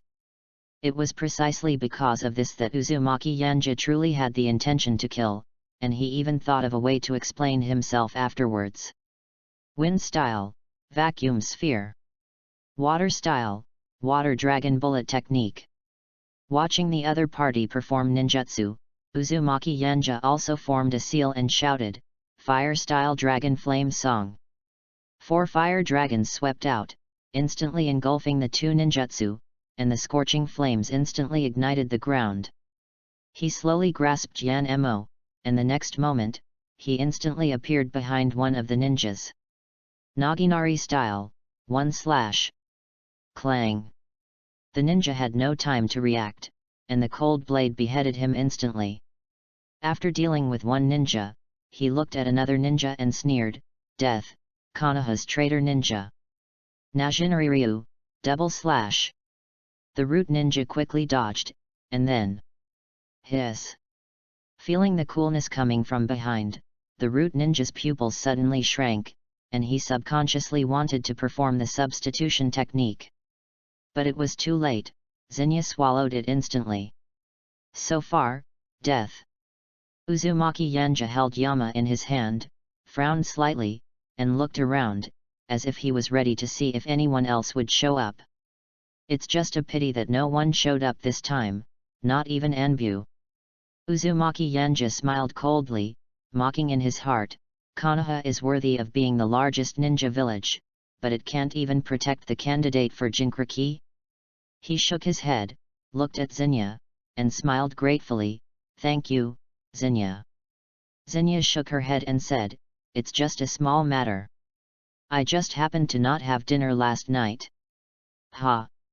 Uzumaki Yanja laughed dumbly, and the next moment, he leaped up, hugged Kushina and jumped down. And Zinya also returned to Longdi Cave. Uzumaki Yanja looked at Kushina tenderly and said, "Let's go home." Yet. Kushina nodded heavily, her face blushing, without any fear at all. "Well, are you planning to walk back by yourself, or?" Uzumaki Yanja blinked and asked with a smile.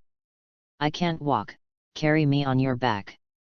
Kushina buried her head deep in her chest like an ostrich. "Okay." Uzumaki Yanja carried Kushina on his back and smiled slightly.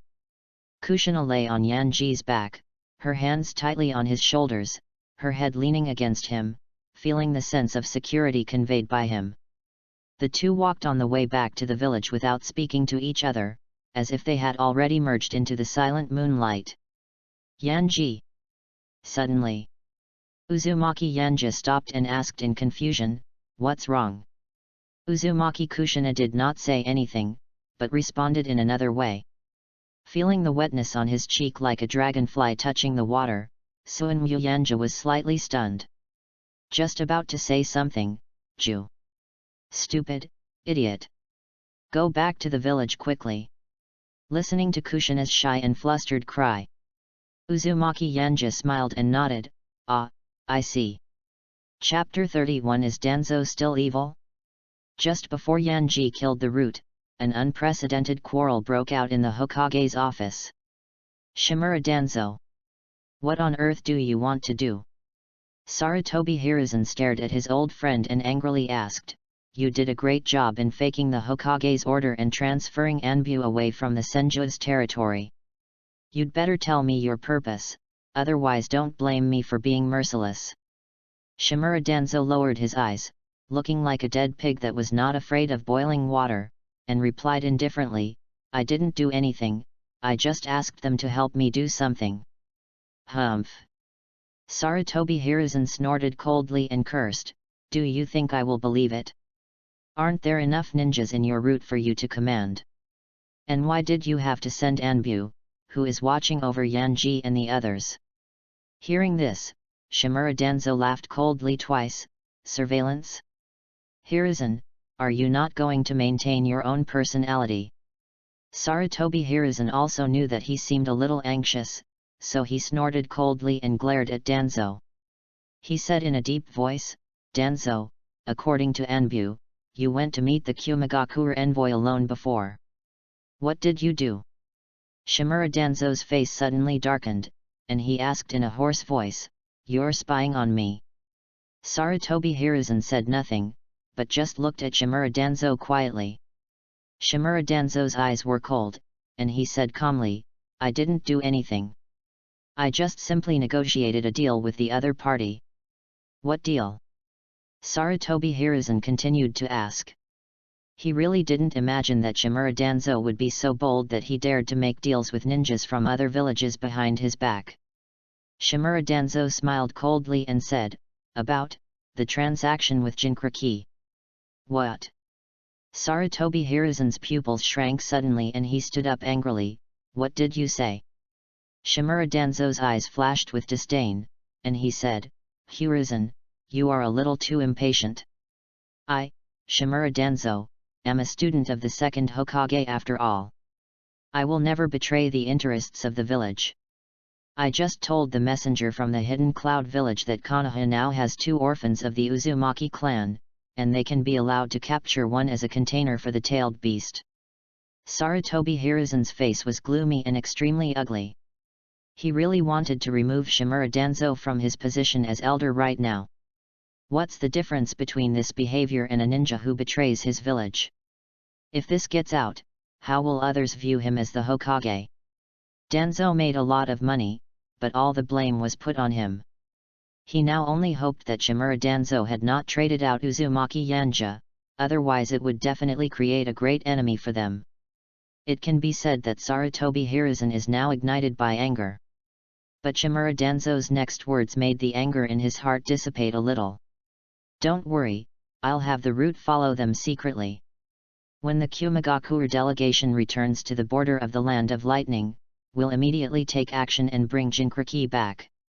Shimura Danzo sneered twice and said, By then, they will have died in the Land of Lightning and will have nothing to do with Konoha anyway. Sarutobi Hiruzen narrowed his eyes slightly, and his frown gradually relaxed a little. He asked, What did you trade with the Hidden Cloud village? Shimura Danzo didn't say anything. Obviously. He was not prepared to hand over the item of the transaction to Sarutobi Hiruzen. In other words, you are not going to let the other party get it for free. This behavior immediately made Sarutobi Hiruzen frown and he shouted coldly, Danzo. You have to know that your primary identity is a Konoha ninja. What's more, you took the Jinkraki candidate and risked your life without my permission. Logically, I can just take your job away from you. Shimura Danzo's eyes turned cold, and he was extremely unwilling, but he still said calmly, Hiruzen, did I say I won't hand it over? Sarutobi Hiruzen did not respond, but the expression on his face expressed everything. Shimura Danzo snorted, then took out a scroll and said, "This contains a record of lightning-style ninjutsu that Konoha village does not have. There is 1A level, 2B level, and 4C level. He, these reckless men from the Hidden Cloud village are not stupid. They didn't show me any ninjutsu that really satisfied me." At this point, Shimura Danzo's eyes flashed with murderous intent, and he sneered, "But it doesn't matter. The final bargaining chip of this transaction is their lives." Sarutobi Hiruzen took the scroll, his brows relaxed completely, and his tone softened a lot. "Danzo, Konoha will be grateful for everything you do." In his opinion, as long as this matter can be done very covertly and does not cause trouble for the Hidden Cloud village, it will be harmless. If the Hidden Cloud village causes trouble at that time, Danzo will be pushed out.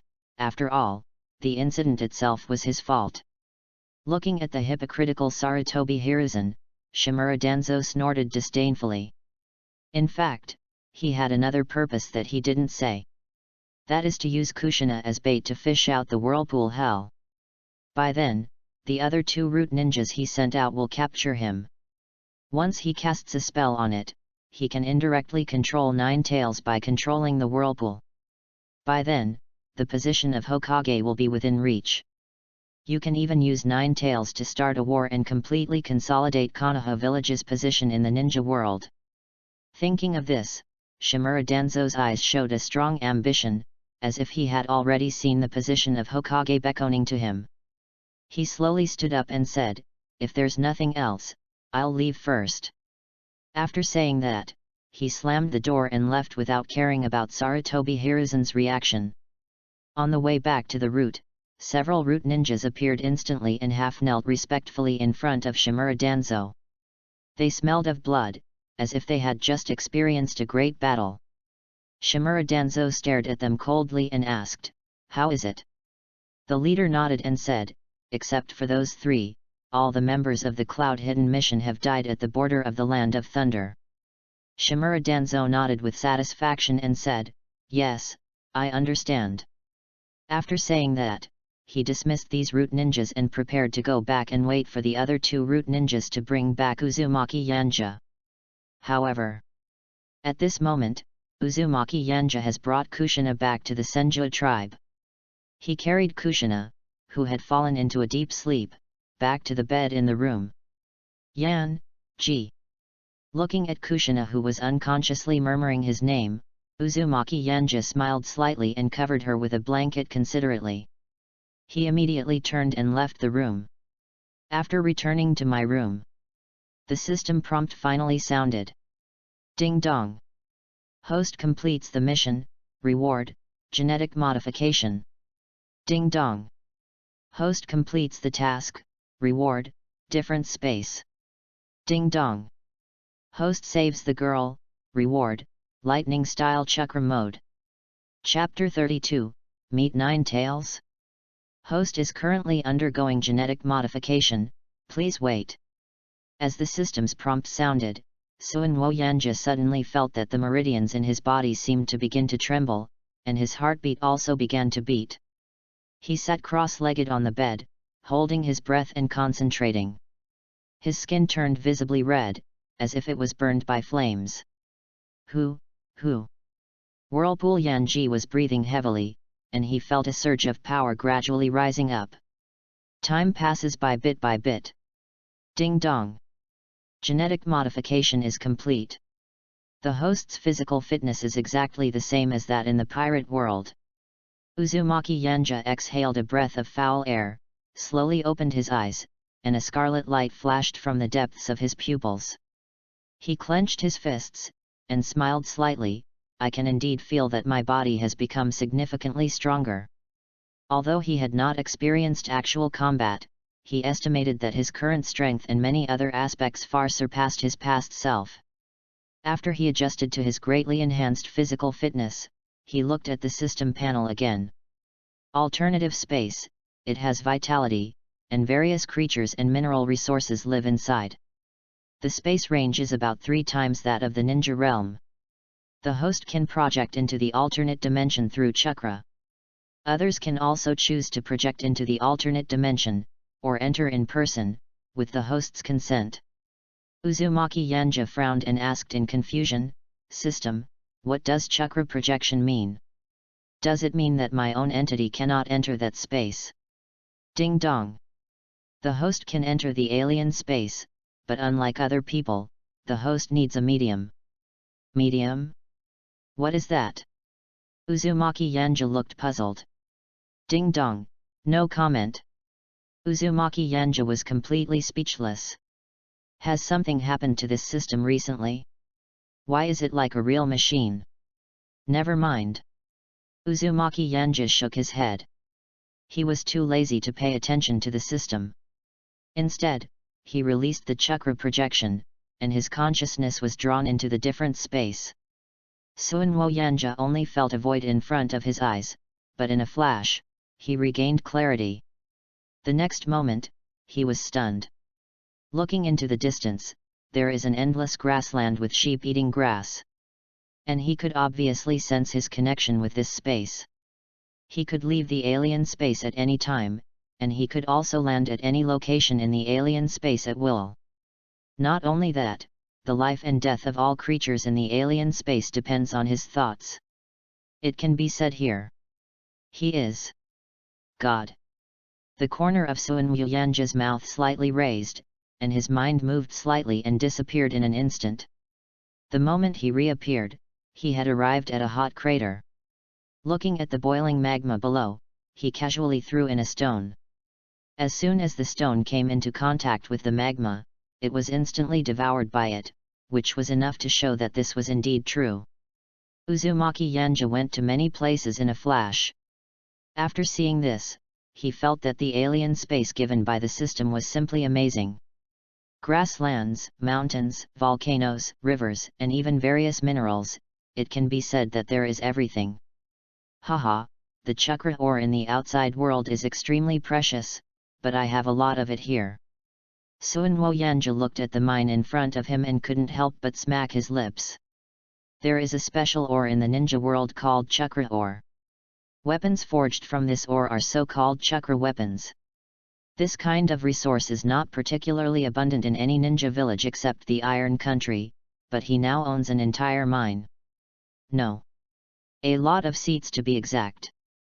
At this moment, Uzumaki Yanja even doubted whether this world was a system that combined the ninja worlds from other parallel time and space. Of course, this is just a joke. Uzumaki Yanja wandered around the alien space to his satisfaction and immediately cancelled the chakra projection. Real world. Uzumaki Yanja regained consciousness and opened his eyes. Boom boom boom. Coincidentally, the door was knocked at this moment. Suwo Yanja was a little confused. Who would come to see him at this time? He opened the door and saw Grandma Mito. Uzumaki Yanja raised his eyebrows and then smiled. Grandma Mito, it's so late, what can I do for you? Uzumaki Mito smiled, rubbed Yanji's head, and said, Nothing, Grandma just came to see you. Would you like Grandma to come into your room and sit for a while? Hearing this, Suwo Yanja nodded without any hesitation, Of course you are welcome. He didn't know the purpose of Uzumaki Mito's late-night visit, but he was sure that the other party definitely had something to do. He invited Uzumaki Mito into the room and poured her a cup of hot tea. Thank you, Xiaoji. Uzumaki Mito took the tea, drank a sip, and then said, Xiaoji, do you still remember the old friend that Grandma told you about before? Old friend? Nine Tails. Uzumaki Yanja instantly recalled what Uzumaki Mito said when he was making sushi. Why is this mentioned today? Is it possible that Grandma Mito's time is coming soon? Thinking of this, Suwo Yanja frowned slightly, then he nodded and said, Of course I remember. Uzumaki Mito smiled and said, I have discussed with him these days and plan to let you see it in advance. I wonder if you are willing. Upon hearing this, Uzumaki Yanja was stunned. Why would Nine Tails want to call him so strangely? No. From what Grandma Mito said, it seems that Grandma Mito has been discussing with the other party these days. Then Nine Tails finally agreed. As for whether to meet in person, Uzumaki Yanja made his choice immediately. He smiled and nodded. Of course, I also want to meet Grandma Mito's friends. How could Uzumaki Yanja refuse this opportunity to summon the spirit beast that he had reserved? What's more, this is exactly what he needs.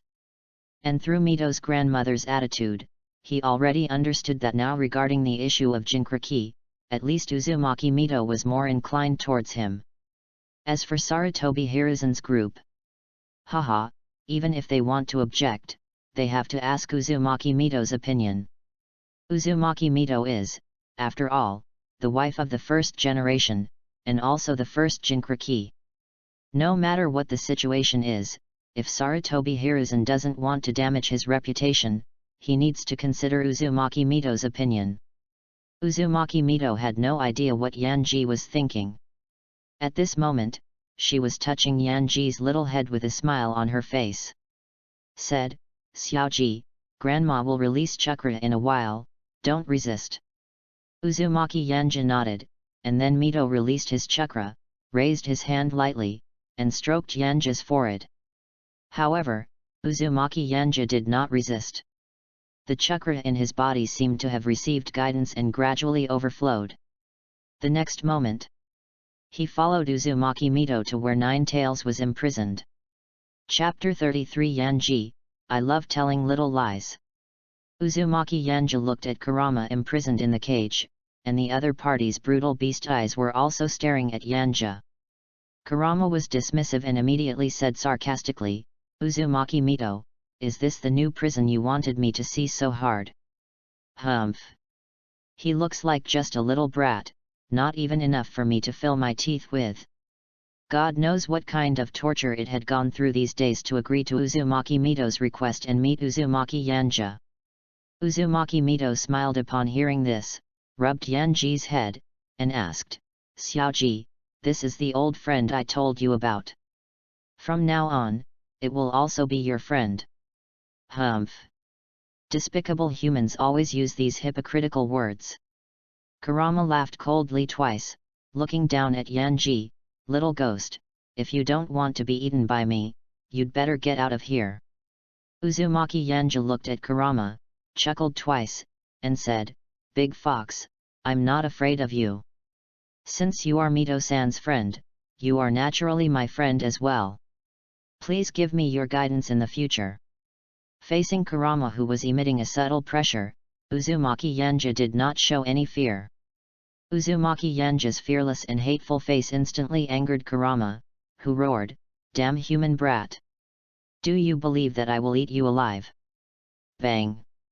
The giant claws hit the cage fiercely, and the scarlet eyes stared at the vortex. I don't believe it. Uzumaki Yanja shook his head and said bluntly, You can't get out. Ah!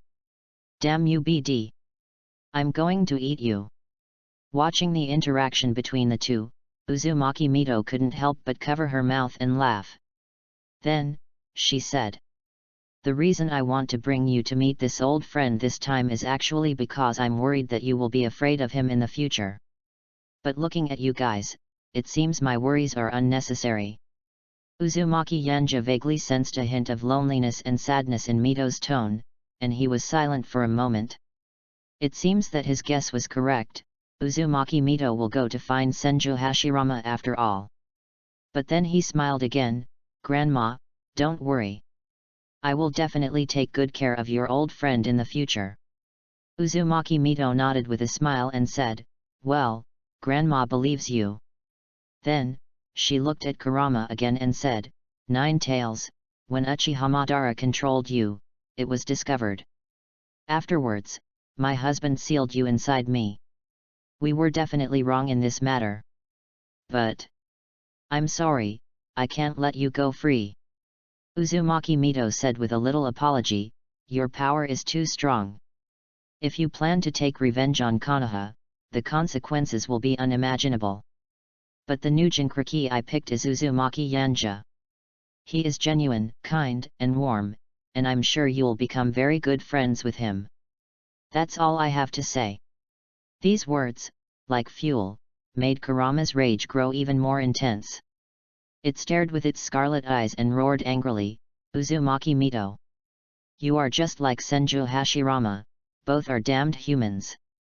You despicable guys coveted my power and imprisoned me, and now you are brazen enough to say you want to be my friend. Don't even think about it."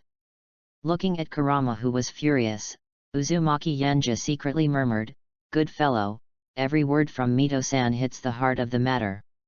Anyone who considers Kurama's perspective will know that what he has experienced is undoubtedly extremely absurd and disgusting. He was sleeping soundly, but he met the descendants of the Sage of Six Paths, Goldhorn and Silverhorn, and swallowed them. But they ended up eating his flesh. Finally, he vomited it out in desperation. Afterwards, he didn't care about anything else and continued to sleep. Then a guy named Uchiha Madara said, "Obey me," and controlled him with a glare. I fought a pervert named Senju Hashirama, and IFG lost. I was planning to go back to sleep, but Senju Hashirama said bluntly, "Nine Tails, you are too powerful," and then pinched the little chicken to seal him. He is so FG crazy. As he thought about it, Uzumaki Yanja felt a little pity for Kurama. Kurama looked fierce and cursed, "Little devil! What is that look in your eyes? Explain it to me clearly." Even though the system blocked Uzumaki Yanja's good and evil, Kurama subconsciously felt that there was something wrong with Uzumaki Yanja's eyes. Uzumaki Yanja ignored Kurama and looked at Uzumaki Mito, asking, "Grandma Mito, can you give me and this big fox some space?" Uzumaki Mito smiled slightly, nodded, and said, "Okay, you can talk to him." As she spoke, her chakra disappeared into the space. Uzumaki Yanja sensed it briefly and confirmed that Uzumaki Mito had left, so he immediately calmed down. He looked at Kurama. Even though the difference in their sizes was very significant, he still did not retreat and slowly approached Kurama. Kurama's eyes were fierce, and he roared, "Yes! Come closer! Let me kill you!" Uzumaki Yanja chuckled, "I am just the incarnation of chakra here, even if I die it will not have any effect. This joke really isn't funny at all." Bang! Kurama waved his huge claws, slammed the cage hard, and roared, "Little devil! I will kill you sooner or later. Well, come on." Uzumaki Yanja smiled, then his eyes changed slightly, and he slowly said, "Kurama, do you want freedom?" Kurama's pupils shrank suddenly, and he looked at Yanji in disbelief, asking, "What did you just call me?" Uzumaki Yanja was not surprised at Kurama's reaction. After all, logically speaking, there were only a handful of people who knew the name Kurama. The reason why he called Kurama by his name was naturally because he hoped to gain the other party's trust. As for whether Uzumaki Mito would notice anything unusual afterwards, he doesn't care. Uzumaki Yanja looked directly into Kurama's beastly eyes and called out the name again, "Kurama." Kurama confirmed that he was not hallucinating, and a hint of doubt flashed in his eyes. "Why do you know this name?" Uzumaki Yanja chuckled and said, "Tsutsuki Hago Romo, Ashura." Kurama was shocked again. He was very familiar with these two names. They were the Sage of Six Paths and his son. He had also seen Ashura, who looked like an idiot. But why does the person in front of me know these two names? Uzumaki Yanja continued, "Kara, the fight between Ashura and Indra has never stopped. Their chakras will continue to reincarnate and continue their fight. The previous generation's Ashura was Senju Hashirama, and Indra was Uchiha Madara." Two familiar names again. Something unfriendly and strange flashed through Kurama's mind, but this time, he didn't get angry. It stared at the whirlpool hell with a look of suspicion, and asked, "Are you saying that this generation's Ashura is you?" "That's right." Uzumaki Yanja nodded in agreement confidently. Kurama narrowed his eyes slightly. From beginning to end, he did not feel any malice from Uzumaki Yanja, which meant that the other party was not lying. "Even if I tell a lie, it is without any malicious intent." It was silent for a moment, then asked, "Who is the Indra of this generation?" Upon hearing this, Uzumaki Yanja brought out the candidates he had already prepared. Uchiha. Stop the clouds. Chapter 34 Kurama, I'll help you. Uchiha stop cloud. Kurama's eyes flashed with ferocity, and he cursed, evil Uchiha BD, I will definitely kill it when I get out. After cursing, it looked at the whirlpool Yanji again and asked, so, what do you want to do? Did it believe what Uzumaki Yanja said? In fact, even it itself doesn't know. After all, in his opinion, human beings are a bunch of despicable, shameless, lying bastards. But, the whirlpool hell had no ill intentions, and his words were very confident. He could even name 3 names that had long been lost in the long river of time. A and D. If it is really the reincarnation of Ashura's chakra, the Uzumaki clan seems to be excusable. After all, they are the descendants of the Sage of Six Paths. Kurama's eyes flickered slightly, and he cleared away these distracting thoughts. The most important thing now was the purpose of the Uzumaki Yama. After all, the other party said, give it freedom. Regardless of whether the other party is lying to him or not, it's not too late to listen first. Uzumaki Yanja looked at Kurama and asked him with a smile on his face. He then said, what I want to do is very simple. I want to put an end to this 1,000-year-long feud once and for all. The end. Kurama didn't hear anything, only the word end. Its pupils dilated, revealing a hint of murderous intent. You mean to kill the Uchiha clan? I'll help you. It didn't even hesitate, and instantly agreed to end Uchiha. Even the vortex of Yanja, which was ignited by his own lies, fell silent for a moment. The corners of his mouth twitched twice, and he said, that's not what I meant. Then what the hell are you talking about? Get lost. Kurama's expression changed instantly, and he roared angrily at Uzumaki Yanja. Uzumaki Yanja was silent for a moment. Is Kurama hating the whole clan? He actually transferred his hatred for Uchiha Madara to the entire clan. Tisk. He shook his head and said, Kurama, you don't want to disappoint the Sage of Six Paths, do you? Kurama asked, what do you mean? Uzumaki Yanja slowly explained, as a father, isn't it your greatest wish that your 2 children live in harmony? I think the Sage of Six Paths would also like to see the fight between Ashura and Indra end in this generation. Haha, you little brat from the Uzumaki clan. Kurama sneered twice and said, how would I know if you are the reincarnation of Ashura? Do I really think I would believe you, a bunch of despicable humans? Uzumaki Yanja was secretly surprised. When he read fanfiction in his previous life, he remembered that this trick was very effective. How come his 9 tails has a high IQ? However, he did not dwell on it too much, and remained frank, saying, I will let time prove everything. Anyway, let's make a deal first. As for the future? Tisk. By then he would probably be able to kill Kurama with 1 sword, so why would he still worry about his lie being exposed? And when Kurama looked at Uzumaki Yanja's magnanimous and gentlemanly appearance, its eyes narrowed slightly, and its huge head moved closer to the iron cage, staring at Yanja with its pair of beast eyes. The vortex of hell was not afraid at all and faced it calmly. After a long while, Kurama snorted coldly, no matter what, I won't help you.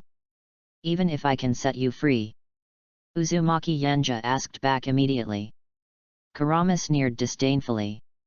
Little brat, regardless of whether what you said is true or false, even if you are willing to give me freedom, will Uzumaki Mito be willing? Will your Hokage be willing? If I am sealed into your body, will you sacrifice your own life to let me out? Rather than relying on your empty promise, I might as well find a way myself. Kurama was very realistic. Ever since the Senju Hashirama distributed the tailed beasts, they have become a weapon of war. No matter which village it is, no one will ever give freedom back to this so-called weapon of war. But Uzumaki Yanja had already expected it, smiled slightly, and said, maybe, I have a way. Hey! Kurama narrowed his eyes slightly, looked down at Yanji with disdain, and said jokingly, "Kid, who do you think you are? How dare you speak so shamelessly?" Uzumaki Yanji nodded slightly and said, "Kurama, separate part of your chakra." He handed his palm into the cage. Kurama glanced at the palm that was not big enough to fit between his teeth and hesitated for a moment, but in the end, "Humph! I want to see what tricks you are playing." After that, he mobilized an extremely weak chakra and attached it to the palm of Uzumaki Yamaji. And Uzumaki Yanji sensed a strange feeling in an instant, and the next moment, his mind moved slightly. Brush! The whirlpool of hell disappeared instantly, and at the same moment, Kurama in the cage gradually slumbered. Different space. Roar! Kurama let out an earth-shattering roar. It widened its eyes and looked at the scene in front of it in disbelief. What a familiar picture, with mountains, water, and delicious food that just looks beautiful. This is a view it has never seen since it was sealed. Uzumaki Yanji stood on Kurama's head, folded his hands on his chest, and asked, "How is the scenery here?" At this moment, Kurama finally reacted. It glared and roared, "Kid, who allowed you to touch my head? Get out of here quickly." Uzumaki Yanji smiled and did not give in. What's more, although Kurama said so, he made no move to drive him away. Kurama snorted coldly and stopped paying attention to the whirlpool. After all, he now knows clearly that the whirlpool Yanji can indeed give him freedom, but... "Kid, tell me, where is this place?" Kurama asked aloud, this time his tone was much gentler than in the cage. Uzumaki Yanji laughed and explained, "This is the alien space I was born with, similar to the three holy places." Kurama frowned suddenly and asked, "You mean, you want me to be your psychic beast?" As soon as these words came out, Uzumaki Yanji immediately understood that the other party was obviously moved. Uzumaki Yanji smiled, shook his head and said, "How is that possible? I hope we can become comrades in arms and partners. And I also have some strength, so I won't need you under normal circumstances." Snort. For some reason, Kurama should feel happy, but when he heard Yanji's last words, Kurama felt uncomfortable. "But I am more surprised. After all, Uzumaki Yanji can actually have a different space similar to the three holy places. This is simply outrageous. Are all the old men from Six Paths so good at giving birth? How come each descendant is more heaven-defying than the other?" Kurama muttered, and then asked, "So you mean that as long as I am willing to help you, you will give me my freedom, and let me stay here, right?" In fact, for Kurama, there is no difference at all between another space and the ninja world. As long as he is not allowed to stay in that damn cage, even if he is allowed to go to the moon. Uzumaki Yanji nodded and said, "That's right. I hope to be your friend instead of turning myself into a cage to imprison you. As long as Grandma Mito transfers you to my body, I will pull you into this space the moment the seal is about to be completed. This can not only create the illusion that I have become a Jinkraki, but also give you your freedom. For the Vortex Yanji, this is the most perfect solution. If he became a Jinkraki, he would not be able to summon Nine Tails, but if he placed it in a different space, he would have no such concerns." Kurama also understood what Uzumaki Yanji was thinking. He looked at Yanji deeply and said in a deep voice, "Okay, I agree." Uzumaki Yanji smiled and said, "In that case, welcome to my world, Kurama." Chapter 35 Uchiha Tingyun's Invitation to Battle. Eventually, Uzumaki Yanji and Kurama reached an agreement. And according to Kurama's request, its consciousness followed the chakra projection and remained in the different space. Now, the nine tails inside Uzumaki Mito is just a sleeping fox. Uzumaki Yanji and Mito chatted about some daily matters, and then the other party went back to rest. Uzumaki Yanji was lying on the bed, looking at the ceiling, unable to suppress the smile on his lips. After all, in a sense, as long as he waits until the day he becomes Jinkraki, he will have a summoning beast that is powerful enough to rival the entire Konoha. In just a few days, he completed the upgrade and obtained a more powerful spiritual beast.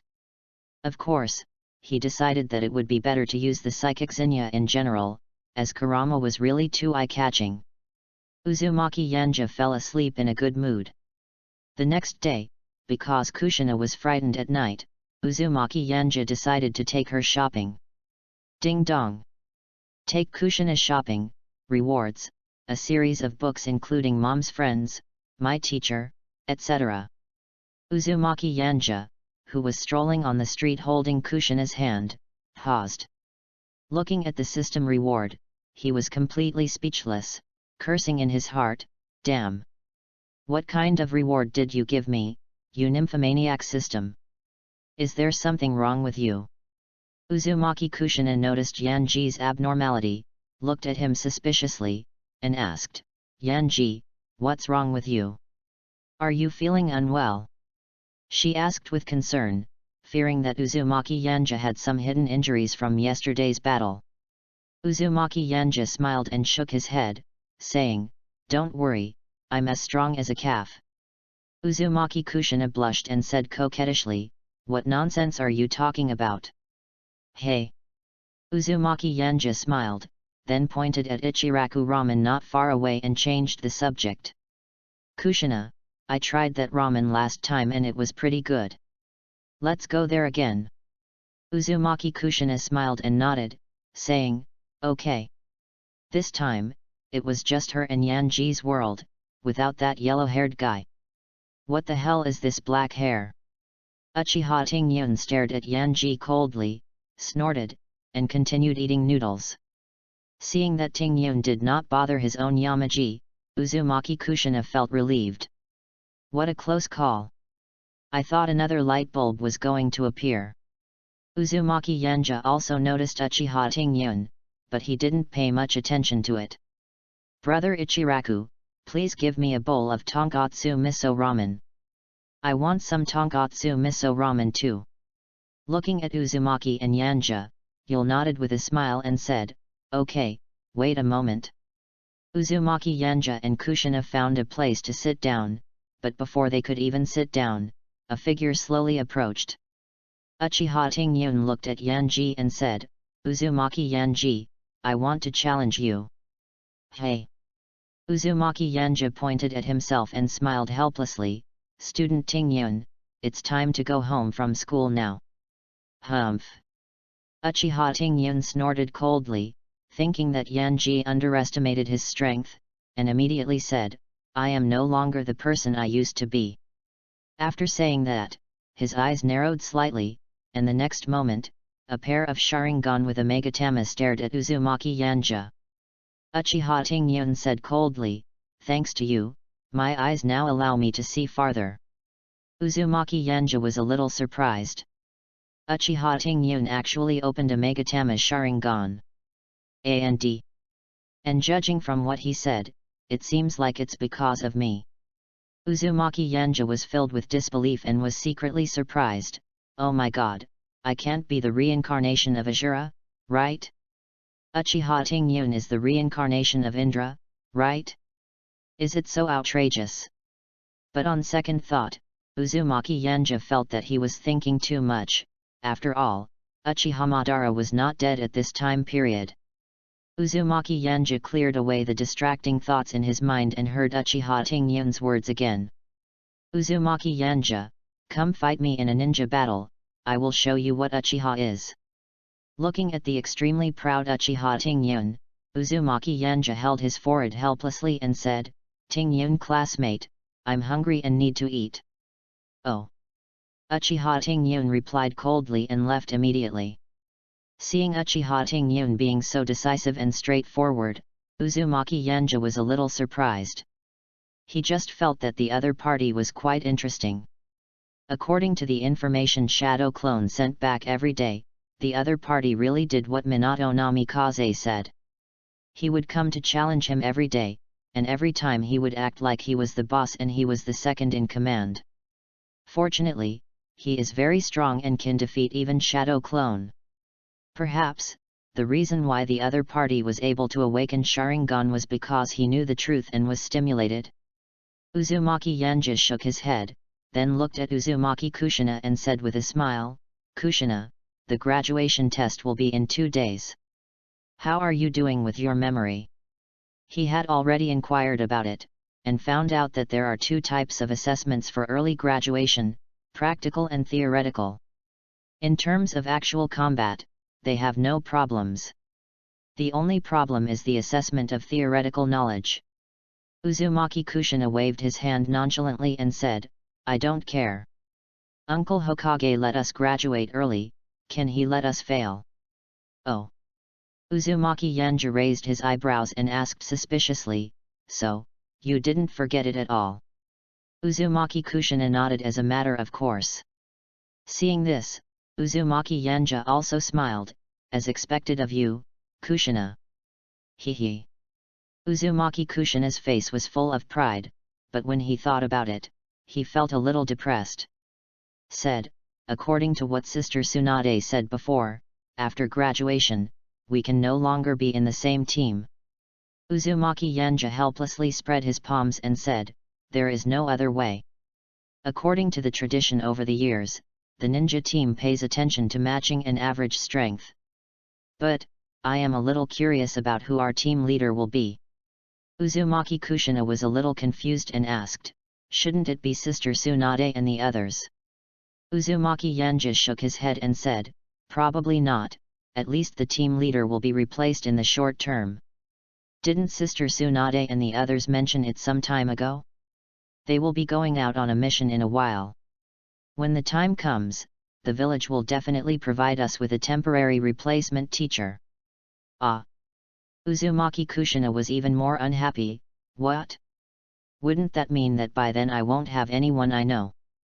Uzumaki Yanja smiled and rubbed her head, comforting her, "It's okay, I will come to see you when the time comes.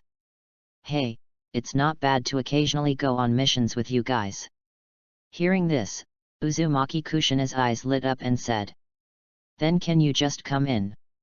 Then we can just form a 4-person team, hehe." Uzumaki Yanja clicked his tongue, "Well, I'm afraid this is difficult to achieve." According to what he said, occasionally visiting Uzumaki Kushina's team and accompanying her on missions was still within the acceptable range. If I abandon my future team and stick to Kushina's team, there is no doubt that Sarutobi Hiruzen would never agree. And it wouldn't be fair to his future teammates. Okay then. Uzumaki Kushina sighed lightly but didn't say much. After all, she was well aware of how naive her thoughts were. But her frustration did not last long, because ramen is here. Yul held 2 bowls of ramen and said with a smile, "Please enjoy your meal, little ones."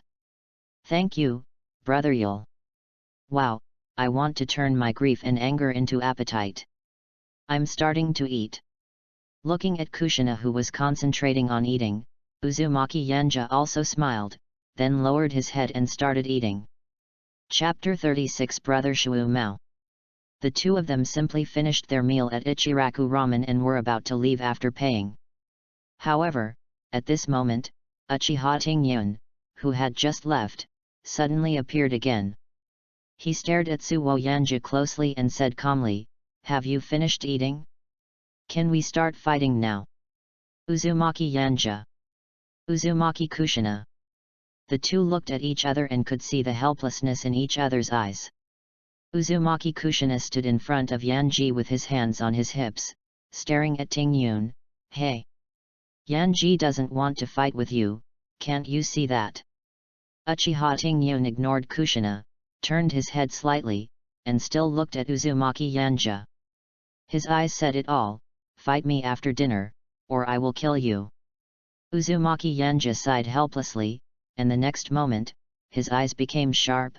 "Student Tingyun, since you want to fight, I will accompany you." Uchiha Tingyun was full of fighting spirit and said in a deep voice, "I have a place."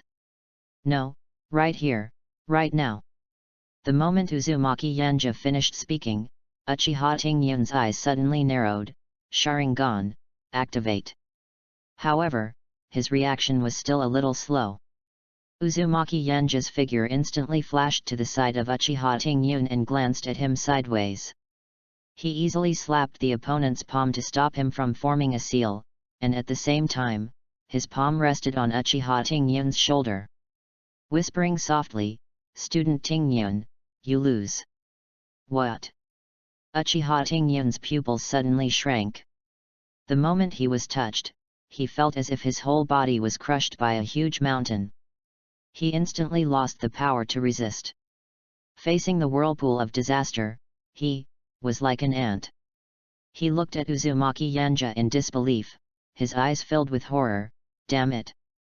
Even though I tried my best to react to your actions, I still lost." Uzumaki Yanja smiled slightly. "Student Tingyun, I am ready to go home. Goodbye." After that, he and Kushina slowly left. Uchiha Tingyun looked at Uzumaki Yanja's back, his eyes filled with strong resentment and anger, and he clenched his fists in anger. "I cursed in my heart, damn it! It's still too weak." He originally thought that after awakening the Sharingan, he already had the power to rival Uzumaki Yanja, but the other party is like a mountain range. After going through so much trouble to cross one mountain, what comes into view is another one. Despair and suffocation, these are the feelings he just had. "But, I am a genius of the Uchiha clan, how could I admit defeat?" Uchiha Tingyun stared at Uzumaki Yanja and yelled, "Uzumaki Yanja, I will challenge you again." Listening to Uchiha Tingyun's oath, Uzumaki Yanja smacked his lips, feeling somewhat helpless. "I can only say that the Uchiha clan is indeed famous for being paranoid.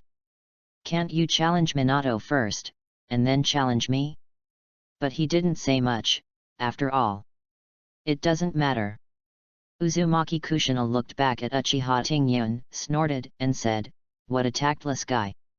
Today was supposed to be a good time for Uzumaki Yanja to take her shopping, but it was interrupted by this evil Uchiha Tingyun. At this moment, Uzumaki Kushina's face was full of unhappiness. Uzumaki Yanja noticed this, smiled and said, "Don't be unhappy, I will make you your favorite sushi when we get home." Uzumaki Kushina pouted, "What? If I keep eating, I'll become as fat as a pig." "Hey!" Uzumaki Yanja rubbed Kushina's head and said, "Even if you become as fat as a pig, I will still take care of you." Uzumaki Kushina blushed and said anxiously, "UBD. What are you talking about?" Although he cursed Yanji, this time, Uzumaki Kushina did not escape. Uzumaki Yanja smiled slightly, took Uzumaki Kushina's hand and continued shopping. As we all know, smiles never disappear, they just move away. At this moment, the root base. Shimura Danzo's face was gloomy, as if he had eaten 3 pounds of dog shit. He gritted his teeth and pounded the wall angrily. "Trash! A bunch of trash! What on earth did you do? Why didn't Uzumaki Yanja appear at the root, but went shopping instead?" The root ninjas lowered their heads, wishing they were buried in the ground, not daring to even breathe. Shimura Danzo snorted coldly, his eyes darkened, but the fact that 2 roots couldn't hold him does prove his worth. "Ji, the 2 of you keep an eye on Suinwo Yanja. As soon as he leaves the village, find the right time to strike." "Yes." The 2 ninjas responded, and the next moment, they disappeared from the spot. Shimura Danzo sneered twice, "Uzumaki Yanja, you will never escape from my grasp." The most fundamental reason why he suggested that Uzumaki Yanja graduate early was that he wanted to capture him back to the root when he was out of the village on a mission. As for whether Sarutobi Hiruzen would have any objection, he did all this for Konoha. Why does Sarutobi Hiruzen have any objection? Uzumaki Yanja was unaware that he was being targeted by Shimura Danzo again. At this moment, he was strolling on the street with Uzumaki Kushina. The 2 chatted about everything under the sun, and each other's faces were filled with happy smiles. Until the 2 passed by a hot spring. Uzumaki Kushina's eyes suddenly lit up, and he pointed at the hot spring shop and said, "Yanji, let's go take a hot spring bath. I've been training so hard lately that I feel exhausted. I can take this opportunity to relax. Uzumaki Yanja smacked his lips. Training all the time? You only train for one morning every day, okay? Of course, this sentence is just something he should think about. If he says it out loud, Uzumaki Kushina will definitely cause trouble for him.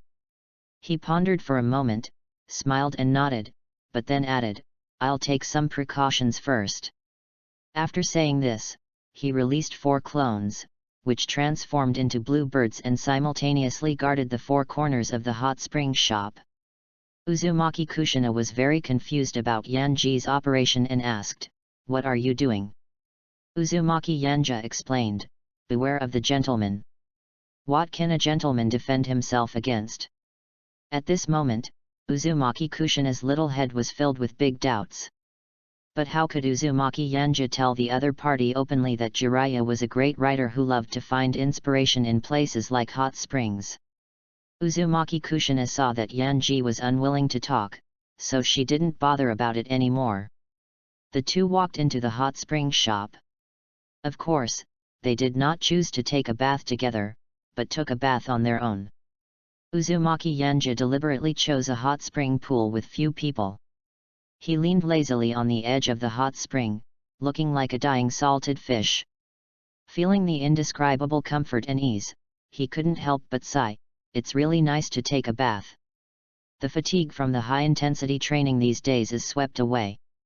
The medicinal bath in the marine training manual also has the effect of eliminating fatigue, but it focuses more on healing hidden injuries and relaxing muscles and bones. The fatigue brought by the body and mind can only be completely eliminated by enjoying it. No wonder Lu Huangsha started playing music and dancing right after his business was successful. This is so cool. Uzumaki Yanja. When Uzumaki Yanja heard someone calling his name, he couldn't help but raise his eyebrows, opened his eyes and looked at the person who came. The man was tall and straight, with silver hair and scars all over his body. The centipede-like scar on his chest was particularly eye-catching. Uzumaki Yanja looked at the other person's scar and couldn't help but be shocked. According to his speculation, the severity of this scar was almost fatal. Hitaki Sakumo noticed Yanji's gaze and subconsciously touched his scar. He immediately smiled and said, This was left behind when I was on a mission and was chased by ninjas from another country. I was young at the time and not steady enough. Hearing this, Uzumaki Yanja smiled and said, Senior is a veteran of Konoha White Fang. These scars are medals of honor for your service to Konoha. Hitaki Sakumo smiled a little embarrassedly and said, No, thank you for your compliment. I am just an ordinary ninja. It is my duty to carry out missions. It's that simple. As he spoke, he walked into the hot spring, sat down next to Uzumaki Yanja, and said with a smile, I am older than Tsunade. If you don't mind, call me Brother Sakumo. That's good. Senior is really too polite. Uzumaki Yanja readily accepted it and said, Okay, Brother Shu Mao. Chapter 37 Konoha equals Cage. The two of them were soaking in the hot spring and chatting briefly. Hitaki Sakumo asked, Yanji, I heard that you have been practicing swordsmanship recently. Uzumaki Yanja nodded and did not hide it. Yes, thanks to Master Orochimaru, I am now learning the Nagiryu swordsmanship.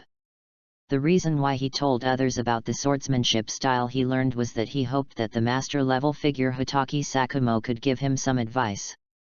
He had wanted to seek guidance from Orochimaru before, but the other party said frankly that he was not a grandmaster in swordsmanship, and only had one move.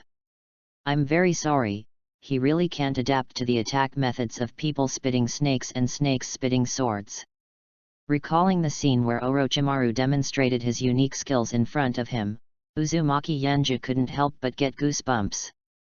Nagiryu. Hitaki Sakumo touched his chin, thinking. After a long silence, he slowly said, I have some impression of this sword technique. The founder of the Nagiryu swordsmanship was a chef and a samurai. This swordsmanship is deadly in every move. In the war era, it is definitely the best swordsmanship. Hotake Sakumo was generous in praising the Najiharu swordsmanship, but then he changed the subject. Said, however, this sword technique is powerful but lacks defense. It is very easy for the opponent to seize the opportunity and kill with one blow.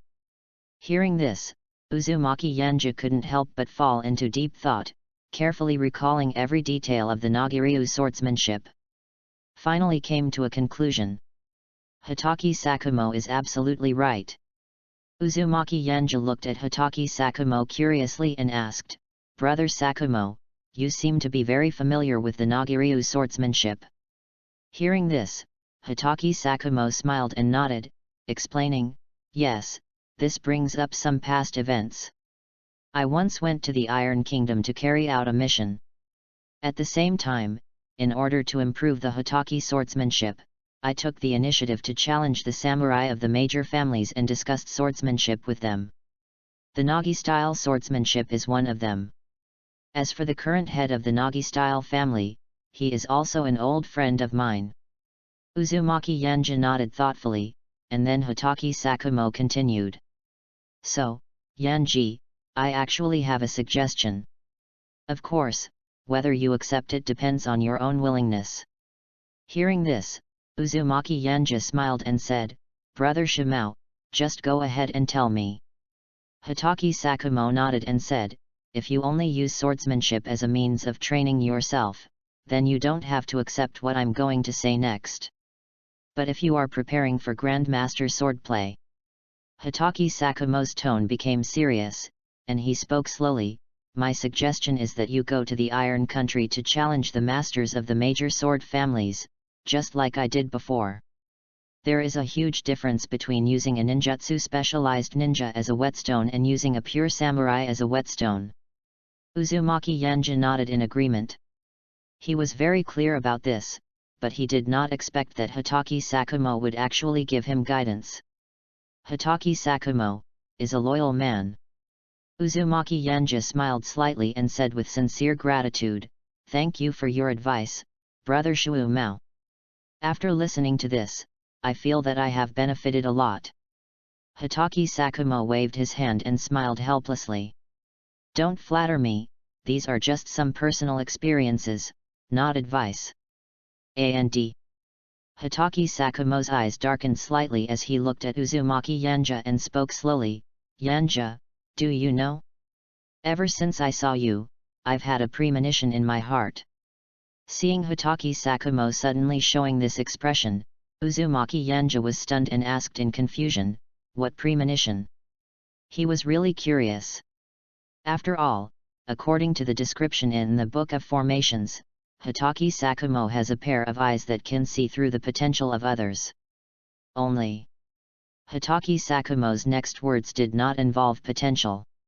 He retracted his gaze and turned to look at the rising steam, saying, "I always feel you are the one who can bring change to the ninja world." Uzumaki Yanja raised his eyebrows and asked in confusion, "Brother Shimao, why do you say that? Bringing changes to the ninja world? Isn't this Uzumaki Naruto's job? How did it fall on him?" "No. This is Hotake Sakumo's own image, don't take it seriously." Hotake Sakumo smiled and spread out his palms. "I'm not sure, but I just have this feeling. Maybe, it's because of what you said to Noeke before." Hotake Sakumo raised his lips slightly, "You may not know that I was secretly observing you at that time." Uzumaki Yanja shook his head. He could barely sense those anbu, but he certainly couldn't sense the presence of Hotake Sakumo. Hotake Shimao slowly stood up, turned his head to look at Yanji, and said, "Yanji, through all your performances, we can draw a conclusion. You are very mature in mind, and have the ability to think and have insights that are not inferior to those of your peers. However, early maturity is often accompanied by more troubles and pain. This is the so-called price. Yanji, I hope you can always stay true to yourself. If you do that, I believe you can go very far." Hokage Sakumo has seen too many people undergo drastic changes after facing various things. And in his eyes, Uzumaki Yanja is very likely to become such a person. The other party is a descendant of the Uzumaki clan, who experienced the genocide of the clan, and in the near future, he, or his girlfriend, will become the Jinchuriki of Konoha. It is also a war machine that everyone is afraid of. He was very worried that if such a thing happened at that time, the whirlpool hell would be completely destroyed. After all, no matter how mature you are still just a child. But Uzumaki Yanja could only say, "You think too much." He smiled gratefully and said, "Thank you, Brother Shu Mao, for your attention and reminder. I understand." No matter what, the other party was really thinking about him, so he deserved a thank you. Hokage Sakumo smiled and shook his head, "Nothing, just talking casually. I'm done. I still have a mission waiting for me. I'm leaving now." Looking at Hokage Sakumo's back and the snow-white ravine, Uzumaki Yanja fell silent. He respected Hokage Sakumo. Even though he didn't like Konoha, it didn't stop him from respecting the Konoha White Fang who fought for Konoha. However, the opponent's ending was somewhat sad. As a powerful cage-level warrior, he did not die on the battlefield, but was killed by the soft knife of the ignorant people of Konoha just because he saved his teammates. The most ridiculous thing is undoubtedly that the teammate he was willing to give up the mission to save became one of the perpetrators.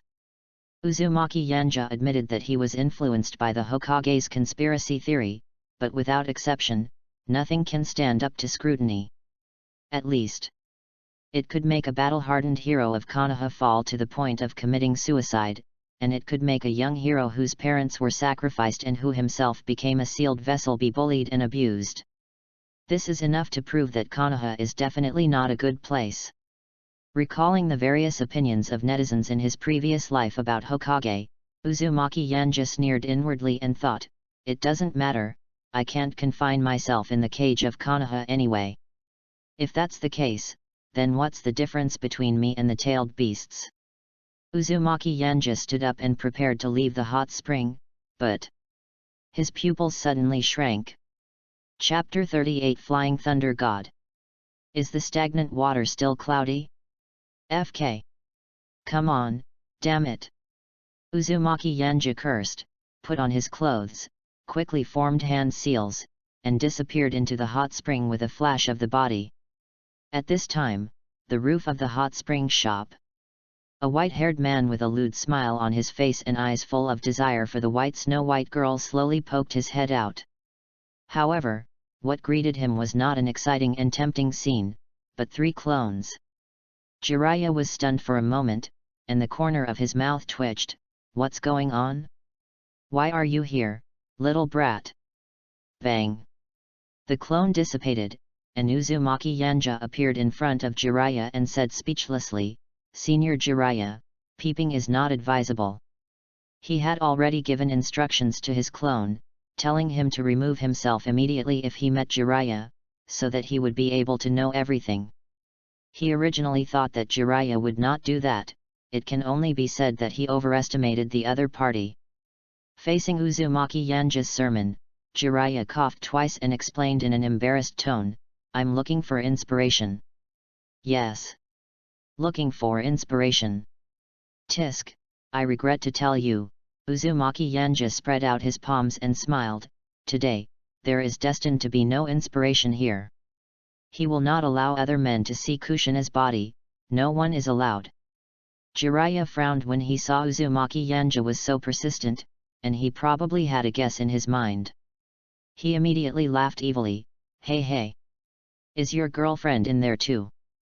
Uzumaki Yanja nodded, "Yes." Jiraiya rubbed his hands and asked in a negotiating tone, "Well, how about you let Kushina come out first, and wait until I finish collecting inspiration, and I will pay for her to bathe in the hot springs in the future." Jiraiya waved his hand with great force, which could be said to be full of heroic spirit. After all, for Jiraiya who has carried out many S-level missions, the money spent on hot spring bathing is just a piece of cake. After all, not everyone is like Tsunade, a member of the Tianguang clan, who lost all her money before she even had time to warm it up. However, Uzumaki Yanja rejected Jiraiya's proposal without giving him face. Sorry, Jiraiya-senpai. If I interrupt Kushina's rest, it will undoubtedly affect her mood, so you'd better give up. Uzumaki Yanja's words were full of determination, and at the same time, he looked at Jiraiya. He clicked his tongue and asked, besides, Senior Jiraiya, you should like Sister Tsunade, right? Who said that? Jiraiya suddenly became excited, looking around like a panicked thief, denying, how could I possibly like her? Uzumaki Yanja didn't have a chance to catch up with Jiraiya's excitement and continued, do you think Sister Tsunade would like someone who peeks at women bathing? Jiraiya's mouth twitched, and he began to wonder in his heart, is this kid lecturing me? I feel so embarrassed.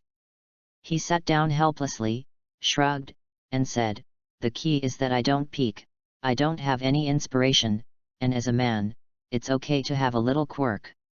Uzumaki Yanja smacked his lips and said, I don't care. Anyway, you won't be able to collect inspiration today. He was too lazy to talk to Jiraiya. After all, he had no obligation to consider the other person's lifelong affairs.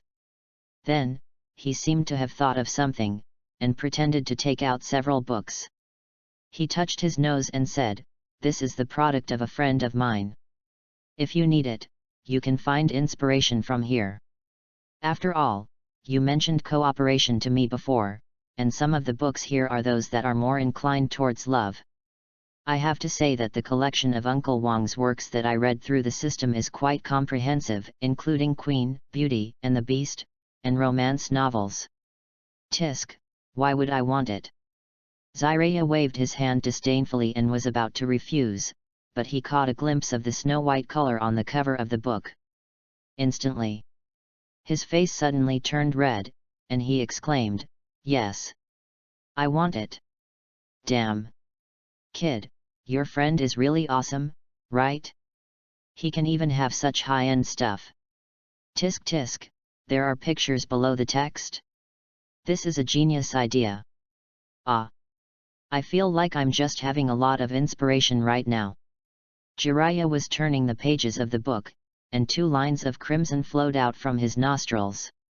The corners of Suinmu Yanja's mouth twitched twice, and he communicated with the system in his mind, System, I have found a like-minded person for you. Roll. Oh, okay. Uzumaki Yanja responded, then looked at Jiraiya and laughed, Senior Jiraiya, what do you think of these resources of my friend? Great. Absolutely great. Jiraiya praised from the bottom of his heart. As he flipped through the books, he said, these are books that are not available on the market. Is your friend also a writer? I think so. Uzumaki Yanja smiled. Hey. Anyway, thank you so much. Jiraiya grinned, moved closer, and asked, tell me the truth, did you peek secretly? Uzumaki Yanja was extremely decisive, no. In his previous life, he watched high-definition videos, so why would he need to watch Little Emperor Uncle? In this regard, he really wanted to say to Jiraiya, Sir, eat shit. Tisk. You have no vision. Jiraiya rolled his eyes and said, since I already have the material, I'll leave first. Ahem. Jiraiya turned back again, put his hands on Uzumaki Yanja's shoulders, and said with a hint of pleading, don't tell your sister Tsunade. Having said that, he disappeared without a trace. Really, can you take your image into consideration? Uzumaki Yanja smiled helplessly, then jumped off the roof and waited for Kushina. About half an hour later, Uzumaki Kushina walked out of the hot spring refreshed, looked at Yanji, and couldn't help blinking. Yanji, how long have you been waiting? Uzumaki Yanja smiled slightly and said, I just came out not long ago. Oh. Uzumaki Kushina raised his chin suspiciously, then smiled with satisfaction, this place is simply amazing, I will come again tomorrow. Well, not only tomorrow. The day after tomorrow. The day after tomorrow. The day after tomorrow. I'm coming every day. Hearing this, Uzumaki Yanja nodded lovingly and said, okay, I'll accompany you. However, deep in his heart, he thought, Jiraiya, don't ever think about Konoha's hot springs again in your life. Okay, you big fool. Uzumaki Kushina raised her hands and laughed, let's go home. Haha, okay. Uzumaki Yanja nodded. The two returned to the Senjou land, and as originally said, Uzumaki Yanja made a variety of sushi for Kushina. This caused Kushina to feel satisfied. As night fell, Uzumaki Yanja returned to the room. The system prompt sound also sounded quietly. Ding dong. Host makes sushi for Kushina, reward, Chakra plus 200. Ding dong. Host drives Jiraiya away to prevent Kushina from being peeped at. Reward, Flying Thunder God Technique. Looking at the Flying Thunder God technique rewarded by the system, a hint of surprise flashed in Uzumaki Yanja's eyes. He had only one comment for this ninjutsu. Dead water is still cloudy? The corners of Yanja's mouth curled up, and he thought to himself, now my speed, attack, and physical fitness are far better than before, he. Life with cheats is really cool. However, he was not blinded by the reward. No matter what, he would not give up his own practice. After all, in terms of physical fitness and combat experience, it seems that he cannot get any bonus from the system at the moment. Go to sleep. Uzumaki Yanja smiled and fell asleep. In the blink of an eye, it was the day of their early graduation assessment. New book recommendation verifier, readers, please help me read it, thank you very much. Chapter 39. Is your mouth rented? Today is the weekend and the Ninja Academy is closed. However, there were quite a few people standing in the training grounds of the academy. These people were either the arrogant ones who had applied for early graduation, or the examiners headed by Sarutobi Hiruzen. Sarutobi Hiruzen and other examiners sat side by side, with various documents placed on the makeshift desk. These materials are the information files of students applying for early graduation. Whirlpool Hell Tribulation. Finally, he came across the name of Uzumaki Yanja, and Sarutobi Hiruzen's eyes flashed. He turned his head to look at the teacher beside him and said, Teacher Hatano, please arrange a stronger examiner for this child later. Hatano Kai glanced at the information thoughtfully, then nodded, yes, Master Hokage. At this moment, Uzumaki Yanja was not aware that he had been arranged. He was in the crowd, chatting with Kushina and others. Facing the beginning of his ninja career, Minato Namikaze couldn't help feeling a little nervous and rubbed his palms helplessly. Glancing at Namikaze Minato, Uzumaki Yanja smiled and said, Minato, don't be nervous. For us, this is just a test that cannot be any simpler. Practical assessment, the examiner will arrange for ninjas to fight against the students.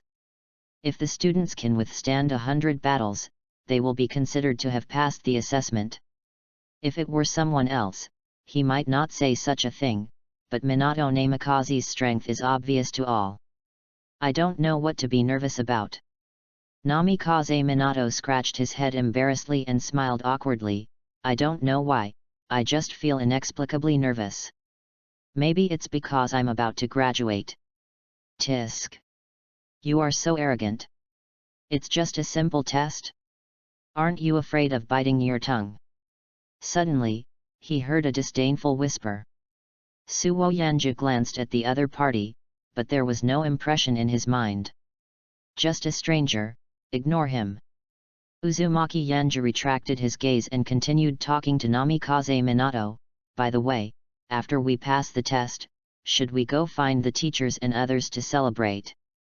The Akamichi family's barbecue is pretty good. Hey! I think it's okay to let them sacrifice their wallets a bit. Uzumaki Yanja grinned. Although he was rich, he still felt that spending other people's money to satisfy himself was the most exciting thing. Namikaze Minato hesitated. Isn't this bad? Uzumaki Yanja smacked his lips, thinking that Namikaze Minato's moral standards were indeed a bit high. Little brat, I haven't even told you that I can graduate safely, and you've already started celebrating. The person who spoke was the same person as before. The repeated interruptions made Uzumaki Yanja lose his patience, and he frowned and asked, "Senior, is your mouth rented?" The student was stunned for a moment, not quite reacting. What do you mean? Hee. Uzumaki Kushina covered her mouth and laughed secretly, blinking her eyes teasingly. My Yanji asked, how can you interrupt so quickly? Are you in a hurry to return the conversation? The student finally reacted, his pupils dilated, and his face turned red with anger. You! He pointed at Uzumaki Yanja angrily. Uzumaki Yanja sneered disdainfully, too lazy to pay attention to this kind of waste who only knew how to talk. The student gnashed his teeth and was ready to argue, but... Bang! He stumbled heavily to the ground.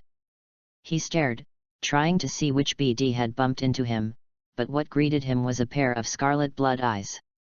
Uchiha Tingyun looked down at him coldly and arrogantly. You are in the way. After saying that, he stepped directly over the student's body and walked towards the vortex of hell. The student was so frightened by Uchiha Tingyun's Sharingan that he trembled and dared not speak. Uzumaki Yanja glanced at the student who left in disgrace, smiled contemptuously, then looked at Uchiha Tingyun and said, "Thank you very much for helping me solve a problem." Uchiha Tingyun snorted coldly, his face cold, and said, "Your opponent is me, others are not worthy." "What about me?" Namikaze Minato raised his hand silently and embarrassedly showed Tingyun that sunny smile. Uchiha Tingyun's face froze. Before the Uzumaki Hell tribulation came over, he had been suppressed by Minato Namikaze, and now his face darkened slightly, and he snorted, "You can barely be considered one." After being killed instantly by Uzumaki Yanja yesterday, he finally came to his senses from the praise from his family elders. The Sharingan is just a starting point for him. He believes that one day, he will have the powerful eye power like the ancestor Uchiha Madara. By then, he can protect his brother well. Uchiha Tingyun folded his hands in front of his chest, glanced at Uzumaki Yanja, and said, "Uzumaki Yanja, let's compete later to see who can last the longest in the hands of the examiner, how about it?" "Hey!" Uzumaki Yanja asked doubtfully, "Aren't you prepared to defeat the examiner?" Namikaze Minato also nodded in surprise, "Yes, we have already agreed to defeat the test teacher." Uchiha Tingyun. Damn it! How could this happen? Was he defeated by Uzumaki Yanja in this aspect? He gritted his teeth and said, "Humph! Isn't it natural to defeat the teacher?" "Oh, then good luck to you." Uzumaki Yanja smiled and said sincerely. "Humph!" Uchiha Tingyun looked unhappy and turned his head away from Yanji. Uzumaki Yanja clicked his tongue, somewhat helpless about Uchiha Tingyun's bad temper. "There was no sarcasm in what I said just now. I simply believed that Uchiha Tingyun's strength should be enough to defeat the examiner. After all, this is just a genin teacher, and the teachers who assess him are generally at the Chunin level.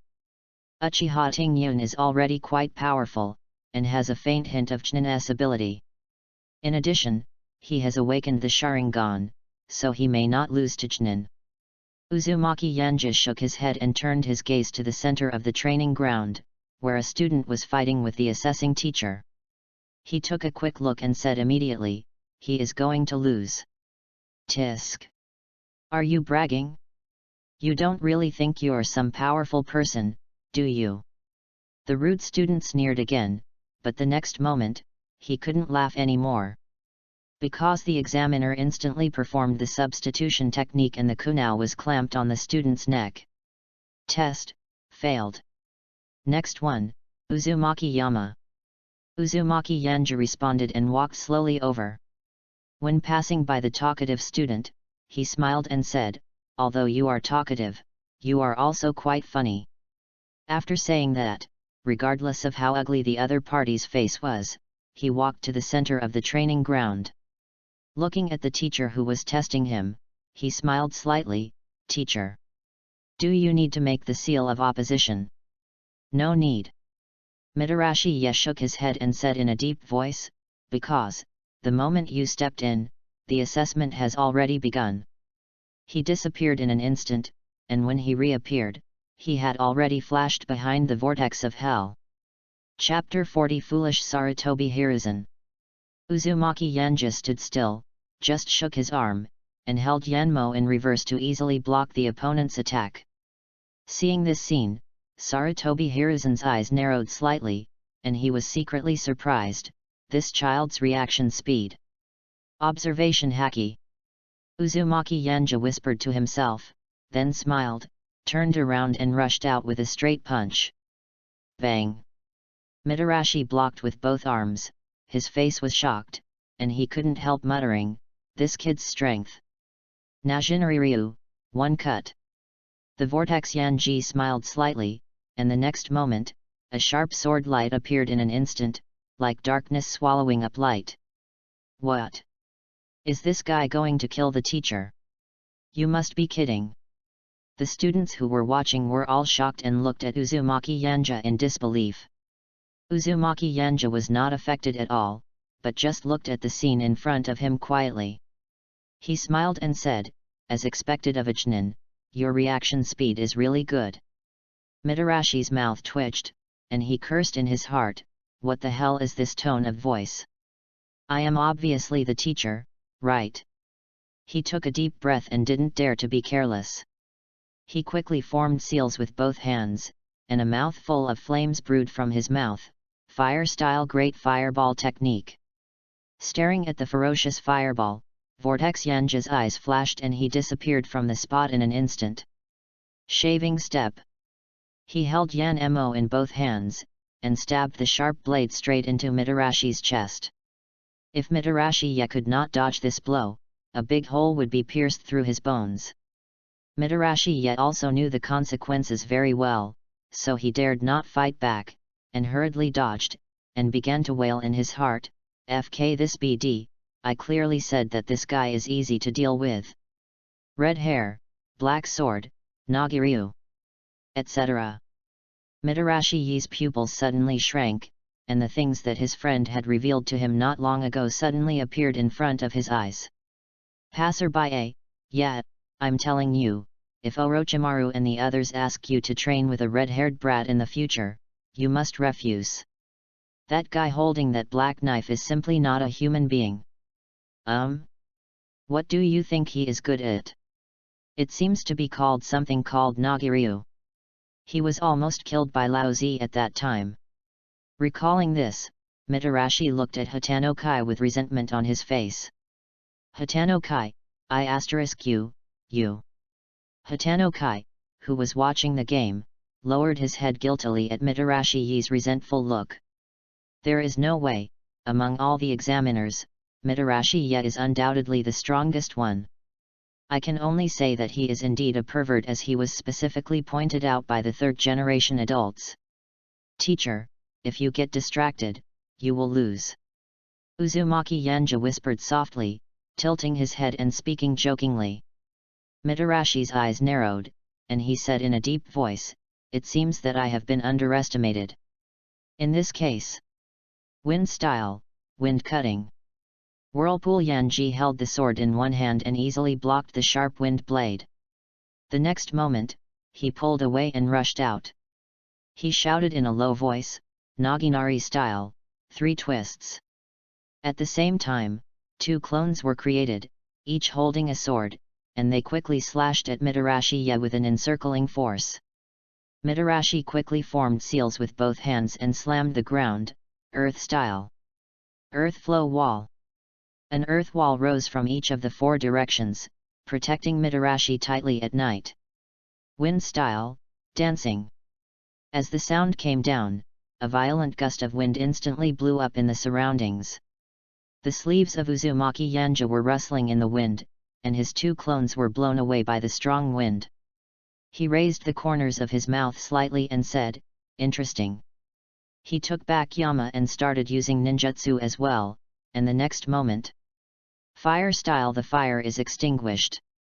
All of a sudden, the raging flames roared out, and the hot and terrifying temperature instantly ignited the whole place. A trace of despair flashed in Mitarashi's night eyes. What the hell are you hiding from? Could it be that, am I going to become the first ninja to die as an assessment teacher in the history of Konoha? Sarutobi Hiruzen's eyes suddenly changed, and he disappeared instantly, blocking Mitarashi-Yi's body, and quickly used ninjutsu. Water-style water dragon bullet technique. Boom! Thick water vapor enveloped the entire training camp, and everyone present was completely shocked. Are you kidding? Is that a ninjutsu that Genin can use? He's killing people. Killing people. Master Hokage actually took action himself. As the assessment teacher of Uzumaki Yanja, Mitarashi collapsed on the ground at night and looked at Yanja blankly. He kept breathing heavily, looking like he was in a state of embarrassment. This guy wants to kill me. He swallowed hard and cursed in his mind. Sarutobi Hiruzen frowned and looked at Uzumaki Yanja, and said, "Yanja, you are really being ridiculous this time." Facing Sarutobi Hiruzen's reprimand, Uzumaki Yanja scratched his head in embarrassment and said, "I'm sorry, Grandpa Hokage, I thought he could take it." Sarutobi Hiruzen. Mitarashi yet. Everyone. Nobody. Who can stop your ninjutsu? If you don't know, you might think you have some personal grudge against the assessment teacher. Uzumaki Yanja looked at Mitarashi yet and moved forward slowly. Mitarashi, however, looked wary and retreated hurriedly. Uzumaki Yanja coughed twice and said apologetically, "Teacher, I'm sorry, I will try to use less chakra next time." "Do you want a next time?" Mitarashi waved his hands hurriedly and said, "It's okay. It's okay. This classmate, well, you are very capable. I believe you can become a ninja on your own." "Ha! I remembered that my wife is about to give birth. Mr. Third Generation, I have to leave first." Mitarashi said hello at night and used the teleportation technique to evacuate. He felt that his career was in darkness, and he fell into the trap of a ninja student. He swore that he would never be a bullshit assessment teacher again. Sarutobi Hiruzen looked at Uzumaki Yanja helplessly and said, "Yanja, don't use such dangerous ninjutsu on the villagers next time." "Hey!" Uzumaki Yanja spread his palms, "but this ninjutsu is only B-level."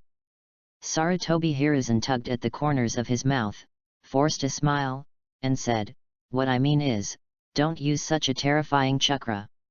No wonder the Uzumaki clan will be destroyed, not to mention the weird sealing techniques, even the Uzumaki clan itself has such terrifying chakra power. This is just a child, if he is an adult." Sarutobi Hiruzen lowered his eyes slightly, with a trace of fear flashing in his eyes. As for Uzumaki Yanja, he agreed with all his heart and said with a smile, "I know, Uncle Hokage." Okay, you passed the actual combat assessment, go down and rest." Sarutobi Hiruzen waved his hand with a smile. Uzumaki Yanja nodded, and the moment he turned around, the corners of his mouth rose slightly. "Stupid Hiruzen Sarutobi, what are you so afraid of?" Chapter 41 Minato's Opinion. Uzumaki Yanja returned to the crowd, and at this moment, the way everyone looked at him changed. The foul-mouthed student felt humiliated and ran to the edge of the team before Yanji came back, fearing that Yanji would cause trouble for him. Uzumaki Kushina looked at Yanji with amazement and said, "Yanji, you are really amazing. That fire style is so cool." Namikaze Minato nodded in approval and agreed, "Yes, it's a good thing that the third generation intervened in time." They were not surprised at all. After all, they had been training with Uzumaki Yanja all along, so how could they not know the other party's strength? Uzumaki Yanja smiled and said, "It's okay, I haven't used my full strength yet. He didn't lie. After all, what he was best at was not ninjutsu, but just relying on his huge chakra. However, as soon as these words came out, everyone present fell silent. You haven't used your full strength yet? What? Do you think you can kill the Hokage even if you use your full strength? Of course, they didn't dare to say it out loud. After all, at the moment, it seemed that Uzumaki Yanja could easily beat them. This is the back wave pushing the front wave. The front wave hasn't even started yet, but the back wave has already pushed over. At this moment, all the senior students were introverted. Uzumaki Yanja and the others were chatting, and soon, as the examiner called out their names, Minato and Kushina went up one after another to start the practical test. The final result was also as expected. The two defeated the examiner one after another, shocking everyone again. And finally, Uchiha Tingyun came on the court. Before going on stage, he found Uzumaki Yanja and said in a deep voice, "Uzumaki Yanja, just wait and see, I will prove to you the strength of Uchiha." Uzumaki Yanja nodded and said, "Come on, I believe in you." Facing the sincere blessing, Uchiha Tingyun was slightly stunned, and then snorted coldly, "Humph, you don't need to believe it, I can do it." After saying that, he turned and walked towards the center of the training ground, as if he had made some kind of decision. Uzumaki Yanja smacked his lips and thought to himself, "It's perfect, this Uchiha Tingyun is definitely a tsundere, with pure bloodline." Uzumaki Kushina snorted, somewhat dissatisfied, that guy has been making such a sour face, as if Yanji owes him something. Hearing this, Uzumaki Yanja smiled and shook his head, "You can't say that, I think he's pretty good." He didn't lie. In his opinion, Uchiha Tingyun is at most too concerned about Uchiha's reputation, tsundere, and worship of strength. He didn't think these were shameful shortcomings, especially when given the name Uchiha, it was more reasonable. All I can say is, it's a damn stereotype. Uzumaki Yanja sighed secretly, but looked at Uzumaki Kushina with a puzzled look on his face and said, "But the villagers say that the Uchiha clan are all arrogant and bad people." Hee. Uzumaki Yanja looked at Sarutobi Hiruzen thoughtfully and chuckled, "But it's only part of it.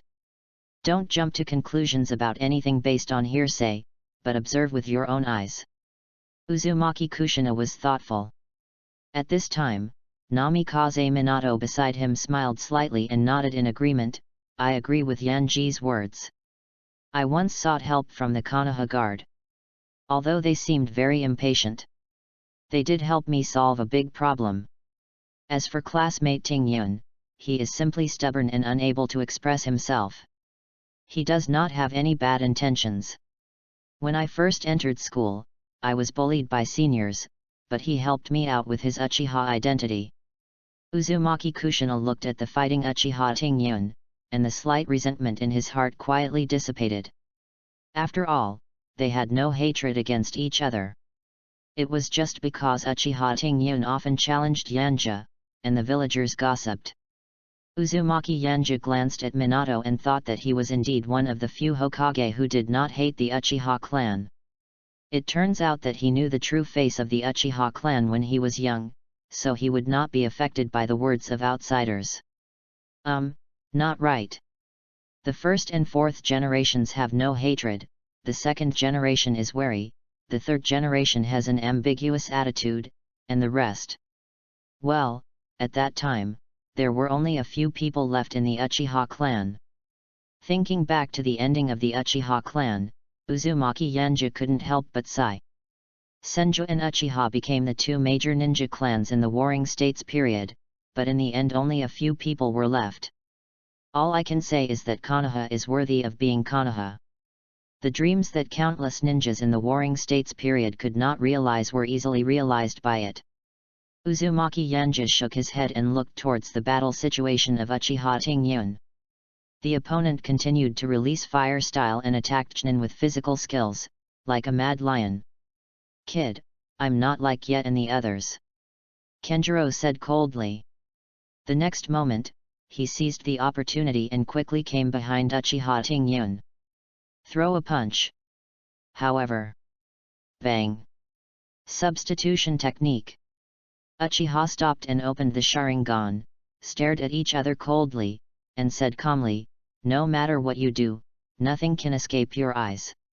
Next, the second round. After that, he quickly launched an attack. Looking at Uchiha Tingyun's blood-red eyes, Sarutobi Hiruzen narrowed his eyes slightly, then smiled and looked at the Uchiha clan leader beside him. Said, "Yamashiro, it seems that the Uchiha clan has produced an extraordinary genius. No wonder you strongly recommend him to take part in this graduation examination." Uchiha Yamashiro chuckled and said, "Third generation is overrated. It's just a Megatama. It's nothing." Although he spoke modestly, anyone could see that the corners of Uchiha Yamashiro's mouth were curled up wildly. Sarutobi Hiruzen snorted in his heart, but still said with a smile, "Yamashiro is really modest, let's continue to see how the kid performs." Uchiha Yamashiro nodded and continued to watch the battle. In fact, there is nothing good about the battle situation anymore. The moment Uchiha Tingyun showed the Sharingan, Kenjiro was shocked and lost his composure. Uchiha Tingyun naturally would not miss this opportunity. He launched a series of attacks and finally defeated Kenjiro. After the performance, Uchiha Tingyun ignored Kenjiro and went straight back to the crowd. Looking at the Vortex Yanji, he said calmly, "This time, I spent more time than you, but I will not admit defeat." Uzumaki Yanja nodded and said with a smile, "Come on." Humph. Uchiha Tingyun turned his head away. Then, the examiner spoke again, saying to everyone, "Next. Go to the entrance of the Ninja Academy's Academic Affairs Office and line up for the final examination." Chapter 42, The Third Generation Who Are Good at Winning People's Hearts, Such 8 Tsundere. The last assessment is called Ideological Assessment. Regarding this assessment, Uzumaki Yanja combined the information he had obtained and basically summarized it as a loyalty test. The courses taught in the Ninja Academy are partly about ninja knowledge, and partly about the knowledge of the will of fire.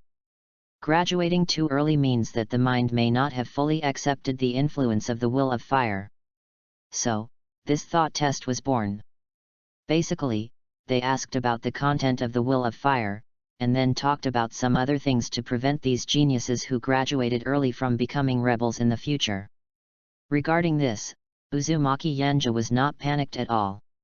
The early graduation was originally requested by these old bastards, and if they continue to hold him back, then he can just continue staying in the Ninja Academy.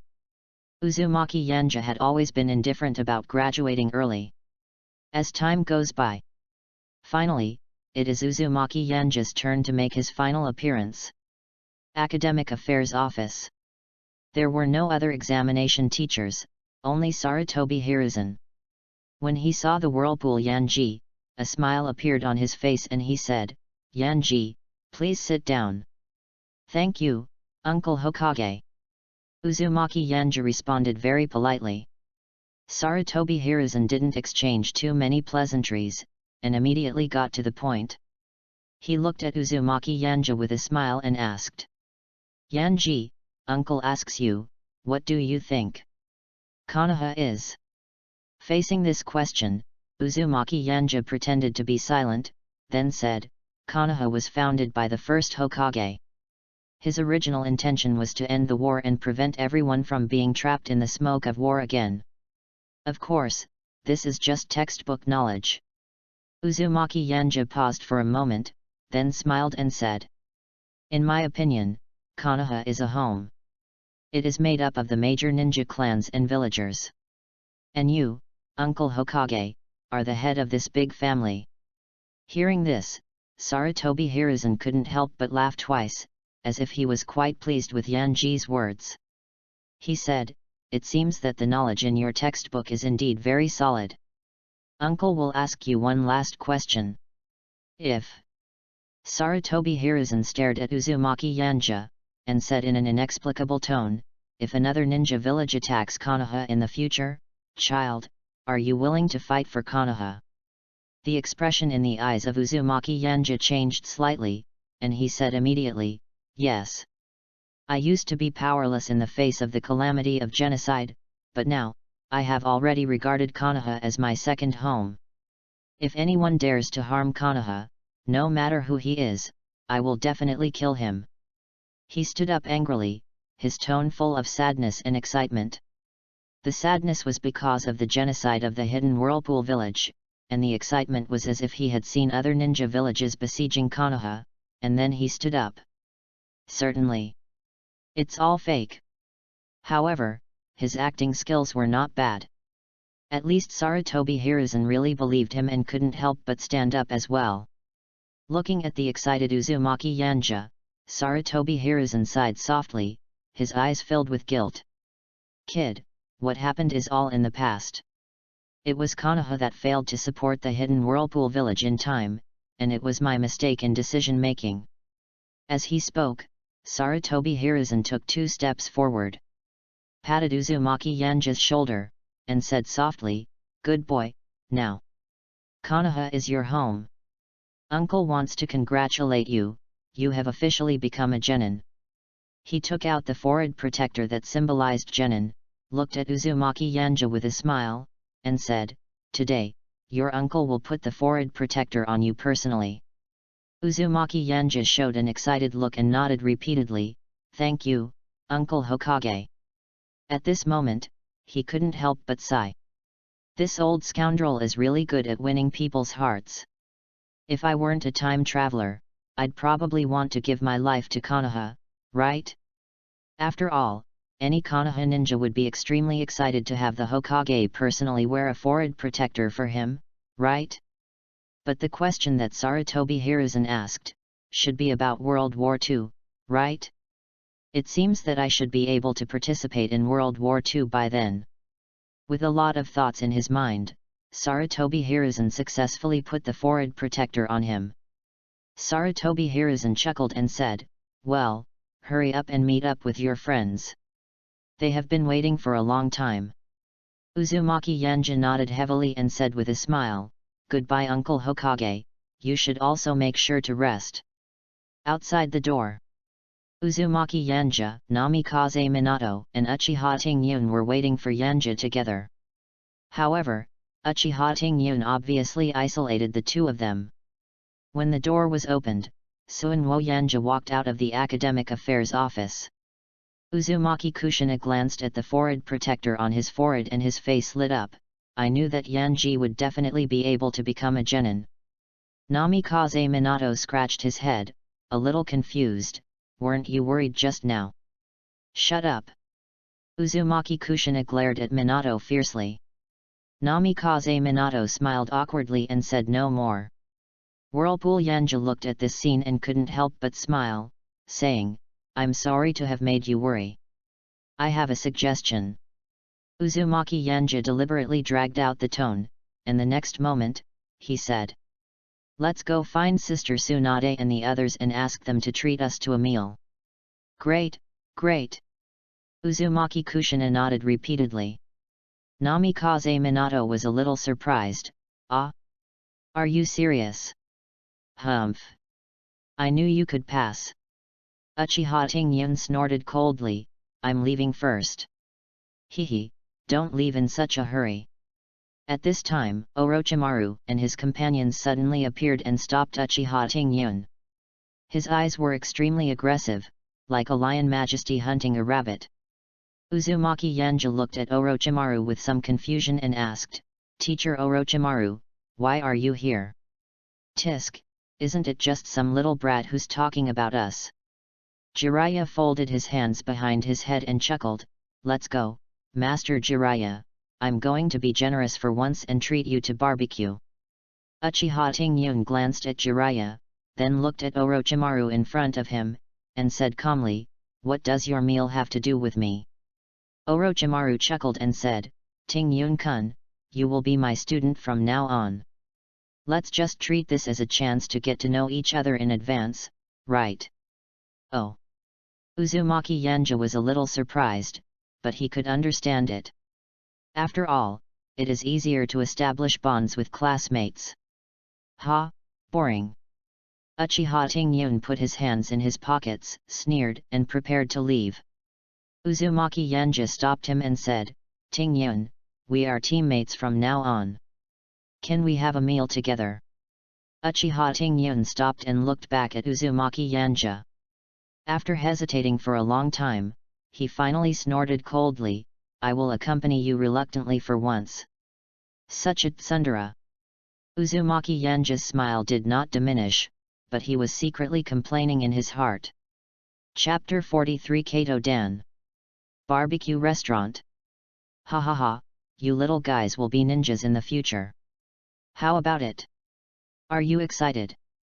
Jiraiya held a wine cup in his hand and looked at them with a smile on his face. Uzumaki Yanja smiled and nodded, saying, once we arrive, we can go out of the village to carry out missions. I am indeed looking forward to it. By the way, Mr. Orochimaru. Uzumaki Yanja turned his head to look at Orochimaru and asked curiously, who is our other teammate? As soon as these words were spoken, Uchiha Ting-yun, who had been silently eating with his head down, put down his chopsticks and raised his head. Orochimaru chuckled and said, he will be here soon. Suwo Yanja was puzzled, but the next moment, he heard a familiar voice. Ha ha ha. Yanji. Brother Orochimaru, here I come. Uzumaki Yanja looked back and saw Senju running towards him with a smile on his face. His expression was slightly complicated, and a hint of doubt flashed in his eyes. Orochimaru said another teammate will be here soon, could it be Senju Nawaki? Doesn't he have teammates? He looked to Orochimaru, wanting an answer. Orochimaru also saw the doubt in Uzumaki Yanja's heart and said immediately. 2 members of Team 3 lost their lives due to the mission. Hokage decided to transfer 2 genins from Team 6 to Team 3. And Class 6, which is the class I lead, will be filled by you and Ting-yun-kun. In other words, Class 6 is a special class. Uzumaki Yanja nodded thoughtfully, thinking that maybe Sarutobi Hiruzen had some selfish motives in this. After all, no matter what, Senju and Uchiha Ting-yun are both people who can quickly establish a bond with him.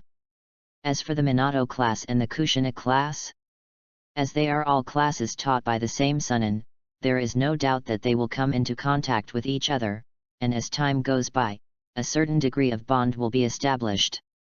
And the shackles are the ones that lock him in Konoha. Senju grinned and said, what's the matter, Yanji, don't you want to be on the same team with me?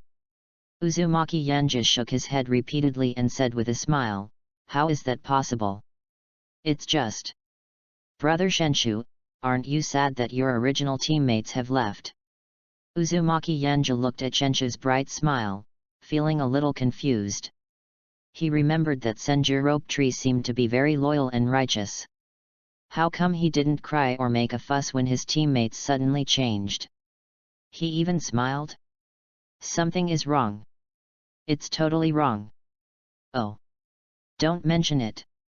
Senju waved his hands unhappily and sighed in anger, my 2 teammates need to improve their thinking. These days I have been keeping in mind what Yanji said to me that day, and actively accepting tasks that allow me to interact with the masses. As a result, my 2 teammates said that I was sick and had already asked Orochimaru-sensei to change teachers. When it comes to this, Senju can't help but feel a little indignant.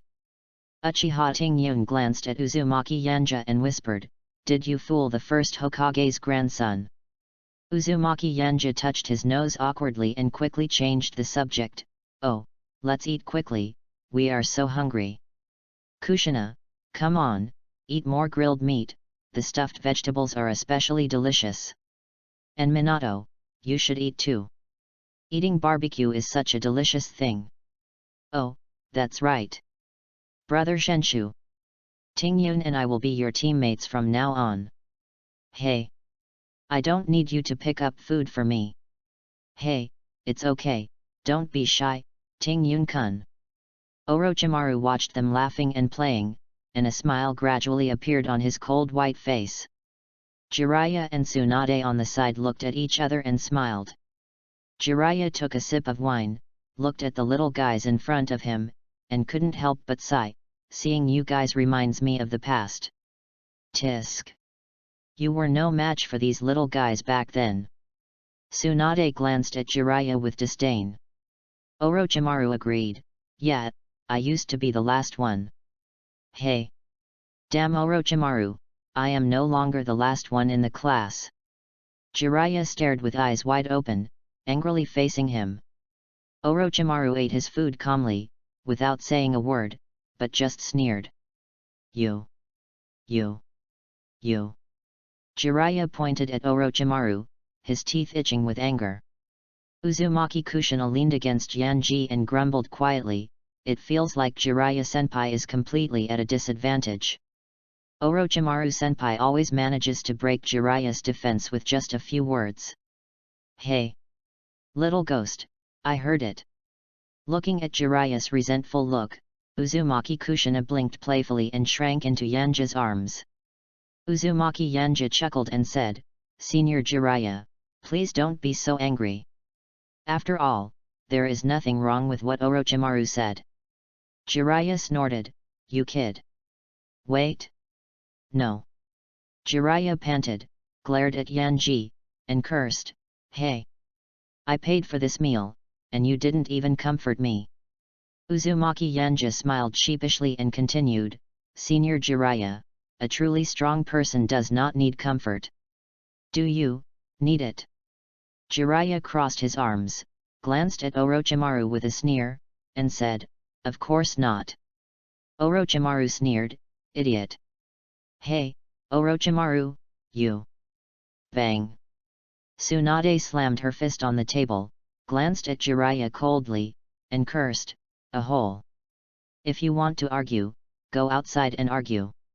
Aren't you ashamed to be here?" Instantly, Jiraiya shut his mouth honestly. Seeing this, Uzumaki Kushina couldn't help but whisper to Yanji, "Senior Jiraiya is so afraid of Sister Tsunade, could he like Sister Tsunade?" Jiraiya was shocked and subconsciously looked at Tsunade. Seeing that she didn't react, he felt relieved but also a little disappointed. Orochimaru watched this scene clearly from the side and felt helpless. At this point, the atmosphere at the table became subtle again. Uzumaki Kushina looked around suspiciously, confusion written all over her big eyes. Uzumaki Yanji raised his eyebrows, and for a moment he didn't know how to respond to Kushina's words. But the next moment, divine soldiers descend from the sky. Oh! What a coincidence! Tsunade, you guys are here too. Uzumaki Yanji looked over and saw a man wearing a genin vest, followed by 3 genins, who were greeting him with a smile. However, it is worth noting that the other party's eyes were completely on Tsunade. Tsunade looked up and nodded with a smile, "Ah, it's Dan, do you want to come over and share a table with me?" Kato Dan was somewhat tempted, but after looking at the students around him, he finally refused with a smile. Uzumaki Yanji took a deep look at Kato Dan who was leaving, and thought to himself, judging from their current situation, it seems that they are not a couple yet. Only. The moment he turned his eyes to Jiraiya, he was speechless. Jiraiya's unhappy expression was barely concealed. "Hey? Yanji!" Uzumaki Yanji heard someone calling him, and when he looked over, it was Senju Rope Tree. He saw that Senju Rope Tree had come out at some point and was waving at him, motioning him to come over.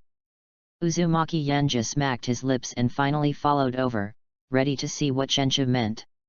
Chapter 44, Red Light District, I'm FG here. Uzumaki Yanji and Senju Rope Tree stood at the door of the toilet.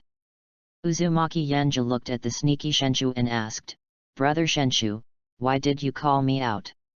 At this moment, Senju Rope Tree was staring at Kato Dan not far away with his ruler-like eyes. When he heard Yanji's question, he finally reacted and whispered, "Yanji, I need your help." Uzumaki Yanji asked curiously, "What help?" As the future heir of the Senju clan, Senju Rope Tree actually needs his help? Senju Rope Tree nodded, then pointed at Kato-dan and asked, Yanji, do you know that guy? Uzumaki Yanji shook his head, I just came here not long ago, of course I don't know him. Although he knew very well that Kato-dan was Tsunade's future boyfriend, how could he possibly say it? And tell the truth. He himself did not want this relationship to develop smoothly. There's nothing I can do, you short-lived ghost. Senju Rope Tree stared at Kato-dan warily, curling his lips in dissatisfaction, that guy is a Jainin of Konoha. My sister proposed a resolution before. It's just that the resolution only had Jiraiya and brother Orochimaru, and he expressed his support. Then he met my sister, but... Senju Rope Tree narrowed his eyes slightly, and said in a not very friendly tone, I feel like he is greedy for my sister's body. Uzumaki Yanji's pupils suddenly shrank, and he looked at Shenshu in bewilderment, somewhat surprised. Brother Shenshu, who taught you this? Damn it, I'm glad you said it out loud. If this was said at the dinner table, Tsunade would definitely send them all to the hospital with one blow. Senju Rope Tree scratched his head, not realizing the seriousness of the problem. Answer honestly, Brother Jiraiya gave me a few books, and the male protagonists often told the female protagonists that they were greedy for her body or something like that. The corner of Uzumaki Yanji's mouth twitched. Awesome, Jiraiya is really awesome. This guy still likes Tsunade? If he were Tsunade, he would never accept a pervert who gave his brother a little uncle. He was afraid that Tsunade might accidentally find out, so he coughed twice and changed the subject. Brother Nawaki, please continue your speech. Yeah. Senju Rope Tree nodded heavily and said, that guy likes my sister, but I don't want them to be together. Can you help me make that guy back off? Uzumaki Yanji was a little surprised. This is really what you think? Originally, he did not approve of Kato-dan and Tsunade's relationship, but he had no right to interfere. But now... Oh, there is nothing I can do.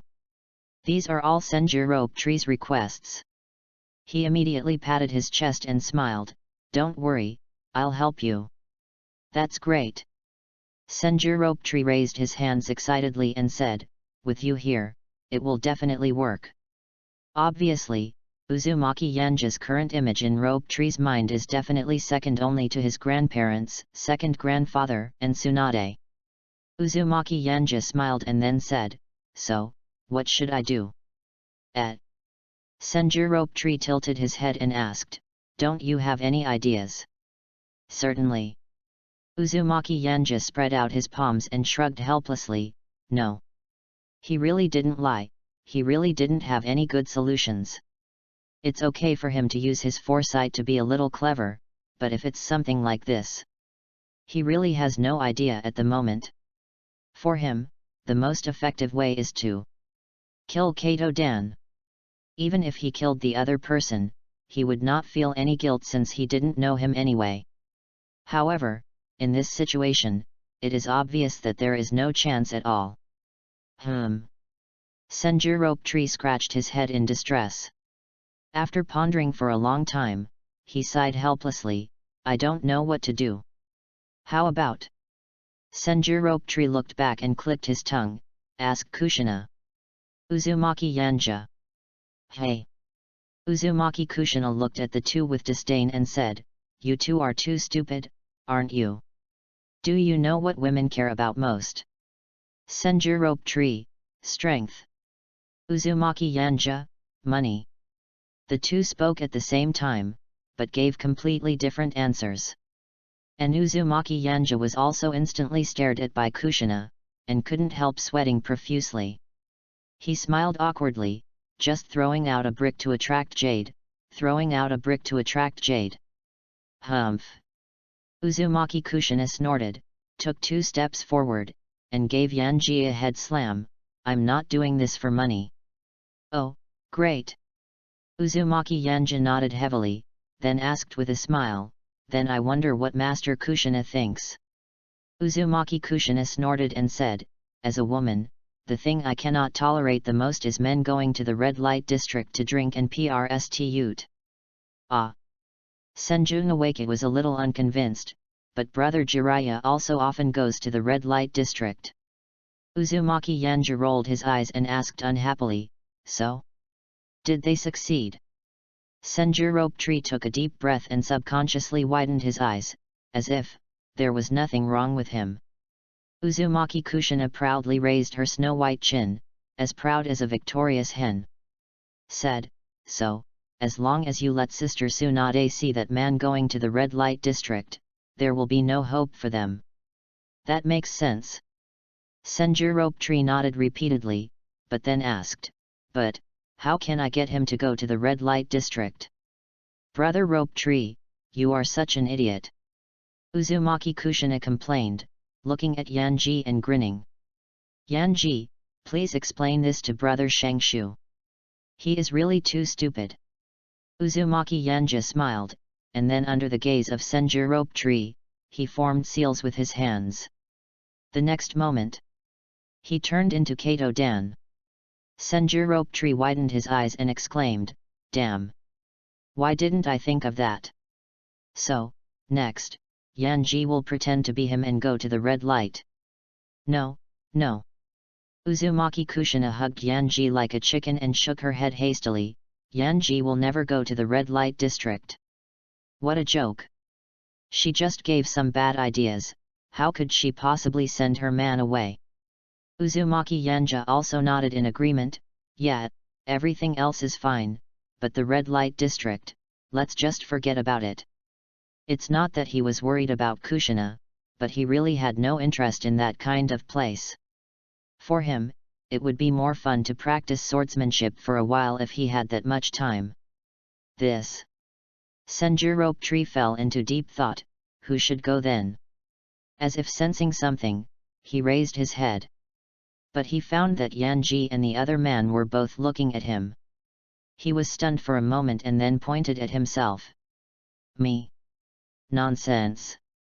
What do you think? Senju Rope Tree's mouth twitched, but he thought that if he didn't go, he would call the other party brother-in-law in the future. Immediately my heart was broken. Okay. I'll go. When? Uzumaki Yanja touched his chin and said, after dinner, let Kushina go shopping as an excuse, and then you go to the red light district and wait. Okay. I'll do it. Senju Rope Tree nodded heavily, with a hint of anticipation in his heart. Red light district, here I come. Chapter 45 Uchiha Ting-yun has blood disease. After a chaotic discussion, they returned to their seats. Tsunade glanced at the group and asked, what were you guys doing that took you so long? Uzumaki Kushina laughed playfully and said, nothing. Sister Tsunade, how about we go shopping after dinner? Hearing this, Tsunade pondered for 2 seconds, then nodded, okay, then you guys can go together, I'll buy you some ninja tools and the like. Ah. Uzumaki Yanja was a little confused. How could this have anything to do with him? Uchiha Ting-yun frowned and snorted, no, I don't need it. Hey, a hole. What do you want to say? Uchiha Ting-yun's pupils suddenly shrank, secretly shocked, there is murderous intent. He swallowed and said in a deep voice, I. Uzumaki Yanja looked at Tsunade, who had a gloomy face and a forced smile, and quickly covered Uchiha Ting-yun's mouth and smiled at Tsunade. Hee. Sister Tsunade, you just heard wrong, he's going. He's definitely going. Tsunade snorted, that's more like it. Uzumaki Yanja let out a long sigh. Given Tsunade's temper, if she hadn't stopped him just now, it wouldn't just be Uchiha Ting-yun's fault. Uchiha Ting-yun snorted coldly and touched his mouth in disgust. Suddenly, he sensed something. Turn your head and look. All he saw was Uzumaki Kushina glaring at him with an unhappy look on her face. He frowned and asked, what are you looking at? Humph. Uzumaki Kushina turned her head away, pouting unhappily. Uchiha Ting-yun curled his lips, yes. Uzumaki Yanja smiled slightly and said, "Student Tingyun, please be careful with your words." Uchiha stopped. "Damn Uzumaki Yanja, he will die in the hands of a woman sooner or later." After they had eaten and drunk their fill, Jiraiya and Orochimaru discussed it and left, not knowing what they were going to do. Senju Rope Tree also made up an excuse to leave. Tsunade was a little unhappy. "Really, I originally wanted to let Nawaka carry the things." Uzumaki Yanja certainly knew exactly where Senju Rope Tree was doing, he just smiled and said nothing. But then, "Since he's gone, Xiaoji, you should carry the things." "Ah." Uzumaki Yanja was a little confused. "Why? You don't want to?" Tsunade raised her eyebrows and asked jokingly, "You don't want Kushina to have to carry things, do you?" Yanji glanced at Kushina and happened to meet her pitiful eyes, and the corners of his mouth twitched involuntarily. But then he reacted, pointed at Namikaze Minato and said, "And them too." Namikaze Minato smiled and nodded, "I am willing to help Tsunade-senpai carry things." His idea was simple. Since Tsunade was going to buy them ninja tools, they naturally couldn't just do nothing. Carrying things can be considered as a way of repaying Tsunade in terms of physical strength. Uchiha Tingyun also said, "Whatever." He simply didn't want to owe anyone a favor, let alone a favor from the Senju clan. Seeing that the two of them agreed without even thinking about it, the corners of Yanja's mouth twitched, and he cursed inwardly, "This damn social etiquette." Tsunade patted Yanji's shoulder with a smug look on her face and said, "Xiaoji, you have nothing to say now, right?" "Hey, I don't mean anything else, I just want to carry something for Tsunade-san and Kushina." Uzumaki Kushina covered her mouth and snickered, saying teasingly, "Yanji is such a big fool." Uzumaki Yanja smiled and nodded, "Yeah, I am a big fool. It's just that my theoretical score is 30 points higher than yours." "Hey!" Uzumaki Kushina was stunned for a moment. After she came to her senses, her face suddenly turned red. "Yanji! You big BD, I'm going to beat you to death." "Hey! Don't run away. Let me punch you." Looking at the two chasing and fighting, Tsunade showed an indescribable smile, as if she had seen a rare and famous painting. The relationship between Yanji and Kushina is really good. Namikaze Minato smiled slightly and turned to look at Xingyun. "You think so, Xingyun?" Bang! Uchiha Tingyun dismissed it, "Boring." "Please wait a moment, Tsunade." At this moment, a voice suddenly sounded from the barbecue restaurant, and Kato Dan walked out. He looked at Tsunade with a smile and said, "I'm also going to buy some ninja tools for my students, how about, together?" Whirlpool Yanji. Uzumaki Kushina. The two looked at each other with horror in their eyes. "Damn, this guy is so shameless. Just date, why are you using your own students as an excuse? But if he comes here, what will happen to the Senju Rope Tree?" Just as the two people were making eye contact, Bo Fengshui looked at the two thoughtfully and stood up immediately. He looked at Kato Dan with a smile and said, "Senior, are you in a hurry?" "Ah." Kato Swan was stunned for a moment, then smiled and shook his head, "Don't be in a hurry, what's wrong?" Hearing this, Namikaze Minato suddenly became happy and said, "Senior, I have some questions that I would like to ask you. I am very anxious. These problems may only be solved by you who have mastered the art of spiritualization." As he spoke, he quietly tapped Uchiha Tingyun with his finger. Uchiha Tingyun frowned slightly and snorted, "Well, I have a problem too." Tsunade watched from the sidelines, looking at the two people thoughtfully, and couldn't help but murmur in her heart. Kato Dan was in trouble at this moment. On the one hand, he wanted to take this opportunity to get closer to Tsunade, but on the other hand, he was really worried about whether there was really something wrong with these two children.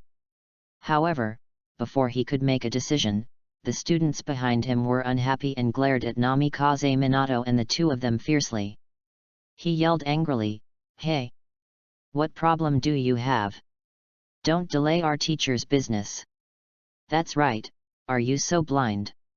Listening to the words of Kato Dan's student, Tsunade frowned slightly, obviously unhappy. Uchiha Tingyun's face suddenly darkened, he glared at Sharingan, glanced at the three students, and said coldly, "Shut up. I just have something wrong, I have a blood-stain disease." As he said that, he glanced at Bo Feng Shuman coldly, snoring in his heart. He had roughly guessed that they definitely had some ulterior plan to Kato Dan and wanted to get rid of him. What a boring bunch of guys. Blood-stain disease. Kato's pupils shrank suddenly, and Tsunade on the side was also surprised. Uchiha Tingyun nodded and said quietly, "Only Namikaze Minato and the clan leader know about the blood-stain disease. The patriarch said that only you, who knows the art of spiritual transformation, can solve this matter. Can you help me?" Uzumaki Yanja's face was filled with shame. "Brother, are we asking for help?" Chapter 46 Mental Illness. In the end, Kato Dan left with Uchiha Tingyun and Namikaze Minato and went to Konoha Hospital. And his students. Then he followed Tsunade to buy ninja tools. Just before Kato Dan left, he waved his hand and gave Tsunade a lot of money, enough to pay for the ninja tools for 8 people. Uzumaki Kushina followed Yanji in a low voice and said, "Yanji, that big brother is quite nice." They all knew that Uchiha Tingyun's blood-stained disease was just a random lie to cover their lies. But no matter what, Kato Dan's willingness to help is already a plus. She is now somewhat unclear as to why Senju Nawaki is unwilling to let Kato Dan and Tsunade be together. Hearing Kushina's words, Uzumaki Yanja smiled and nodded, saying, "Yes, he is really a good big brother. It's a pity that being a good person in the ninja world is not a particularly obvious advantage. In his opinion, the best partner should be Orochimaru. Can be male or female, can attack or defend. You can even summon a swarm of snakes to add to the fun. Of course, just kidding. Hey, kid." Tsunade touched Yanji's head with her hand and asked with a smile, "What ninja tools are you planning to buy? Do you need to buy you a ninja sword?" She clearly remembered that Uzumaki Yanja specifically requested a swordsmanship from Orochimaru.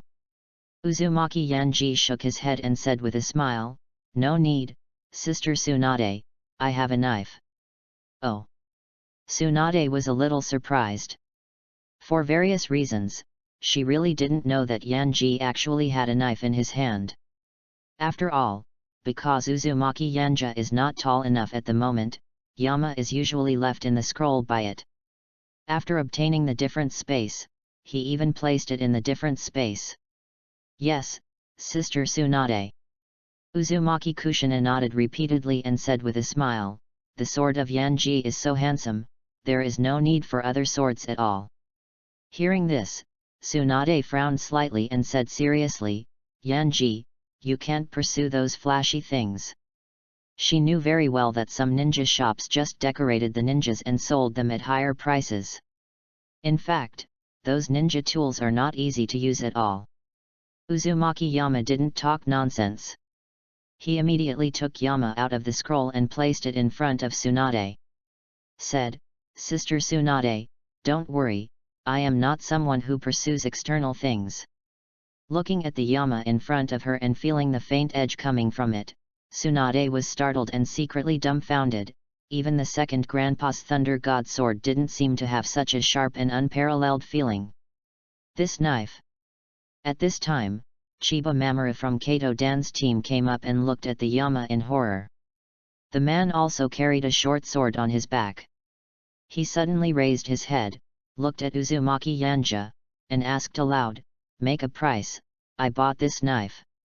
Uzumaki Yanja raised his eyebrows slightly, but still shook his head and said, "Sorry, I won't sell it."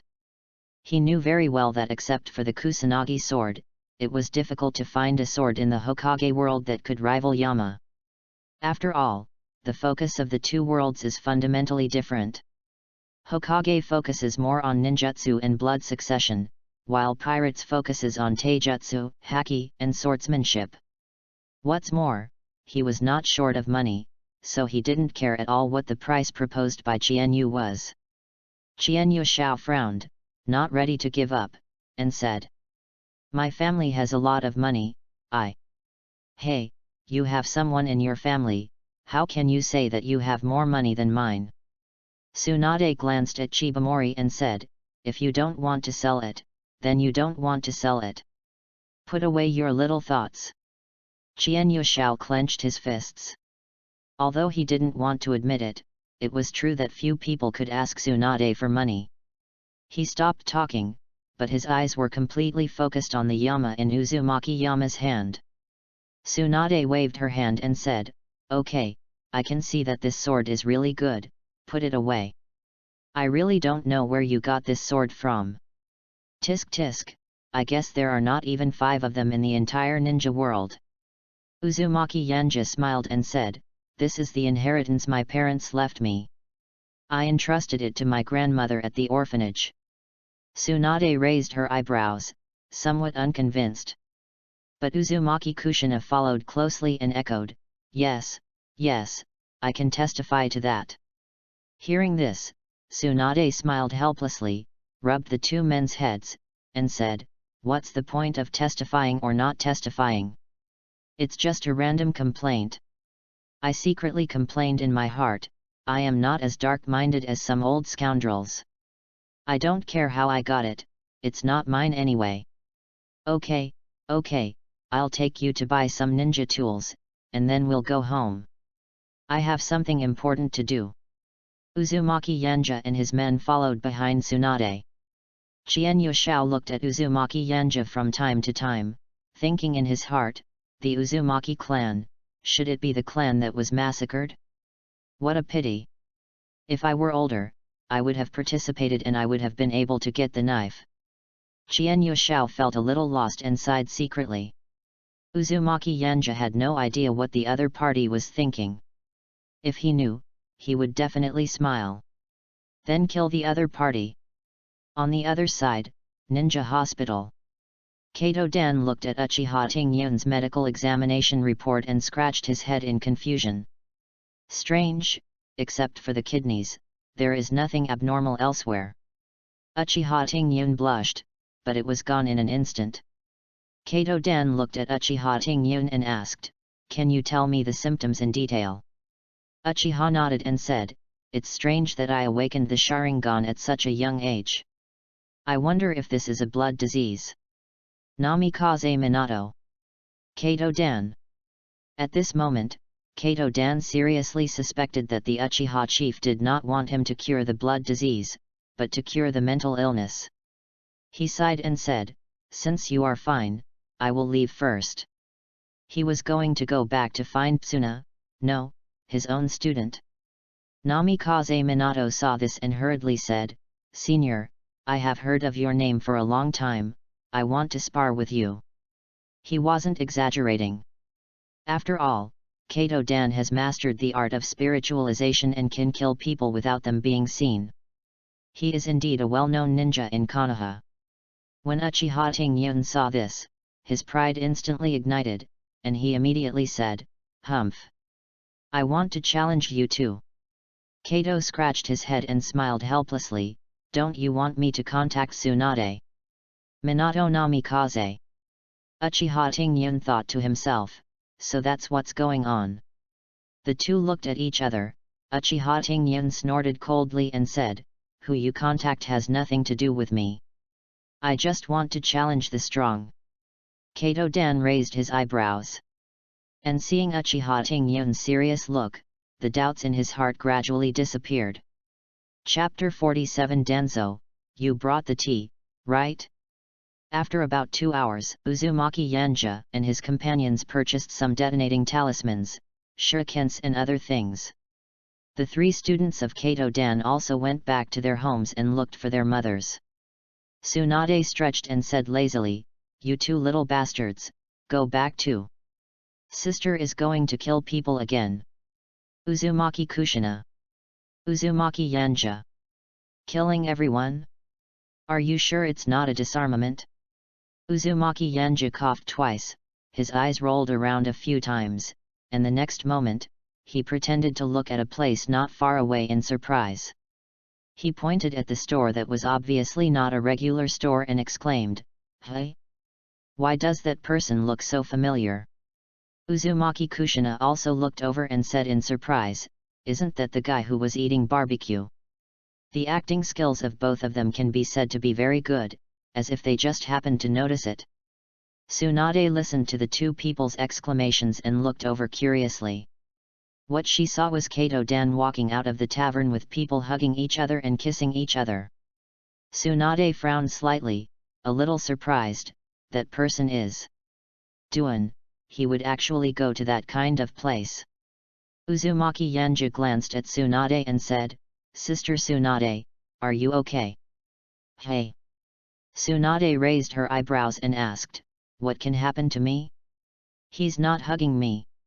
I'm just a little surprised that he's the same type as Jiraiya." "Oh, no. Jiraiya is even more disgusting than him." At this moment, Jiraiya, who was collecting materials, sneezed. Uzumaki Yanja was a little surprised by Tsunade's reaction. Wasn't this a little too calm? Could it be that he got the time wrong? At this time, Tsunade and Kato-dan haven't reached the point where they are about to break up. They are just friends? Uzumaki Yanja thought for a moment, and finally, he gave up. No matter what, the goal has been achieved. After all, from what Tsunade just said, it can be seen that the other party's impression of Kato-dan has probably declined a bit. "Okay, you guys should hurry home. To me, the world is bigger than the money I make." She rolled her eyes, said goodbye, and rushed towards the gambling house without looking back. Looking at Tsunade's departing back, Uzumaki Yanja clicked his tongue. "Kushina, what do you think is going on with Sister Tsunade?" Uzumaki Kushina tilted her head, pondered for a moment, and said, "I don't think she has any intentions towards that big brother, otherwise she wouldn't be so calm." "Yoshi, what will you do if I go?" Uzumaki Yanja looked at Kushina with a smile. Uzumaki Kushina smiled back, but there was a hint of murderous intent and warning in her words. "It won't do anything, it will just break your limbs." Uzumaki Yanja only felt a coolness somewhere, and shivered subconsciously, then smiled and said, "Don't worry, I won't go to that kind of place. It's just that I'm a little curious now." Uzumaki Yanja glanced at the winehouse and said jokingly, "Brother Shenshu, how do you feel now?" At this moment, on the other side. "Hey, sir, can you please have another drink with me, please?" "Master, please take a look at this. It feels very heavy. Can you help me hold it up?" Two women dressed seductively and behaved coquettishly, with seductive eyes, kept pouring wine into Kato-dan. And their white hands were groping up and down in a dishonest manner. Initially Senju Tree was very embarrassed and awkward, but he gradually relaxed and even learned to take the initiative. Senju Tree smiled, "He, how great it is. Land of the Senju people." At this moment, two distinguished guests came to the Senju tribe. They are the third Hokage Sarutobi Hiruzen, and the leader of the root, Shimura Danzo. However, what is surprising is that at this moment, they knelt respectfully in front of Uzumaki Mito and served him tea. There is no other reason. Uzumaki Mito's status in Konoha village is unmatched. After all, she is not only the widow of the first generation and the sister-in-law of the second generation, but she is also the Grandmaster sealing techniques and even the Nine Tails Jinchuriki. No matter who he is, no one will show any disrespect to him. At least, that's what it looks like on the surface. Sensing the malice emanating from the two people in front of him all the time, a trace of disappointment and helplessness flashed across Uzumaki Mito's turbid eyes. Sarutobi Hiruzen, however, smiled and offered the tea to Uzumaki Mito with both hands, saying, "Senior Mito, this is the good tea I got recently, would you like to try it?" Uzumaki Mito glanced at the cup of tea, then took it and took a sip. He asked, "Little monkey, Danzo, what do you want to see me for?" Sarutobi Hiruzen chuckled twice and said, "Is there nothing I can do? Can't I come to see you?" Uzumaki Mito said nothing and just looked at the two of them quietly. An invisible sense of oppression swept over. Sarutobi Hiruzen smiled awkwardly, then said, "It's nothing serious, I just want to ask for your opinion on something." "Oh." Uzumaki Mito narrowed his eyes, a little surprised. When Sarutobi Hiruzen first became Hokage, he did come to her to discuss many things, but since he founded the Council of Elders, he came less and less often. In the end, she didn't even see Sarutobi Hiruzen again for many years, until the hidden whirlpool village was destroyed. "Sarutobi Hiruzen comes again today, I'm afraid it won't be a good thing." Sarutobi Hiruzen did not say anything, but instead gave a look to Shimura Danzo. Shimura Danzo sneered in his heart, and then said, "Senior Mito, according to the information sent back by the Anbu ninja, Hanzo of Rain Shinobi Village seems to have the idea of attacking Konoha. Hanzo is good at using poison, and his strength should not be underestimated. The Sand Village was able to take advantage of him before, and it can be said that they suffered heavy losses." Uzumaki Mito nodded slightly. She had heard Tsunade mention Hanzo before, and it seemed that he was indeed very powerful. Shimura Danzo glanced at Uzumaki Mito, and the next moment, the dagger was revealed. He spoke slowly, "Today, Uzumaki Yanja, Namikaze Minato, and Uzumaki Kushina-san passed the ninja test. Among them, we evaluated Uzumaki Yanja's strength and came to a shocking result. His strength is almost infinitely close to Jainin. Mito-senpai, I hope you can consider letting Uzumaki Yanja join the upcoming war. After all, he is also a part of Konoha." Uzumaki Mito frowned, and her voice became colder. "After the death of my husband and Tobirama, has Konoha now fallen to the point where children have to go to the battlefield?" Then, she looked at Sarutobi Hiruzen and asked, "Little monkey, do you still remember the original intention of my husband and Uchiha Madara to establish Konoha?" Sarutobi Hiruzen lowered his head guiltily. Shimura Danzo said bluntly, "Mito-senpai, please don't mention the name of that traitor, and Uzumaki Yanja's strength is enough to make people ignore his age. What's more, letting him participate in the upcoming war is also to make the villagers accept him better and enhance his sense of belonging to Konoha. Mito-senpai, I hope you can seriously consider this." Uzumaki Mito looked deeply at Shimura Danzo for a long time, then she asked, "Danzo, you brought today's tea, right?" Shimura Danzo lowered his head and said nothing. Uzumaki Mito slowly closed his eyes, with countless pains in his heart, and slowly said, "You must protect this child, he will become the future of Konoha." Chapter 48 Mission, Bandit. The next day came in a flash. According to the address Orochimaru left in advance, Uzumaki Yanja and Senju Nawaki went to the village entrance together. Walking on the road, Uzumaki Yanja looked at Shenshu teasingly and asked, "Brother Shenshu, how did you feel yesterday?" As soon as these words came out, Senju Shenshu's face suddenly turned red. He coughed twice and said, "Children should not ask about adult matters." Dare not say. He really doesn't dare to say. Those little goblins are really good. He swore that he had originally intended to just take a stroll in and then leave. Who knew those two little demons were so annoying, blurting out all kinds of dirty talk, and using all kinds of tricks, which made him stiff. But now that he was completely sober, he secretly swore to himself, never go to that kind of place again, never. "I swear on the Senju clan. No, no. I swear on the honor of my brother Jiraiya."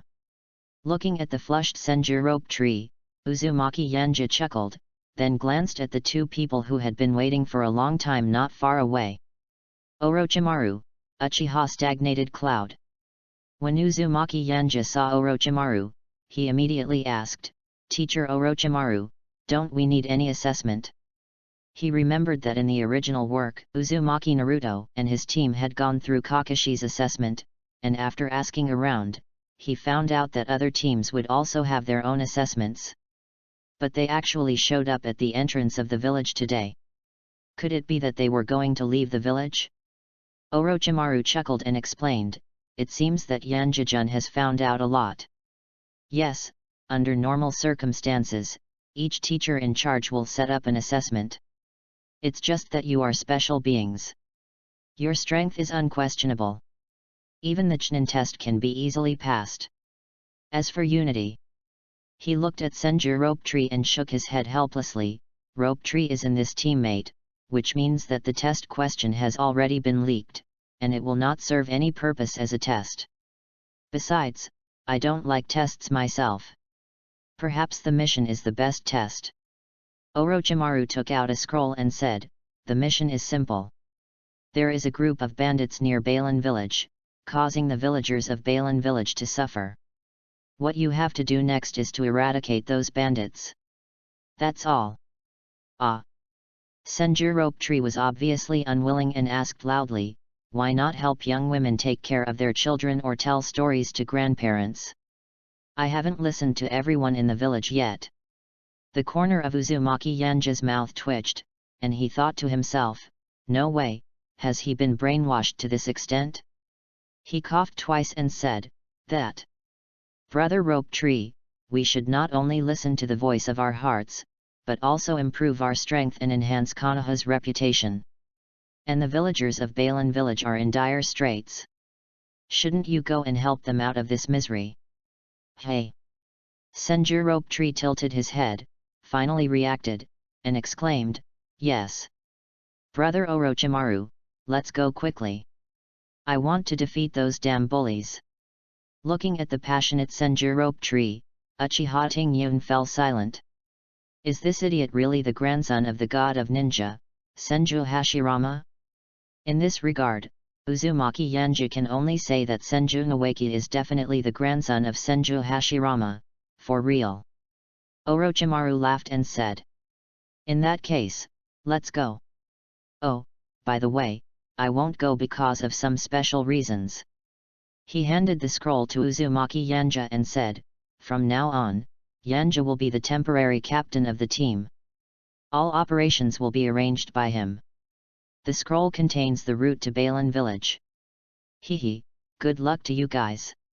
After saying that, Orochimaru disappeared in smoke. It turned out to be Shadow Clone. Uzumaki Yanja looked down at the scroll in his hand, raised his brows slightly, and then looked at the two of them. Said, "Then let's set off immediately." "Okay." Senju Rope Tree smiled and turned around immediately. "Oh." Uchiha Tingyun responded indifferently. Neither of them had any objection to Uzumaki Yanja becoming the temporary captain. The former simply ignored these unimportant matters and focused on rescuing Balang village. The latter thinks that Uzumaki Yanja is stronger than him and he should be the captain. The three of them set off for Balan village. On the other side, Tsunade, who had casually assigned a task of cleaning up the garbage to Uzumaki Kushina and the other two, kicked open the door of the Hokage's office without saying anything. Sarutobi Hiruzen didn't seem surprised by Tsunade's arrival. He smoked his pipe and said slowly, "Tsunade, this is the 23rd door you've broken." Tsunade snorted coldly, glared at Sarutobi Hiruzen with a bad face, and cursed, "I will kick. I am happy with it. Don't change the subject. Why did you let Shangshu, Yanji, and the others go out of the village to carry out the mission?" Sarutobi Hiruzen sighed helplessly and said, "Isn't it normal for a ninja to carry out a mission?" Tsunade, however, didn't care at all and said coldly, "I don't care about Rope Tree. I admit that I overprotected him, but what about Yanji? He just became a ninja. You let him go out of the village to carry out a mission, are you crazy?" Sarutobi Hiruzen shook his head and said, "Tsunade, Yanji is stronger than you think. For him, there will be no danger in destroying the bandits. And Tsunade, before long, Konoha will most likely go to war with the Rain Shinobi village. Uzumaki Yanja's strength should not be underestimated. Coupled with his extremely deceptive age, his role on the battlefield will be. Even if a war breaks out, we will be there to support them. We don't need these little brats. Tsunade snorted coldly, staring at Sarutobi Hiruzen and said, "It's better if nothing happens, otherwise I will never let you go." Sarutobi Hiruzen rubbed his brows and said helplessly, "Tsunade, I am your teacher." Tisk. That's no reason to push my loved ones into the fire pit. Even so, Tsunade's anger obviously subsided a lot. Uzumaki Yanja was not aware that Tsunade had a conflict with Sarutobi Hiruzen because of him. At this moment, he has arrived at Beilang village. There are many ninja villages in the ninja world, but unfortunately, Beilan village is just a place where a group of ordinary people live. Facing robbers, they have no power to resist. Before Uzumaki Yanja entered the village, he saw. "Damn it, give me all the stuff. You don't have any money? Didn't I tell you to prepare the money and wait for us last time? You turned a deaf ear to our words? Damn it, tie this woman up and take her back to the village." Seeing the robbers rampaging in Beilang village, the villagers lowered their heads and cried, not daring to resist. No matter how hard the beautiful woman struggled, she could only be tied up roughly. Because of her strong resistance, her naked body was exposed for a moment. Seeing this scene, Senju Rope Tree was immediately furious and shouted, "Stop it!" Chapter 49, Beilan Village Crying. Seeing that Senju Rope Tree was about to rush out, Uzumaki Yanja quickly reached out and grabbed his shoulder. Senju Rope Tree looked back in confusion, but Uzumaki Yanja just smiled and said, "No need to bother." The moment the words fell, boom! The terrifying conqueror's domineering aura burst out, and at this moment, he no longer tried to suppress it. In an instant, the robbers all fell unconscious on the ground with their pupils wide open and foam coming out of their mouths. Plop! Plop! Looking at these robbers who fainted instantly, Uchiha Tingyun was secretly shocked and subconsciously glanced at Uzumaki Yanja. This is the pressure from the time when we were in Ninja Academy. However, the power is obviously much stronger. Uzumaki Yanja narrowed his eyes slightly, remained silent for 2 seconds, and then said, "Okay, let's go check on the villagers." Senju Shenshu couldn't wait any longer and rushed up hastily, thinking that his parents were dead. Uchiha Tingyun was just the opposite. He didn't even bother to take a look. Uzumaki Yanja slowly walked towards Beilan village. The villagers' eyes first fell on the Konoha forehead guards worn by Uzumaki Yanja and the other two, this extremely iconic symbol. Uzumaki Yanja took a quick look and said, "We are ninjas from Konoha village who came here to carry out a mission." "They?" He looked down at the unconscious bandits and asked, "They should be the bandits mentioned in the mission, right?" "Yes. It's them. It was these damned bandits who killed my old mother and insulted my wife and daughter. It's the Konoha ninja, we are finally saved, woohoo!" The villagers immediately launched a thunderous outcry. They glared at the robbers, as if they wanted to eat their flesh and blood alive. "Yes, I understand." Uzumaki Yanja nodded slightly, "In that case, then kill him." After saying this, he lightly grasped the hilt of the sword with his hand, and the sharp sword light flashed in an instant, and all the bandits were beheaded. The clean and neat way of handling the situation really scared the villagers. They all shrank their heads in fear. But then, the crowd cheered again. "Dead! Finally dead! Little heroes, thank you so much." Senju Rope Tree looked at Uzumaki Yanja in surprise and whispered, "Yanja, there is no need to kill them." Even though he was so angry just now that his teeth were itching, he just intended to beat these guys up so that they wouldn't dare to do evil. Who would have thought that Uzumaki Yanja would kill them directly? Uzumaki Yanja raised his eyebrows, shook his head helplessly, and said, "Brother Shenshu, they are robbers, they deserve to die. If he is released, I don't know how many more people will be harmed. I see. Senjuro Tree, who has never been on a killing mission, still maintains a sense of innocence and has not yet fully realized the cruelty of the world. Maybe it will develop according to the original work. By the time he realized it, he was already dead. Uchiha Tingyun, who had been watching from the sidelines, kept recalling the fierce methods used by Uzumaki Yanja and was secretly surprised. This guy definitely wasn't killing someone for the first time. Damn! Did I lose again? He clenched his fists and vowed to himself that he would kill more people when he went to eliminate the bandits. And he would never bring disgrace to the honor of Uchiha. The three of Uzumaki Yanja were invited by the villagers to stay in Balan village for a short time.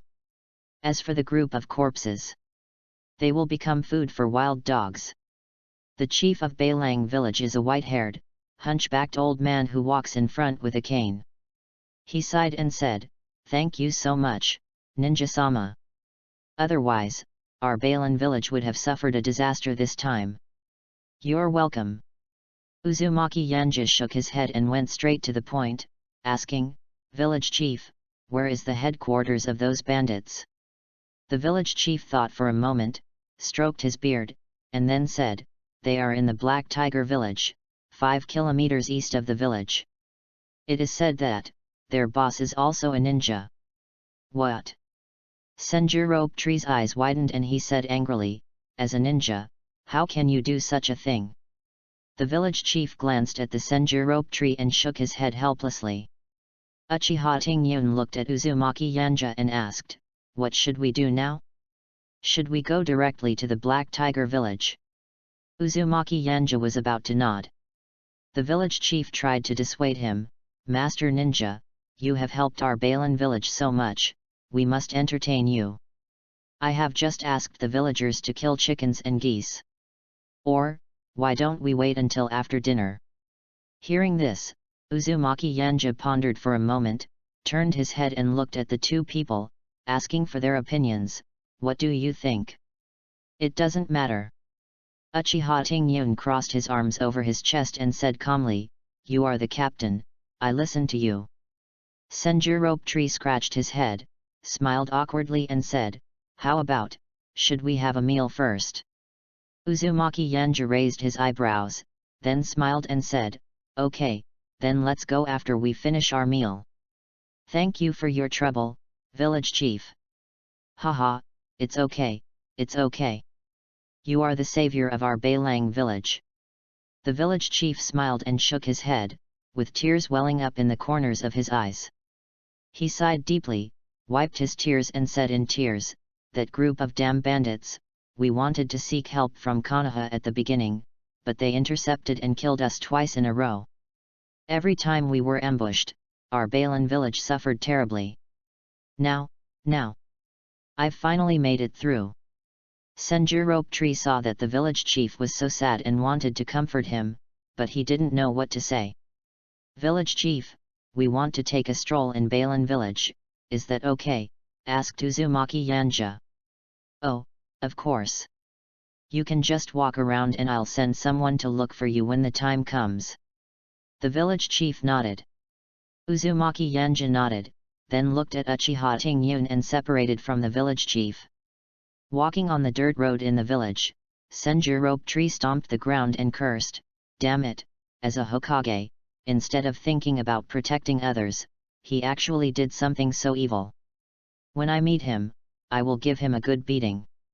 Uzumaki Yanja smiled and said, "Then the ninja will have to be handed over to Brother Rope Tree at that time." "Don't worry." Senjuro Tree patted his chest and said, "I will definitely beat him so badly that even his mother won't be able to recognize him." Uchiha Tingyun frowned slightly and lowered his head to think. Suwo Yanja took a look and asked, "Tingyun, what are you thinking about?" Uchiha Tingyun glanced at him and said immediately, "I was thinking, since the leader of the Black Tiger village is a ninja, the people under him should also be ninjas, right?" "Not necessarily." Uzumaki Yanja shook his head and said, "If his strength is strong enough, he might pass on the chakra refining technique and some ninjutsu to his subordinates." But if he is not strong enough, he may face a backlash in the end. But it doesn't matter. No matter how strong he is, his fate has already been determined. Weev-woo. Weev-woo. As the two were talking, a crying sound came quietly from not far away. Chapter 50, Introducing a Wife to Uzumaki Yanja. Suinwo Yanja looked in the direction of the sound and saw a strong man kneeling on the ground inside the house, kowtowing towards the morning hall. He kept whispering, "Mom, Alan, the good days of those bandits are finally coming to an end. Our village finally invited ninjas. Those damn bandits are going to hell soon. You may rest in peace." Seeing this scene, Senjuro Tree's fists unconsciously clenched a little tighter. Uzumaki Yanja had some impression of this man. Throwing the bodies of the robbers to feed the dogs took a lot of effort. It can be seen that the other party really hated those robbers. However, he did not feel too much in his heart. After all, he did not know the other party and he was not interested in the other party's story. Uzumaki Yanja simply glanced at him and left. Uchiha Tingyun followed him, while Senju Naoki walked into the man's house, seeming to want to say something. The two walked aimlessly in Balan village, and everyone who saw them would be respectful and grateful to them as if they had seen their saviors. "I'm curious." Uchiha Tingyun stopped and spoke slowly, "Why did you choose to stay here for dinner?" Upon hearing this, Uzumaki Yanja smiled and said, "It's simple. I don't want the villagers' kindness to go to waste. That's all." Uchiha Tingyun looked deeply at Uzumaki Yanja. Although there was nothing wrong with the other party's explanation, but he always felt that the other party seemed to be hiding something. But before he could ask more questions, a villager ran over and waved at them. Shouted, "Master Ninja, dinner is ready, come and eat. Eat well and hit the road." "Here we go." Uzumaki Yanja responded, then turned his head to look at Uchiha Tingyun and smiled slightly, let's go eat." "Humph. Got it." Uchiha Tingyun snorted coldly, and no longer bothered about what Yanji was hiding. Led by the villagers, the two men came to the entrance of the village. The blood here had not yet dried up, but the wooden tables were full of things. The wooden table was filled with fragrant food, and almost all the villagers gathered here. The most noteworthy one is undoubtedly the Senjuro tree. The other party was actually arm in arm with a villager, looking as if they had met each other too late. Uzumaki Yanja smiled, walked over, and asked, "Brother Shenshu, it seems that you get along well with this big brother." Yes. Senjuro Tree grinned, "Just now this big brother said that he wanted to introduce his daughter to you." "Ah." Uzumaki Yanja was stunned. "No, how dare you?" But the next moment, he was stunned. Just because. Senju Shenshu picked up a baby who was still in swaddling clothes and said with a smile, "My brother said that when Yaya grows up, he will let her marry you." The corners of Yanja's mouth twitched, and he quickly refused, "That's not necessary, I already have Kushina." Hearing this, Senjuro Tree and the big brother looked at each other, and both of them smiled happily. Ha ha ha ha. He believed it. He actually believed it. Uzumaki Yanja rolled his eyes and said faintly, "I will go back and tell Grandma Mito about it and ask her to confiscate your pocket money." "What?" Senju Shenshu's pupils suddenly shrank, and he cried out to his parents, I'm wrong. Yanji, I know I was wrong. I don't know what's wrong with my sister these days. She's been asking me for money like crazy, which makes my already tight wallet even worse. If you tell Grandma Mito about this, I'll really have to eat dirt." Uzumaki Yanja smiled slightly. Just when Senjuro Tree thought Yanji had given up on filing a complaint. "What's the matter?" Boom! The Senjuro Tree was struck by lightning. Uzumaki Yanja chuckled twice, stopped teasing the rope tree, and said, "Actually, if you want more pocket money, I have a way." Senjuro Tree's eyes flickered, and he asked curiously, What method? What does Sister Tsunade use the money for? Faced with this question, Senjuroptri answered without hesitation, of course, to gamble. As he said this, he couldn't help but complain, really, I don't know why, he is so bad at gambling, but he still likes gambling so much. She almost always loses every time she gambles. Uzumaki Yanja smiled evilly and said, so, you disguised yourself with the transformation technique and went to gamble with him, then. A word can wake a dreamer up. Senjuroptri's eyes suddenly widened, full of surprise and desire for pocket money. Damn it! Yeah, I can definitely get it back. This way, even if she loses all her money, I can still lend it to her later, and then I can gamble it back. Yanji, you are so smart.